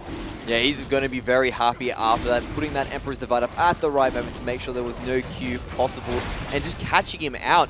And it looked like QUT had everything planned out properly. We're going to bait you in, we're going to have our Graves come in afterwards, and it's going to be perfect. But it was just a bit too late. Graves was too far out. So much damage straight away went onto Barnacles, and he was going to be easy from that point. It looked like he had gotten out, but the teleport followed on through from Zora, further solidified what they needed. It wasn't available for Tekka there. He still got a quarter of the cooldown ready to go, and the fight's continuing. Oh, a beautiful double headbutt pole on to the bot lane of QUT. The flash from Chenny, a couple more auto attacks should do it. The piercing light's not going to be enough, but here it comes back up. Woodsy is over the wall. Infamous, he can't get into the fight. Now he's in a little bit of trouble, though, in a 3v1. Going to have to quick draw out of that one. Chenny, though, unfortunately not getting the kill on Bonicles. Yeah, the chase is on now. Infamous is still going for it. They do have Mizo just running as fast as he can as well, trying to hopefully get a pillar up to stop Woodsy from getting away, but not too much. I mean, it does land, but not too much. But Kawu's in trouble. He might be in trouble. Chum the Water's not available just yet. One more auto attack, not going to happen. He turns it around and he gets a Kawu with the outplay and the stylish recall to boot. Wow, and it was such a fantastic recall to have. The grin is going to be even further on his face. That was so well done. He knew he had the barrier, and he knew that that Survival Alone is going to be trying to make a big play to get himself back into this lane, because the longer this game goes, Woodsy's in trouble. He's got his passive. He's fine, Mendrix. Oh, wow. You're getting so low. Going to be becoming that little baby Zac, but the damage is still happening there. And, well, good great pulverize. job at keeping them at bay. The tower, it's on to Infamous. Not going to be able to kill him, but Woodsy survives the unsurvivable thanks to beautiful mechanics at a little Asian. Fight in the top lane, though. 2 tanks beating on each other. He goes flying. Sora gets away from a losing fight by the look of it. Can't underestimate this Maokai, especially in the hands of Tekka. Yeah, Tekka does have that Bambi Cinder as well available to him. So Sora doesn't really have any advantage, sort of given it up to make sure he was with his team at certain points in time. So he's gone playing catch-up at the moment. Survival Alone jumping in again onto Kawu. He does have Chum the Waters available. The Shurima Shuffle is going to keep Kawu alive for now. Survive Alone. Second guessing himself there by the look of it. Yeah, and I can imagine why he's a bit worried. He's trying to make those big plays and has paid for it time and time again. Kawu getting to be scaling so much more. And this is bad for Fizz to have that, because Fizz wants to get going early. He wants to be able to roam, and that's going to be impossible now with Kawu, who's up 2. Yeah. 30 CS in the lead for Kawu. He's channeling his inner Luch and doing him proud, though, on the side of Survival and currently sitting on 0-2, only on a Phoenix Codex. Boots as well. Kawu, though, got himself a nice little stinger here. Feeling good about that one. Down in the bot lane, we see both of the carries on similar items, yet Lucian got half a cull ready. And once he does pick that up, it will be an instant increase in gold for him, possibly giving him that little bit extra on top that he needs. Barnacles does have a CS lead, but that is normal for him. Normal for Sivers. They do push out the lanes fairly quickly and are able to clear the waves to their advantage. So nothing out of the ordinary there, but really good for Chenny to be keeping up with it. Really showing us that he is one of the players you need to look out for on the side of UTS. Great job by Sora to defend this tower. Woodsy was on his way, did get spotted by a nice deep ward out of QUT. So the retreat was definitely warranted in this scenario. Sora doing a great job of last hitting on the tower. The side of UTS, really want to get this top tower. Tekka doing a great job. The tower's about full health. Graves is also off at the Krugs, should they require assistance, while Kawu just having his way with the mid lane. The second tower of the game. Goes down, UTS feeling good. 11.5 minutes in the game, currently sitting on 2.5k gold ahead. Tekka, he's in a little bit of trouble, gets headbutt back, gonna have to go in onto Chenny. There is Graves, a lot of damage. The teleport's coming in, but Lucian has been taken down. The Poppy ulti only hitting one. In the mid lane though, Survive alone, getting killed alone as Kawu and Widzy pick up that one.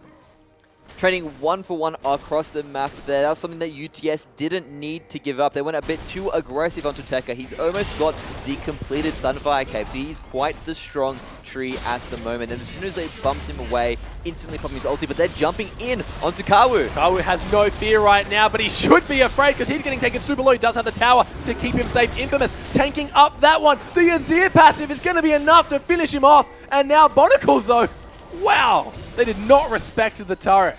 Now that's Shurima Shuffle getting him out of there immediately, and they thought, no worries, we can get away. Kawu there again with a stylish recall just to get on out of there as his tower is self-destructed. And that's something they didn't respect. That passive achieve is just so strong. It takes away 10% each hit, unlike the normal turrets there. And wow, Tekka's now is going to have his chance to jump into Sora. Oh, there goes a little Jenny. bit of bait. Chenny, he wants to go in for this one, cancelling the culling early with a relentless pursuit. Trying to get in for the double tap, but it's not going to be enough. He's finished his Essence Reaver. Sivir still sitting on the components of it. 33 stacks left on the cull. And Survival Alone wants to get himself on some Lucian. He wants to put the chum the waters there and give some shark food. So let's see what he can do. A bit of a respect coming through. He might just go for it now. There it is. There it is. Does land onto Chenny. He's in a lot of trouble. Dashes, gets knocked up by the Shark. The flash, not going to be enough. And that's Survive Alone back on the board, ladies and gentlemen. Currently sitting on 1-3, though.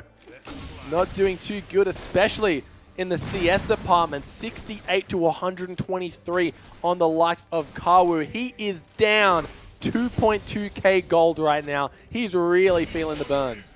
But if he manages to keep on doing that, making sure Chenny is not on the map, that is going to be everything he needs to get himself back into the game. As it gets super late, he does have the ability to use his Playful Stricter in creative ways to make sure that he is getting those assassinated kills and doing what he needs for the team. But Kawu is just such a monster at the moment, just clearing everything up with his soldiers. They have their work cut out for them just with this bird. Dragon. Number 2 for UTS. We've seen how much they value the early Dragon control in this game, going over completely uncontested. Miser maybe in a little bit of trouble. The Emperor's Survive going to knock him back into the entire team. See you later, Trundle. You're getting taken out. Kawu's just playing this amazing. The fight starts. They really want to keep this on. There is Survive Alone. Oh, the Keeper of the Verdict keeps Azir safe. The collateral damage is enough to pop Zack's passive, and the sacrificial bloblets go down, giving that one over to Bonacles. So a 1-for-1 trade there, not too much happening. But the Dragon still in the favor of UTS. I was about to say that Kawu is playing this amazingly, but QUT with a great re-engage didn't have that damage threat from the side of Chenny. He was there dealing with the tree, end up giving a little bit of a power advantage in that team fight for QUT, and UTS having to make that trade. Survive Alone, getting some alone time in the mid lane. Able to get a little bit of CS here, and there's some damage on the tower. Chum the Waters is available should Lucian overstay his welcome. Little Asian is there just in case that happens. Sivir picked up an Essence Reaver now, only 15 stacks left on Channy's Cull. And he's just in there. He cannot wait to get that cull finished to give him that little bit of extra gold and make sure that he's going to be ahead of Bonacles. The game is slowed down a little bit now. These guys just doing their normal wave management and putting a little bit of the wards out. And with the infrastructure generally down around the map, probably look for UTS to move towards the top side. They do have that outer turret still available to them. QUT still have their eyes set on that mid turret, which is going to be hard to deal with Kawu having the soldiers to clear everything away. Looks like he will be getting his own blue buff after stealing the one away from Survive Alone. But we saw when Survive Alone is able to catch out that Lucian, he's able to delete him without a second's guess. The Rift Herald might be interrupted as they turn their attention onto Little Asian, but a beautiful Emperor Survive, hitting 3 members. It was also stolen away. Oh, look at the damage coming out from Azir. That's a double kill. Here comes the Fizz, though, doing what he can. Tekka staying alive, but the majority of the Bonacles is still alive. Little Asian trying to stay alive as well. Sora, he's still going. That's a triple kill. That's Wow, a quadra a kill. And quadra kill Survive there. alone is well and truly back in the game. And this is what you were looking out for. That was amazing by Kawu to actually pick that up and get the Rift Herald as well. But they had used too much in that particular engage there. QUT were able to turn it around. Survive alone using his focus fire to make sure he was on the right members and assassinating them in a team fight. Amazingly played by him. Yeah, really well done. They are going to take what they've earned from that one. A lot of gold in the back pocket of Survive alone. The mid tower to boot, and Mendrix take us through this fight. So as you can see, there's the teleport coming through. An amazing Emperor's Divide knocking them on through with everything still. There is all the damage coming from Siva. Chums the waters there. Comes through, lands on 2 people there. He's able to trick us out most of the damage. And Bonicles is just free farming on the back there, just taking these champions out like they are minions. Survive alone was just able to survive using all that extra cooldown reduction he had picked out through from the fight. And there, from the Phoenix Codex, from having the Sheen, he was able to take that fight, and wow, QUT back into it, and they've got a very strong Fizz ready to engage and assassinate all their threats. Less than 1,000 gold down now as Bonicles gets a cheeky little recall off it. Survive alone, feeling good after that quadra kill, looking for a little bit more. Here comes Infamous flashing in. The end of the line is going to miss. Where is the ultimate? Not going to kill him. Oh, he gets the kill in the midst of that. Props to you, Kawu. Kawu played that amazingly. He used his soldiers in the exact areas they needed to be. He was able to survive just long enough. Survive alone, he should have just backed away. That was a dead as he walks back into the blender of the soldiers and gets picked up for it. Looks like they want to make this fight happen. Keeper of the Verdict is available. 2 members coming through the right. They're going to have to split. Sora goes in, flashes through. The Twisted Advance is on top. There is Keeper of the Verdict onto Graves. They don't have any damage anymore. And Tekka, he's left out to dry as 4 members just coerce on him. Look at him. He's going to try and escape, but I don't think it's going to be enough. The pillar is there. His teammates are finally there to back him up. Graves still off in the wings. They want to try to go for something. There is the massive Laxus slingshot. Wow. He takes him out. Woodsy, let's bounce, doing what he can. Miser, the next focus, but he is Infamous. The end of the line hitting to proc. Sora now in the middle of the fight. They're trying to pick their targets well. Bonicles, he's back. He's got his sight onto Jenny. He gets 1. He gets 2. He's looking for the triple kill. Gets the double. Infamous. He's also there. The damage, the Chum the Waters does miss. Asian Rat's going to go down, and that's Bonicles picking up a triple kill. UTS had everything right there. They did the right engage to make sure that the right re-engage after they knocked everyone away. But Tekka was just too strong. They're still going for it. Sora is in trouble. He wants to get out of this one. He should be fine. Not enough mana for the pillar to come through out of the trundle just yet. Kawu was able to get quite a push going on in the mid lane. But this top lane tower is in danger of falling right now. So that entire fight there, they were going through, they were ready to fight the tree, but they pushed too far forward. That it gave enough time for QUT to actually regroup and re-engage perfectly, and that is why they were able to take that win there. A very strong chase, yes, but not the right move. They really need this Azir in this team fight. He's 6-2-3 at the moment. He's got his completed Abyssal Scepter, completed Nash's Tooth, and a needlessly large rod to boot. They need this Azir well and truly if they want to win this game. We mentioned how far he was ahead. He's still far ahead of the Fizz, sitting about 2,500 gold above his counter laner. But Fizz, the main difference is Fizz has been there. Kawu hasn't, right? That's right there. Fizz is always making sure he's there around the map to take advantage of it. Azir is doing the right job. He's involved in some of the big team fights, but hasn't really paid off the same way that it has for He's strong Fizz. enough to kill all of them right now. He just needs to finish his Rylai's Crystal Scepter, and I think that's what he's waiting for. Tekka does secure that crab. There is vision in the pit. They will be securing it just now as Tekka finishes that one off. Denying this dragon would be huge. Looks like they will be giving it up as well. Trying to go for the drive-by smite, not going to happen. It is always good when that is pulled off. It is the show of a great player indeed, but that is a dragon picked up for QUT. A nice dragon to get at the 20-minute mark as well. The tower fight has might been be used. Poppy engaging. is teleporting in. Tekka, they're on the wrong side of the map now. They're going to have to fight this. There is no escape, but UTS, they just back off. They know they're in the advantageous position to go for an inhibitor tower. Well, when you're able to create your own infrastructure on the fly, why not go for it? And they're just going to beat down. Look at how quickly it is dissipating. But look at the damage onto Chenny. He's so damn low. If they want to fight this, they really need to do it now. Bonicles, though, in the back line. Azir takes out Fizz.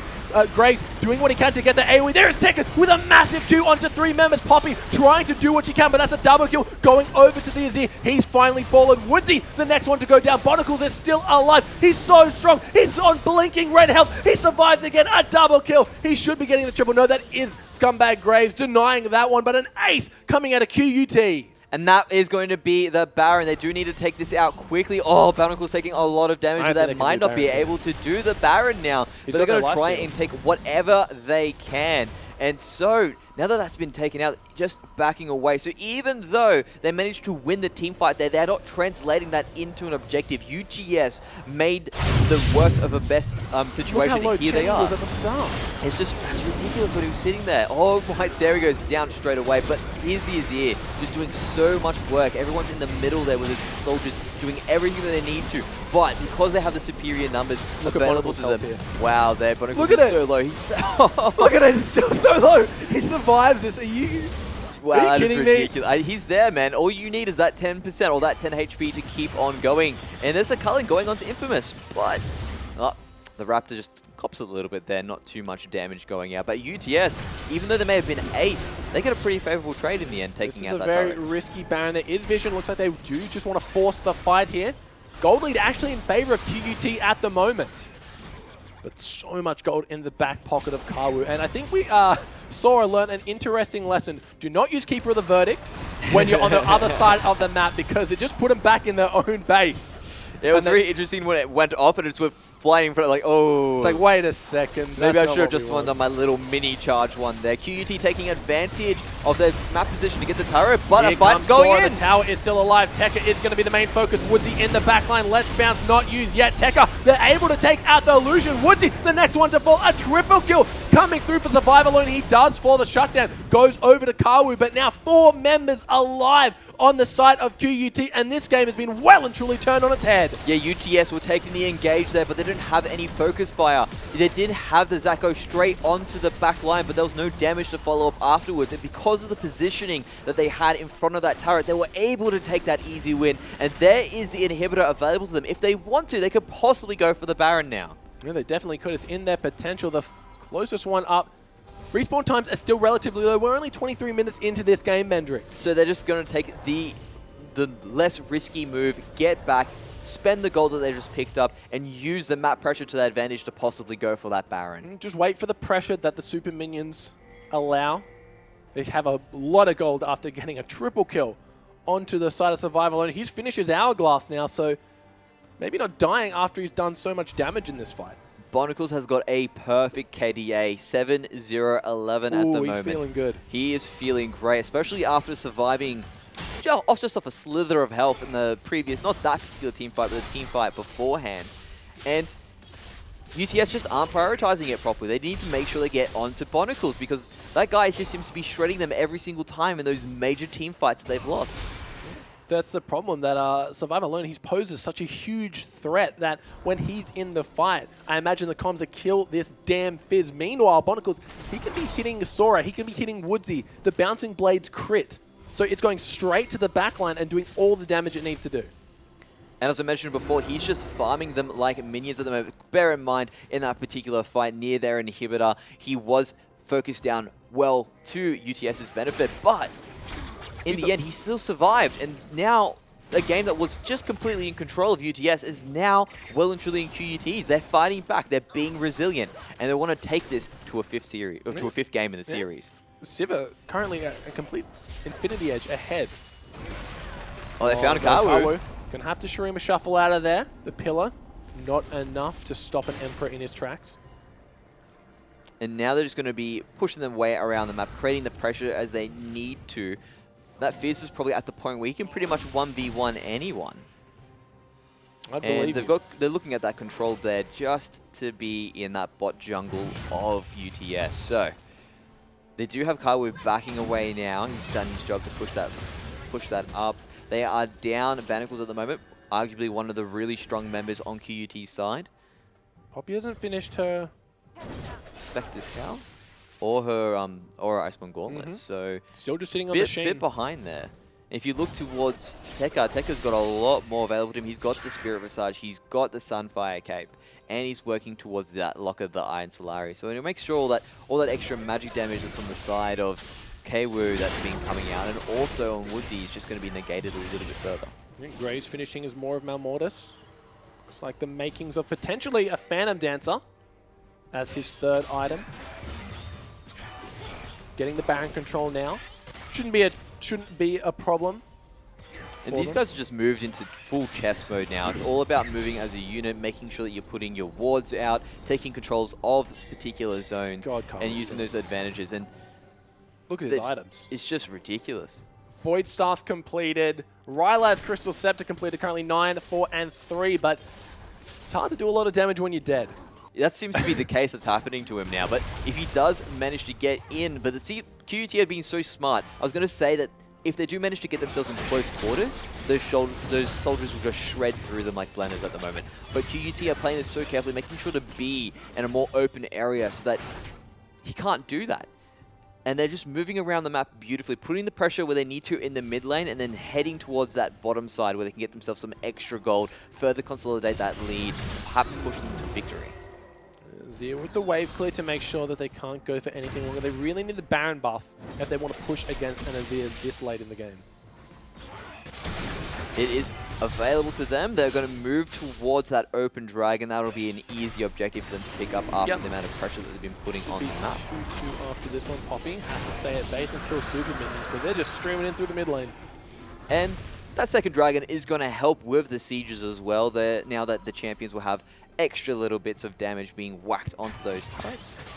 And the game has just sort of hit that point where these guys know one big team fight can end everything or really give them the tools they need to finish the game afterwards.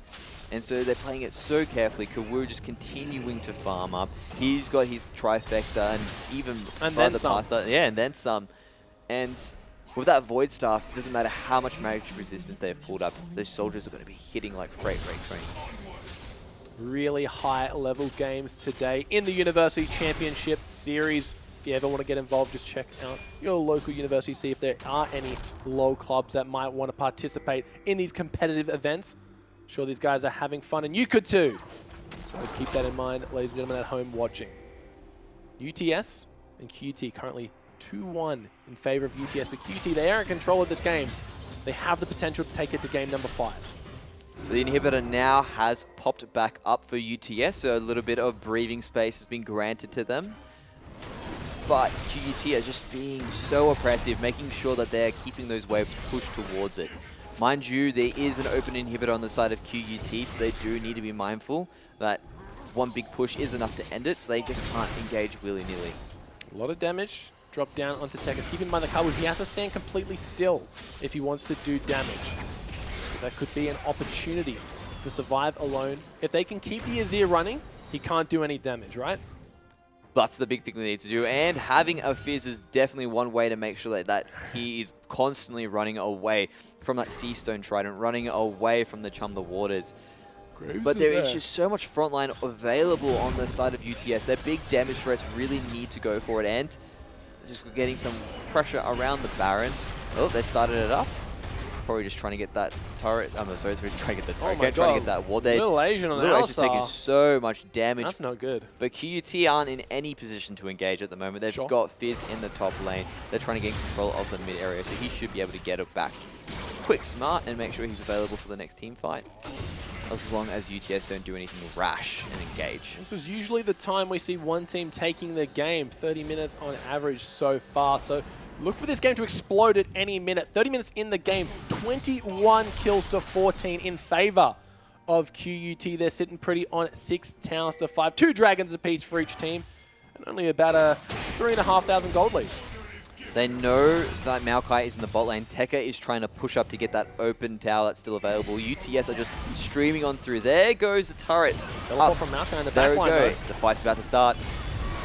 And he has been blinded, walks headfirst into Graves, the last thing he wants to do. Fizz trying to get into the backline. Infamous though, he can't do it. He gets taken out. They are fighting under the Azir tower. Keep that in mind. Tekken, he's going to go down. He's so low. Kawu gets that one.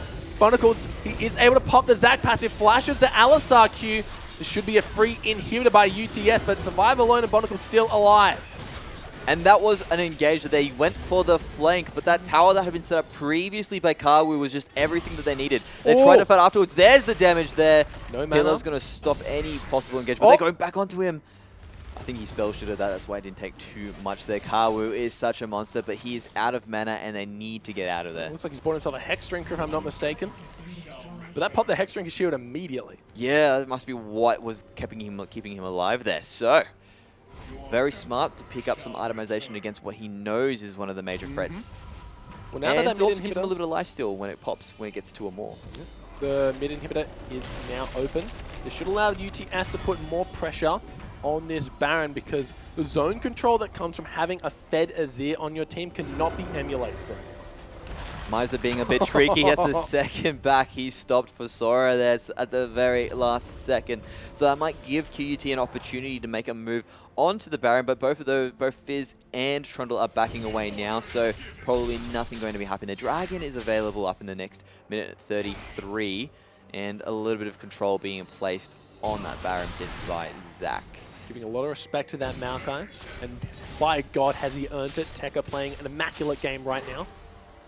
3-3-12, so definitely a lot of participation by Little him. Dragon Ward. Oh no. Did you see that? It was like, he's put just up. straight murdered it. It's like, I'm up, I'm ready, I'm gonna give it. No, you know you're not. He straight Kawu murdered it. is just ready to take everything out. He's going towards that Zhonya's Hourglass. A fantastic pick available to him means he can be a bit more aggressive once he finishes it up. And QUT now just waiting for that right moment to engage, see if they can catch Kawu, see if they can catch Chenny.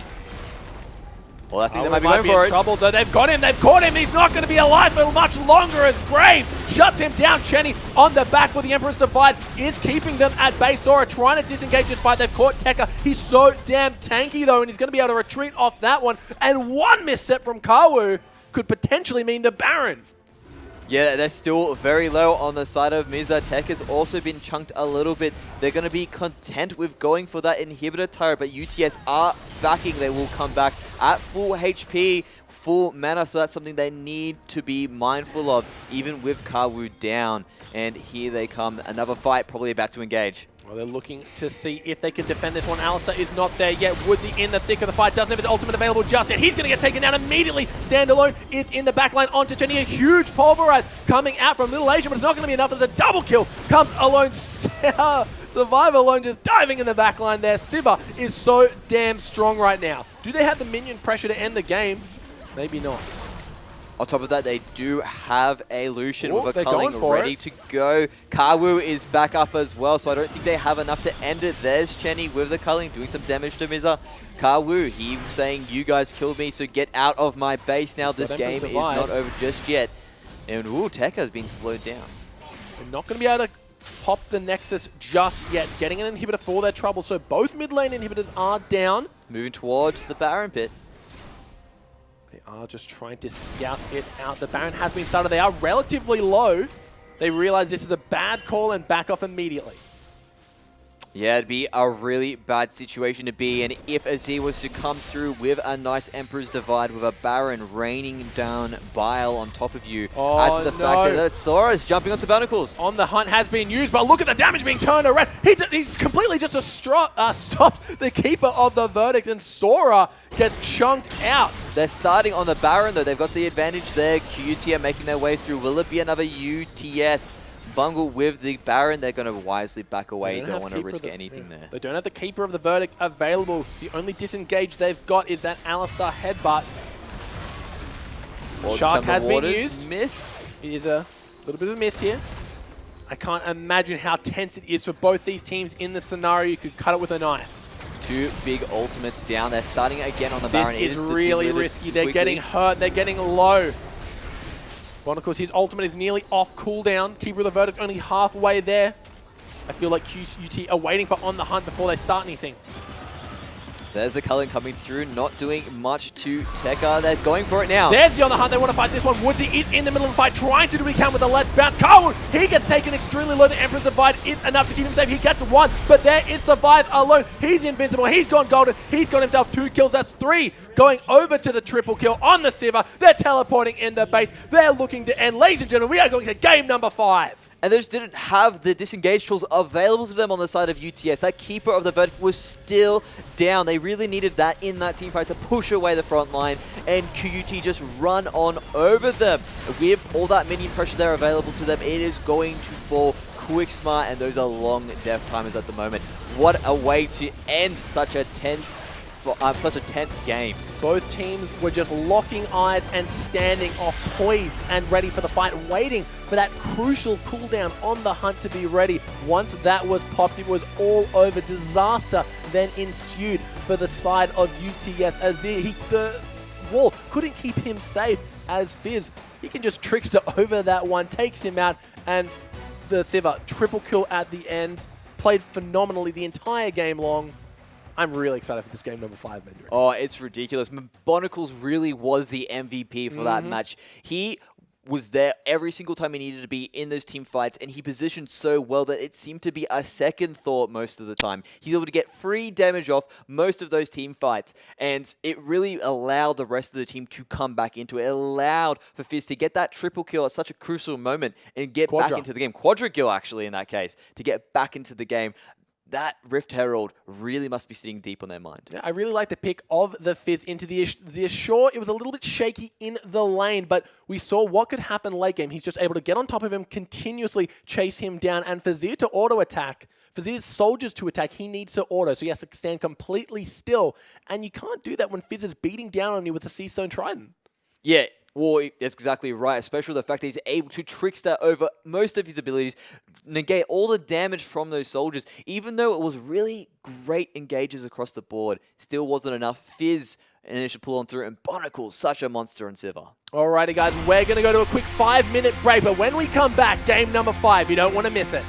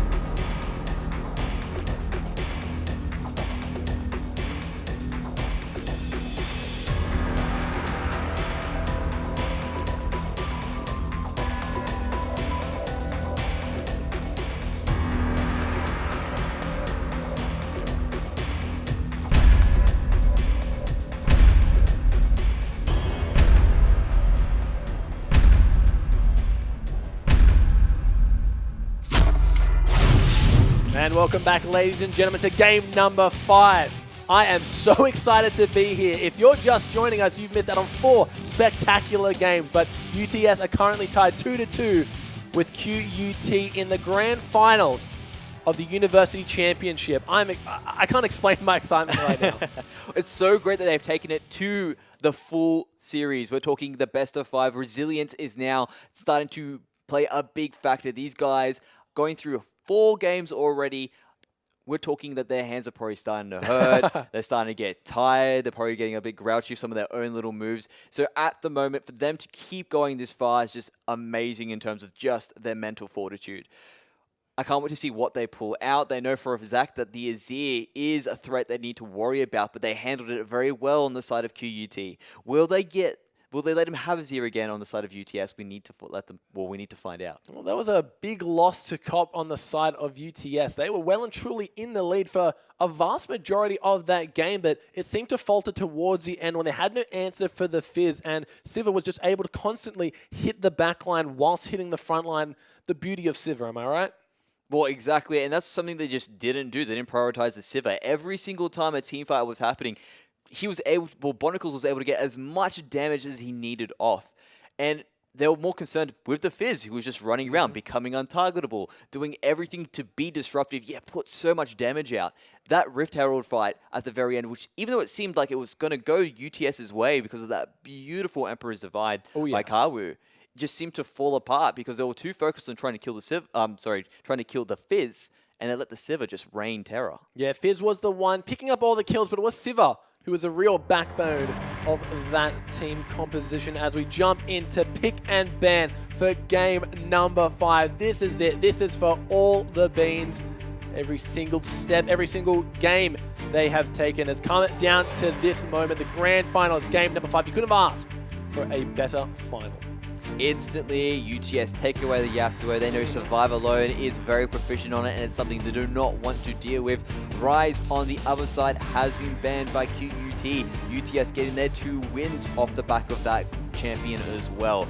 Braum has been banned out almost exclusively throughout the exclusively throughout the entire series. Shen showed us what he can do with it, so another great ban across the board. Azir has been taken away, but this time on the side of UTS, they want to make sure that QUT can't get their hands on it. Echo, of course, the time rewinder is getting knocked off the bench. It looks like Kindred will be the first pick here, going over to Woodsy. So not seeing the Zac this game. They've realized they don't want to play that anymore. It did net them a win, but it also did a loss. And when Kindred's up on the table, it's very hard to resist picking up that little nuisance in the jungle. Yeah, and Kindred is such a powerful jungler to have as well, especially with that Lamb's Respite being such a big boon in teamfights, allowing them to turn around. And UTS have been really good at turning fights around in certain situations throughout the entire series, so it makes sense for them to actually have it, especially because Infamous has also got his hands on it before. A nice way to take it off, or a nice person to take it off. And we do have the Singed.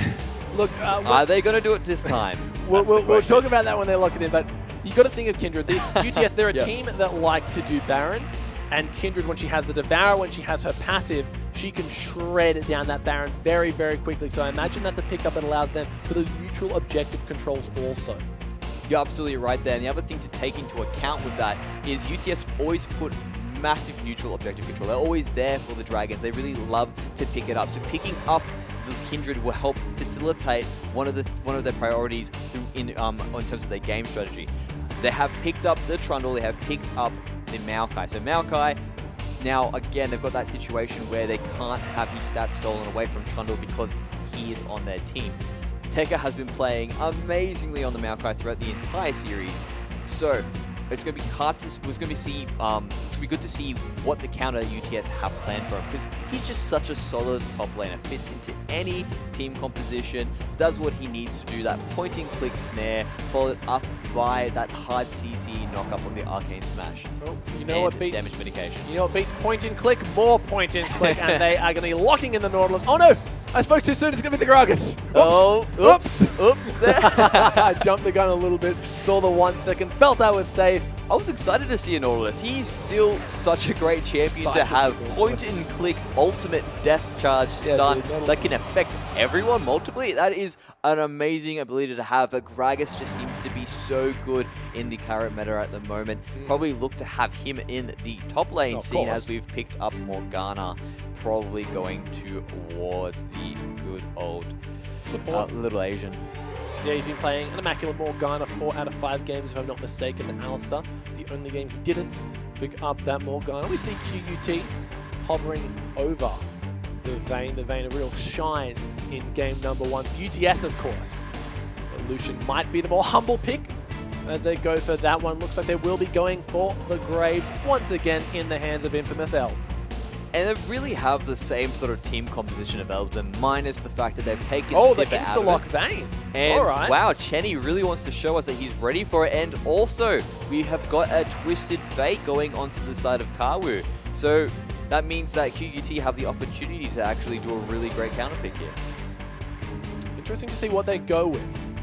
Twisted Fate, a very versatile champion, has a lot of good matchups. We did see Survivor use Zed in the second game, so that option is available to him. Zed very good against Twisted Fate, putting a lot of pressure, especially when he does get to level 6. So probably have to force Kawi to build a very early Seeker's Arm Guard in order to survive that onslaught. But Xerath might be on the cards. I haven't seen a Xerath in years, it feels like. That would be a very interesting pick. I like Survivor to go for. I always had a lot of fun playing Xerath, but kind of just faded out when you couldn't 100-0 someone and the tanks could just get on top of you. But it's going to be a lock in Xerath. So 5 games, 5 different mid laners. Standalone really showing the depth of his champion pool, something that you can dive in and not break your neck on. And it's really an interesting pick as well. And I guess I do like it in terms of it gives that siege potential available to them. You do have those nice beefy frontliners in the Trundle, in the Maokai there. And then these 2 short-ranged ADCs who can't really get onto a tower or really deal that too much damage without putting themselves in direct danger. Well, who actually fixes that issue? Ooh, good old Xerath. I'm really excited to see this Xerath actually.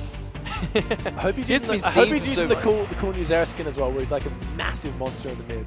No, I've Shireen not Desert, seen that. It's I haven't seen huge. that. It makes it's ridiculous. Xerath is usually like he's a slender guy, right? He's basically a spirit in a tomb, essentially. Yeah. Is what he's in a what is that? Yeah, he's a spirit in the tomb. He's literally like they've like encapsulated him and sealed him away, and he's managed to come back because of it. Yeah, just wait until hopefully he does use that skin because I think it's the best one. It's like the desert themed one when they released all those Shuriman-esque skins. So if he's got that, so it's one, sort of like the Ascendant. the Ascendant Xerath, where he's just an absolute badass in the middle of the map. But going into game number 5. Picking a Xerath is very risky. I'm excited to see if it pays off for them. You have the ace in the hole. You got UTS going with a little more similar team composition to what we've seen from them in the past few games. Really excited to see this as we watch these guys just spawn into the rift. A little bit of a cheeky graphic overlay there. Yeah, well, you know, it happens from time to time, but these We're not all guys perfect. cannot wait to see what the Xerath does actually, because as you mentioned, he is a risky pick. He's very susceptible to being ganked. He's very susceptible to having a tank jump on top of him. If he does get picked up by that explosive cask, it is going to be it's going to spell disaster. You took the words out of my mouth. As we see everyone just making their way in. Welcome to Summoner's Rift, ladies and gentlemen, for game number 5.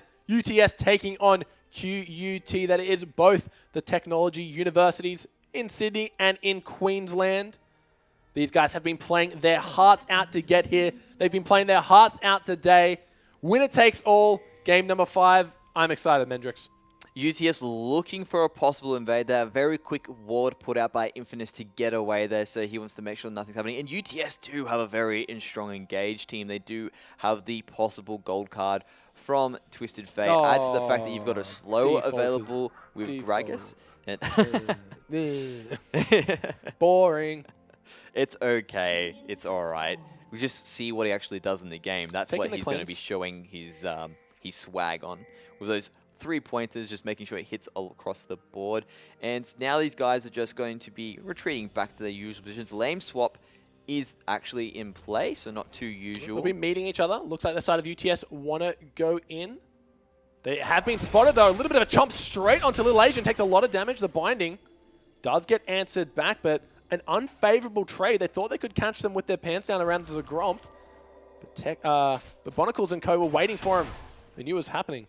Yeah, Tumble. also taking their piece in light, even with the Tumble trying to get on out of there, and those potions are being popped by Little Asian as soon as he can to get himself back up to a safe point in the lane, and sort of just reverted the roles around. We've got the top and the bot, mid still mid, jungle is still jungle. So nice and easy to see what these guys come up with. They obviously wanted to avoid that bot lane matchup and have Vayne actually farm for Storm. Well, in game number 1, they did the 2v2, and it worked out very heavily in favor of Chenny and Little Asian, just getting more and more ahead against it was Lucian Jana at the time, but looks like the damage coming through. The binding does land, but the level 2 power spike is there and does force the potion out of Lucian. Vayne still holding on to hers. Should be running that Warlord's Bloodlust to keep herself sustained up. And it's just one of those cases where, as long as they remain safe, try not to fight too much, they should be okay. Wait for that level 6 power spike that Vayne does get. That was really what allowed her to get that double kill early in game 1. But right now, it is going to be Lucian's lane, and they need to play safe. Yeah, Chenny, I don't think he respects that. I think he wants to go for the kills if Little Asian hits a binding. I'm expecting some all-ins. Of course, one sub's level 3. See, look at this already. Playing aggressive. They really want to assert dominance in this lane. Punish any unnecessary overcommission. They do have a double rage team, so they should be able to take advantage of this.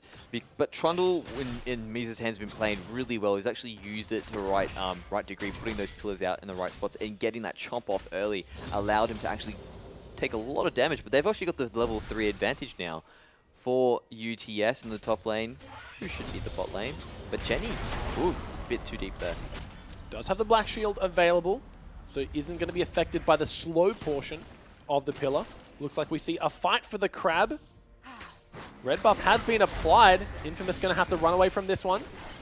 Wolf Bite should be coming through. Another Q. Infamous is very low, but Standalone is here. The stun does miss. Oh, but that's first blood going over to Chenny. He's got double buffs now. The stun comes out, instantly cleansed. The red buff being proc. He has his flash available. They might want to go for this. One more shot should do it. And the flash gold card from TF. UTS out to a dominating start. UTS get everything they need in that situation and more. You get the early kill onto Vayne. On top of that, they're able to have Survival, and who's thinking maybe I can help protect. Ends up getting caught in the fire as well. And UTS off to a great start. And they've got all their ranged champions in that lane ready to knock down that turret. Taking a lot of chip damage today. Mize is going to try and do something, but it's going to be very hard for him to stop it. But he does manage to quench their aggression.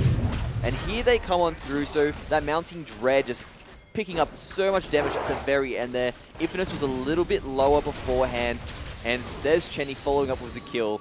And now Survival Zone just in a bad spot. And just UTS getting everything they needed. Yeah, the red buff on the Vayne was really killer there. Yeah, well, it really was that situation. The moment he picked it up, putting the slow on as well. But they're jumping onto Sora. Oh, Tekkas, he might be able to pick this one up. No, Infamous gets it with a beautiful end of the line. Really well-timed W on the Maokai to make sure he followed him through the body slam. And as well, that gives a little bit of advantage back for QUT in that top lane, which means next time their teleports come up, that should be a little bit of a stronger tree available to them there. But they've got the damage and the gold on the people you don't want to have it on. Chenny Oh, in Chenny UTS. has red buff. Look at that damage that's just coming out of him. One binding down to half health. Bonacles feeling bad. Look at the damage. One more Silver Bolt's proc. He cannot stay in this lane any longer. Needs to get out of there. Chenny showing us that he is amazing on Vayne. And I was sitting there going, no, you need to be careful. He needs to get to level 6. Not on this situation. Not when it is Chenny TP coming in and Woodsy might be caught out here, doing a good job to dance around the damage. Getting a nice chunk of heal off his W passive. Looked bad, but he was able to queue around all the damage that came out of Survival Alone and Infamous. And now they're just slowly continuing the game. They're trying to put as much damage control as possible. Tekka is now up in that top lane with the Trundle. They are sending down Banacles to deal with Gragas. So probably what they're looking to do is say, you know what, Chenny is just ripping him apart at the moment. Let's put him back into a more favorable lane where he can actually get some CS. UTS are trying to back away now that they've pushed this lane up, probably see if they can follow Banicles, make sure he can't get going. It's not going to be much avail, as they are going to be swapping that lane back around. They don't want Banicles to get any sense of freedom in this game. They really want to punish him. He is up in CS at the moment. He's up in CS, but he's down in pressure. Is that well, exactly, and that's probably because of the early roam UTS did when they picked up the double kill, giving the advantage to Vayne. He has got a cull as well, so look to her to pick up any minion disadvantage once that is completed. And has the Vamp Scepter probably looking towards going for an early Bilgewater Cutlass, get as fast as she can to the Blade of the Ruin King. Got to give props to Lucian. He was able to continuously farm while the Vayne did roam, so that is how he has that little bit of a CS lead. A lot of minions, though, ready for Chenny to pick up at his own leisure. He does have the level advantage at the moment, so True. if he was to engage while Little Asian was going on his little roam around to get his wards out, he might have been able to cull on through, but Little Asian has returned, so no worries there. And just waiting now for those level 6s to come across for UTS, so that Vayne can actually... About halfway. Yeah, about halfway. A bit more experience seems to be shared between Little Asian and Chenny. Doing a good job of just farming up the minions here. Not too much going on. About 500 gold in favor of UTS. They've had the gold lead time and time again. They know how to push it. It's whether or not they know how to close out a game. That seems to be their biggest struggle at the moment. Infamous going for an invade here. It's mainly based off the decisions that they make. They seem to go in too quick, and it looks right at the time, but out of the blue, QT managed to take advantage from the situation. Especially when they're not just prioritizing their targets. They really need to make sure that they go, okay, no worries, this is Banicles is here. He is trying to auto-attack, get on top of him this time. They're doing a good job keeping him down in lane. Chenny is off to a great start, so going to be quite a monster as we get towards that 15 and 20 minute mark. We've seen Kawu playing very well, gets hit by that stun. Here comes a Xerath ult. He hits the second one. The third one should be a kill. Ooh, narrowly avoids it. Nice little footwork stuff. there, but Oh, the he Q! might get hit. Ooh, 50 HP. Kawu. All Play he it with needs, fire, that's you're all going to he get needs. burnt. And now he's just going to back away. He does not have the teleport available to him, but he does ult if he have the wants. ultimate to get back into lane. Quick smart if he needs to, but probably safe for him to hold it. The culling coming out by Nichols, just trying to clear that wave. They're probably looking to get it back. Yeah, they really just want... They don't want to fight this Vayne. She's so damn strong. Not just in terms of her items, but in the playmaking ability that Chenny has when he has his hands on Vayne. Looks like QT do miss out on the Rift Herald. Or get the Rift Herald, sorry. All these universities, all these technologicals, it's getting to my head after game number 5. But we see UTS, they have started the first dragon, and once again, they do enjoy these pre-10-minute dragons. And it really is the fact that they got the Rift Herald that brought on the choice to go after the dragon. They had control of it. It was amazing to see the amount of wards they actually did clear out on the side of QUT that they had ready to go. So they thought maybe it was safe to take the Rift Herald and they wouldn't be able to aggress upon it. But having a Kindred means it gets taken so fast. And just trading those global objectives across there, not too much happening. Twisted Fate picking him up an early Negatron Cloak. That is going to help with any of the massive range that Survival Alone will be dishing out. Looks like he will be going for that early Abyssal Scepter, which is a trend we've seen out of most mid laners. Really prioritizing the magic resistance and magic deduction aura. The AP is also no laughing stock. Yeah, Abyssal Scepter is quite an efficient item in what it brings. Add to the fact that it has that magic resistance and to be able to cut through the MR. It's really great for him to have against Xerath. Xerath is not going to be picking up the Abyssal Scepter. He gets no real benefit because he's going to be trying to be away from the fights at all times, sort of picking everyone up from afar. Chenny dodging that piercing light very nicely there, but unable to get that last proc. So much respect to Chenny right now. They really don't want anything to have it. Trundles. He's only level 5 as well. Little Asian level 6, so Soul Shackle is available. Piercing Light, doing good damage at the moment. No, neither of the junglers are here, but remember Kawu Should he go missing like he is now, the bot lane of QUT have to play defensive. Very interested to see that Chenny's decided to pick up that recurve ball. Probably had a little bit of extra gold in his pocket and decided to go for the more efficient purchase. Does do a little bit more damage than the Bilgewater Cut Glass once he's picked it up. Special event. He gets the dark binding. binding is there. They get answered with the culling. Chenny in a lot of trouble. Has to flash over this one. That's going to be another kill going over to Chenny. He's feeling good. The Condemn keeping Mizza at bay. Looks like the teleport did come through from Tekka. Chenny, he's still alive somehow. He's doing what he can. Sora has teleported down, but Little Asian gets saved by a beautiful explosive cast. But Sora might be the next one in trouble. We can see Zerem and Graves making their way down the dark binding, keeping Tekka at bay. But here comes Infamous L looking for a beautiful collateral damage. Not going to hit the end of the line. Zereth ulti was used throughout that fight. They killed Kawu as well. So just a lot of action happening across the map. They pick up their mid laner, but they manage to do a trade in the bot lane for it. And now here we go for the replay as they go on to Kawu. Wow, just really nice by Infamous to get involved. The three-pointer not going to land, but Infamous able to pick up everything he needs there. And that was just really nice of them to land the stun and then follow through, make sure that if there is something happening elsewhere on the map there is trading gold happening. Good or game. trading objectives. Good gank coming out of Infamous L. Currently sitting on 2-1. Position you like to be in when you're playing Graves. A pseudo carry. He once was a marksman in that bot lane. Now he's taken to a bit more of the jungle route. Looks like Lucian is getting ulted by the T. It's going to have to burn the flash. Twisted Fates has level 2 boots. The stun goes down. Thunderlord has been procced. He wants to go for this stack deck. Good damage. Gragas wasn't in a position as there was a ton of minions for him to clean up.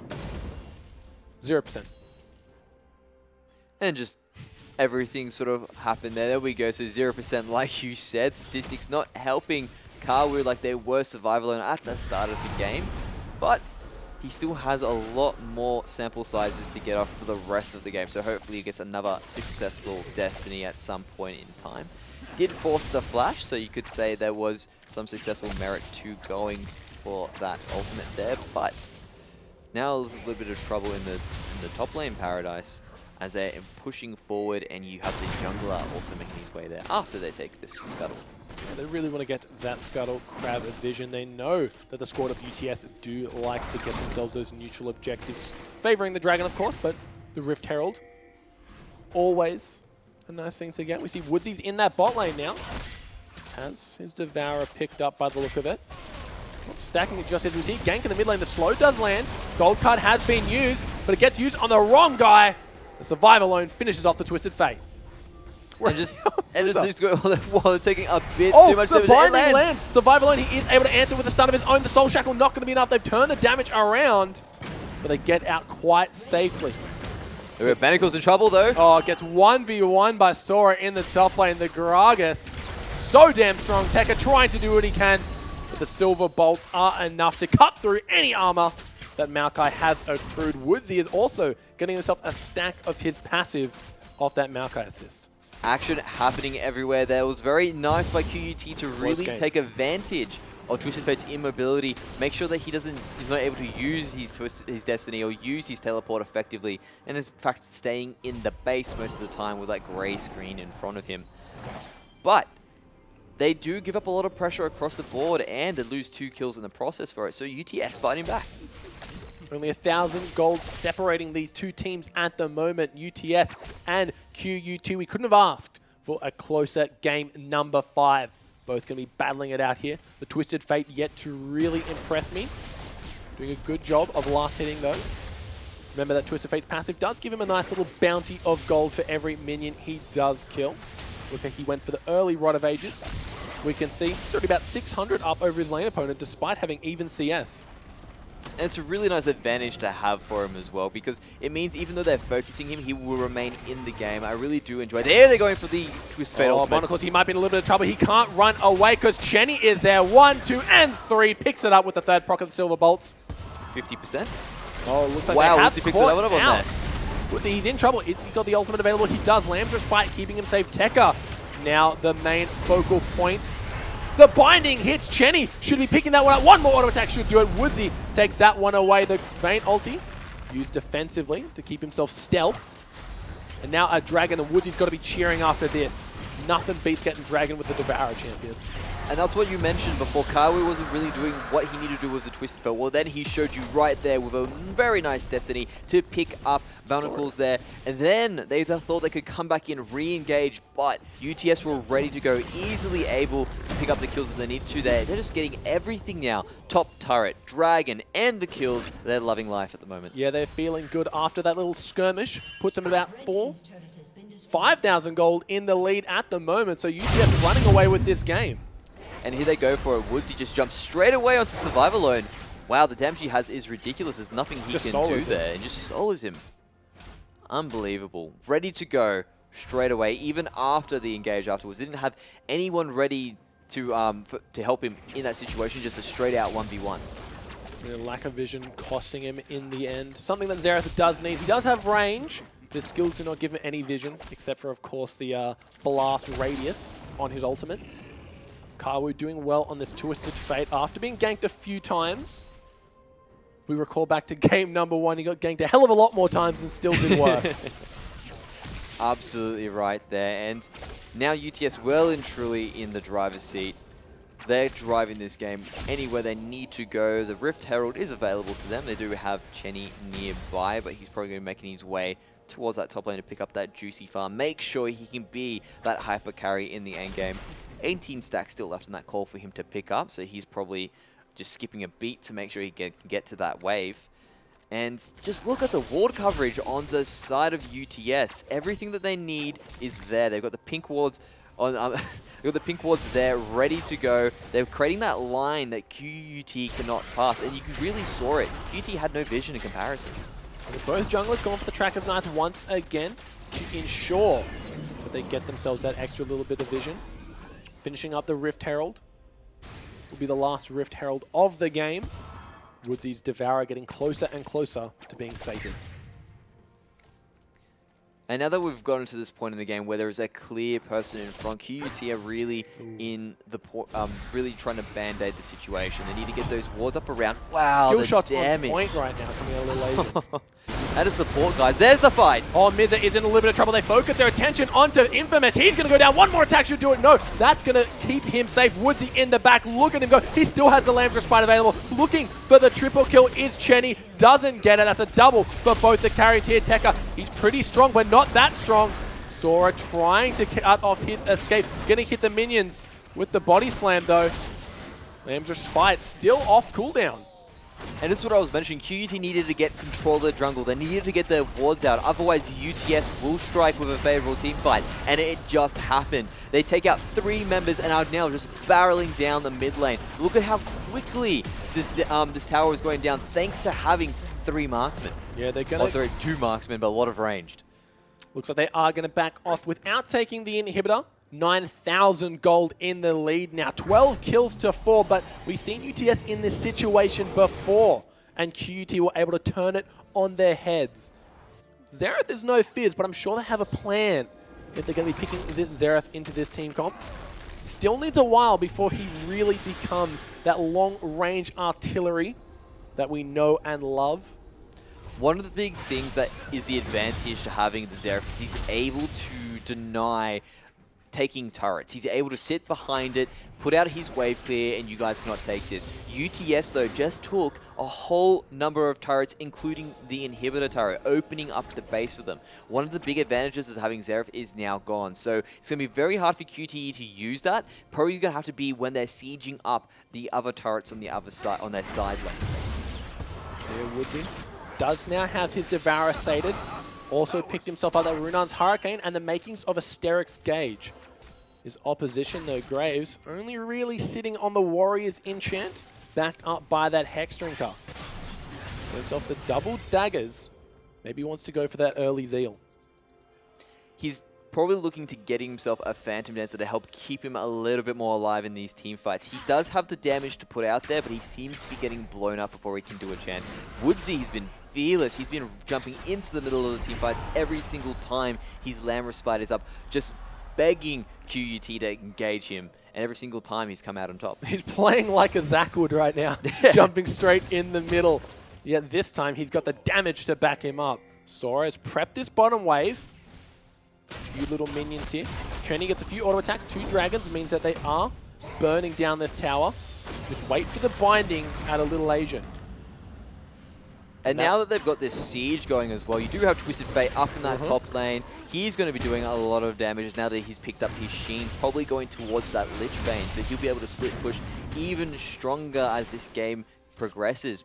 And he does have the teleport available to him as well. So the moment a team fight engages, he'll probably be going straight onto that pink ward in that brush. There is Xerath with the wave clear, keeping the enemies at bay, but it doesn't matter because Twisted Fate, he's getting all this pressure for free, and QUT, they cannot do anything about it. They need to pull the trigger, but it's going to be so hard. And just towers are falling down. There's free towers for free towers. They've sent Graves to deal with him. He might have taken it out within that time. Twisted Fate and Graves seems like a very accurate lore matchup here. That's right, they have a really bitter blood feud between the two of them. Twisted Fate seems to be getting the better trader that seems to have more cards hidden up his sleeve. But the siege continues, and they've sent a lot of resources to deal with Twisted Fate. They might have left this inhibitor open. And Twisted Fate still getting the top tower while they're defending. This inhibitor should be falling any second now. Oh, it's already fallen. It was on the inhibitor the entire time. So this 4-1 split doing wonders for UTS. QT, they just can't find their way in. The damage from Xerath still not there. Binding onto Miser. Barrel just to follow it up. But really no one can deal with Kawu. UTS are playing this right. They sitting there going, you know why we need to get kills? To take objectives. Well, we don't need to kill these guys. We can just take the objectives. And they're showing it with this split. Miser, he ulted. In a little bit of trouble. He used his ult to get a little bit of sustain there, but as soon as that wears off, that's one big cooldown down. And this whole time, you've had Kawu in the top lane dealing with this heavy engaged Maokai. Hasn't had a chance to get on him. Well, there's the binding onto the Graves. Looks like the engage might be coming out of QT. Everyone backing off. Tech is in the middle of the fight, doing what he can. Chenny, he's so damn strong. He takes him out, looking for his next target onto Miser. That's a double kill for the Vayne. Woodsy tanking 3, keeps himself alive with the Lamb's Respite. Survive alone. Gonna get taken down by Woods. That's a triple kill for the Vayne. The inhibitor goes down in the top. The inhibitor goes down in the mid. That's an ace for UTS, and they're looking to end this game in a very quick fashion. 23 minutes in the game, ladies and gentlemen. UTS are going to be your University Championship final winners of it all. You cannot give them enough props. The endurance, the determination, and the skill it took them to win today. Ladies and gentlemen, your champions. And it was just amazing how they ended as well. Look at them in jubilation at the moment. They literally were playing the objective game. They had the point, they got in the kills they needed, were well and truly ahead, and as they were just pushing the objectives, they had this 4-1 split that they could not deal with.